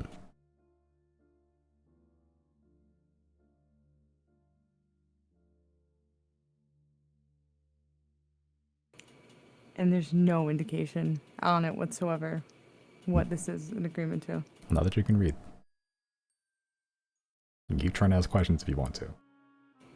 Who knows how much information that'll get you.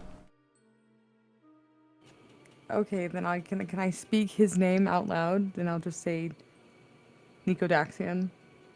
What is this? You see Nico Daxian, what is this? I will just call upon him. I'll just say his name, like I'm trying to call him. Okay. The moment you say Nico Daxian, the Cerberus, the flames in its mouth begin flaring up as it begins to growl. The rumbling begins to echo throughout the entire cave, almost rumbling the entire thing itself. You fear that the onyx cave's going to collapse around you.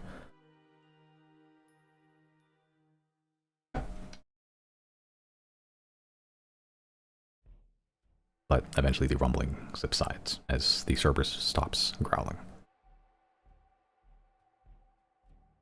The black contract floats in front of you again. Contract.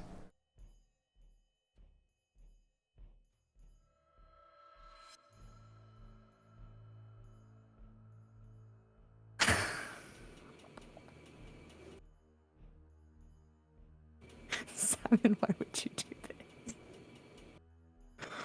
God damn it. I'm scared, but I don't like missing out on cool shit.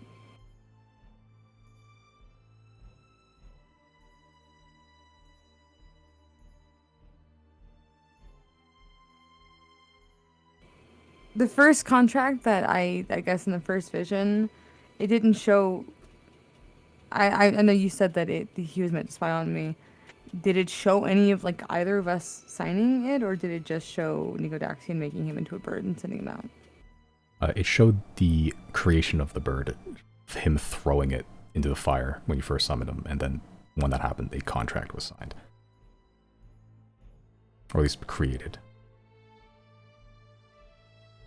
So I would think I've already signed a contract in some way when I cast the spell to begin with, and I selected a fiend.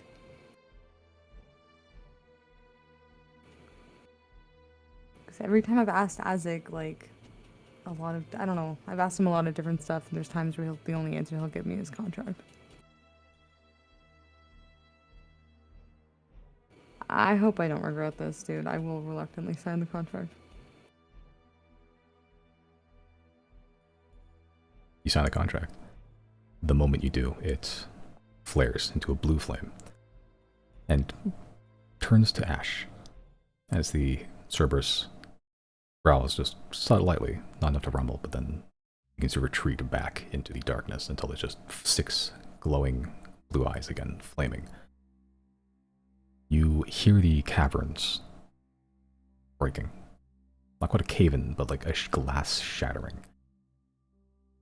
The caverns collapse and fragment around you, and turning into just shards. And around you is just this black void again. This time you see chains. Large chains. Thick, heavy chains the size of houses. You see one break. Then another one break. Then faster, each one breaking. So that you're sucked back into reality and you just begin panting, sweaty. Your eyes stop glowing, now that you knew that. But you're back on the floor of the Hellmouth Temple.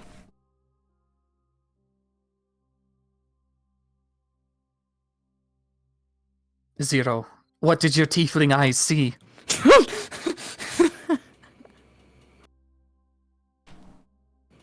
Where's Azek? Is Azek anywhere near me? He's not here. Was he summoned to begin with? He was. Yeah, he was. Did none of us notice him disappear then? The moment Zero started looking in, he's gone. Oh yeah, he poofed when you started looking in.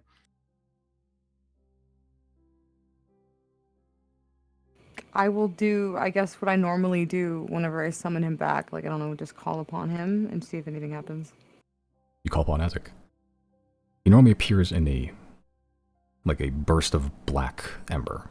This time he erupts from blue flame. He was a fox before. You summon him. He's big. He has black fur still, but it's not a red sheen anymore, it's blue. He's the size of Krem. His feet are aflame. His jaws are aflame. All blue. He is the spitting image of a hellhound right now. Zero, you hear in your brain. What the fuck? Okay, so basically, your dog now. Yeah. That is where we'll end tonight's session.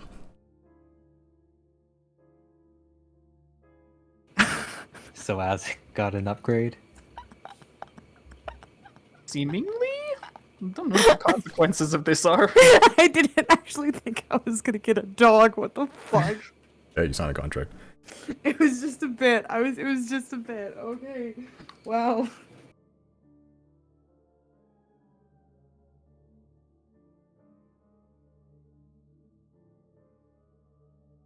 Isaac is the dog. Yeah.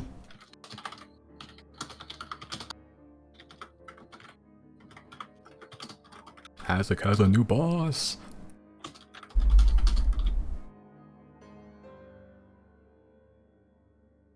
Oh shit, he's no longer spying. This might be a good thing overall. So hold on. Was Nico So is Doxian Nico the one who, Daxian? yeah. Was he the one who was spying on Zero? Yes. Okay. He knows. He knew way more than he should have known about all of us. Okay. And what our business was, and I thought it was just like an all-seeing type of thing because he wasn't like on this plane anymore. No, it was Isaac. I Okay, love that makes sense.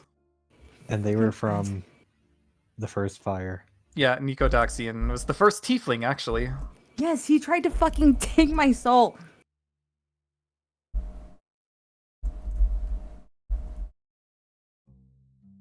That was a fucking gamble. It was. That worked out. 3,000 EXP for everybody.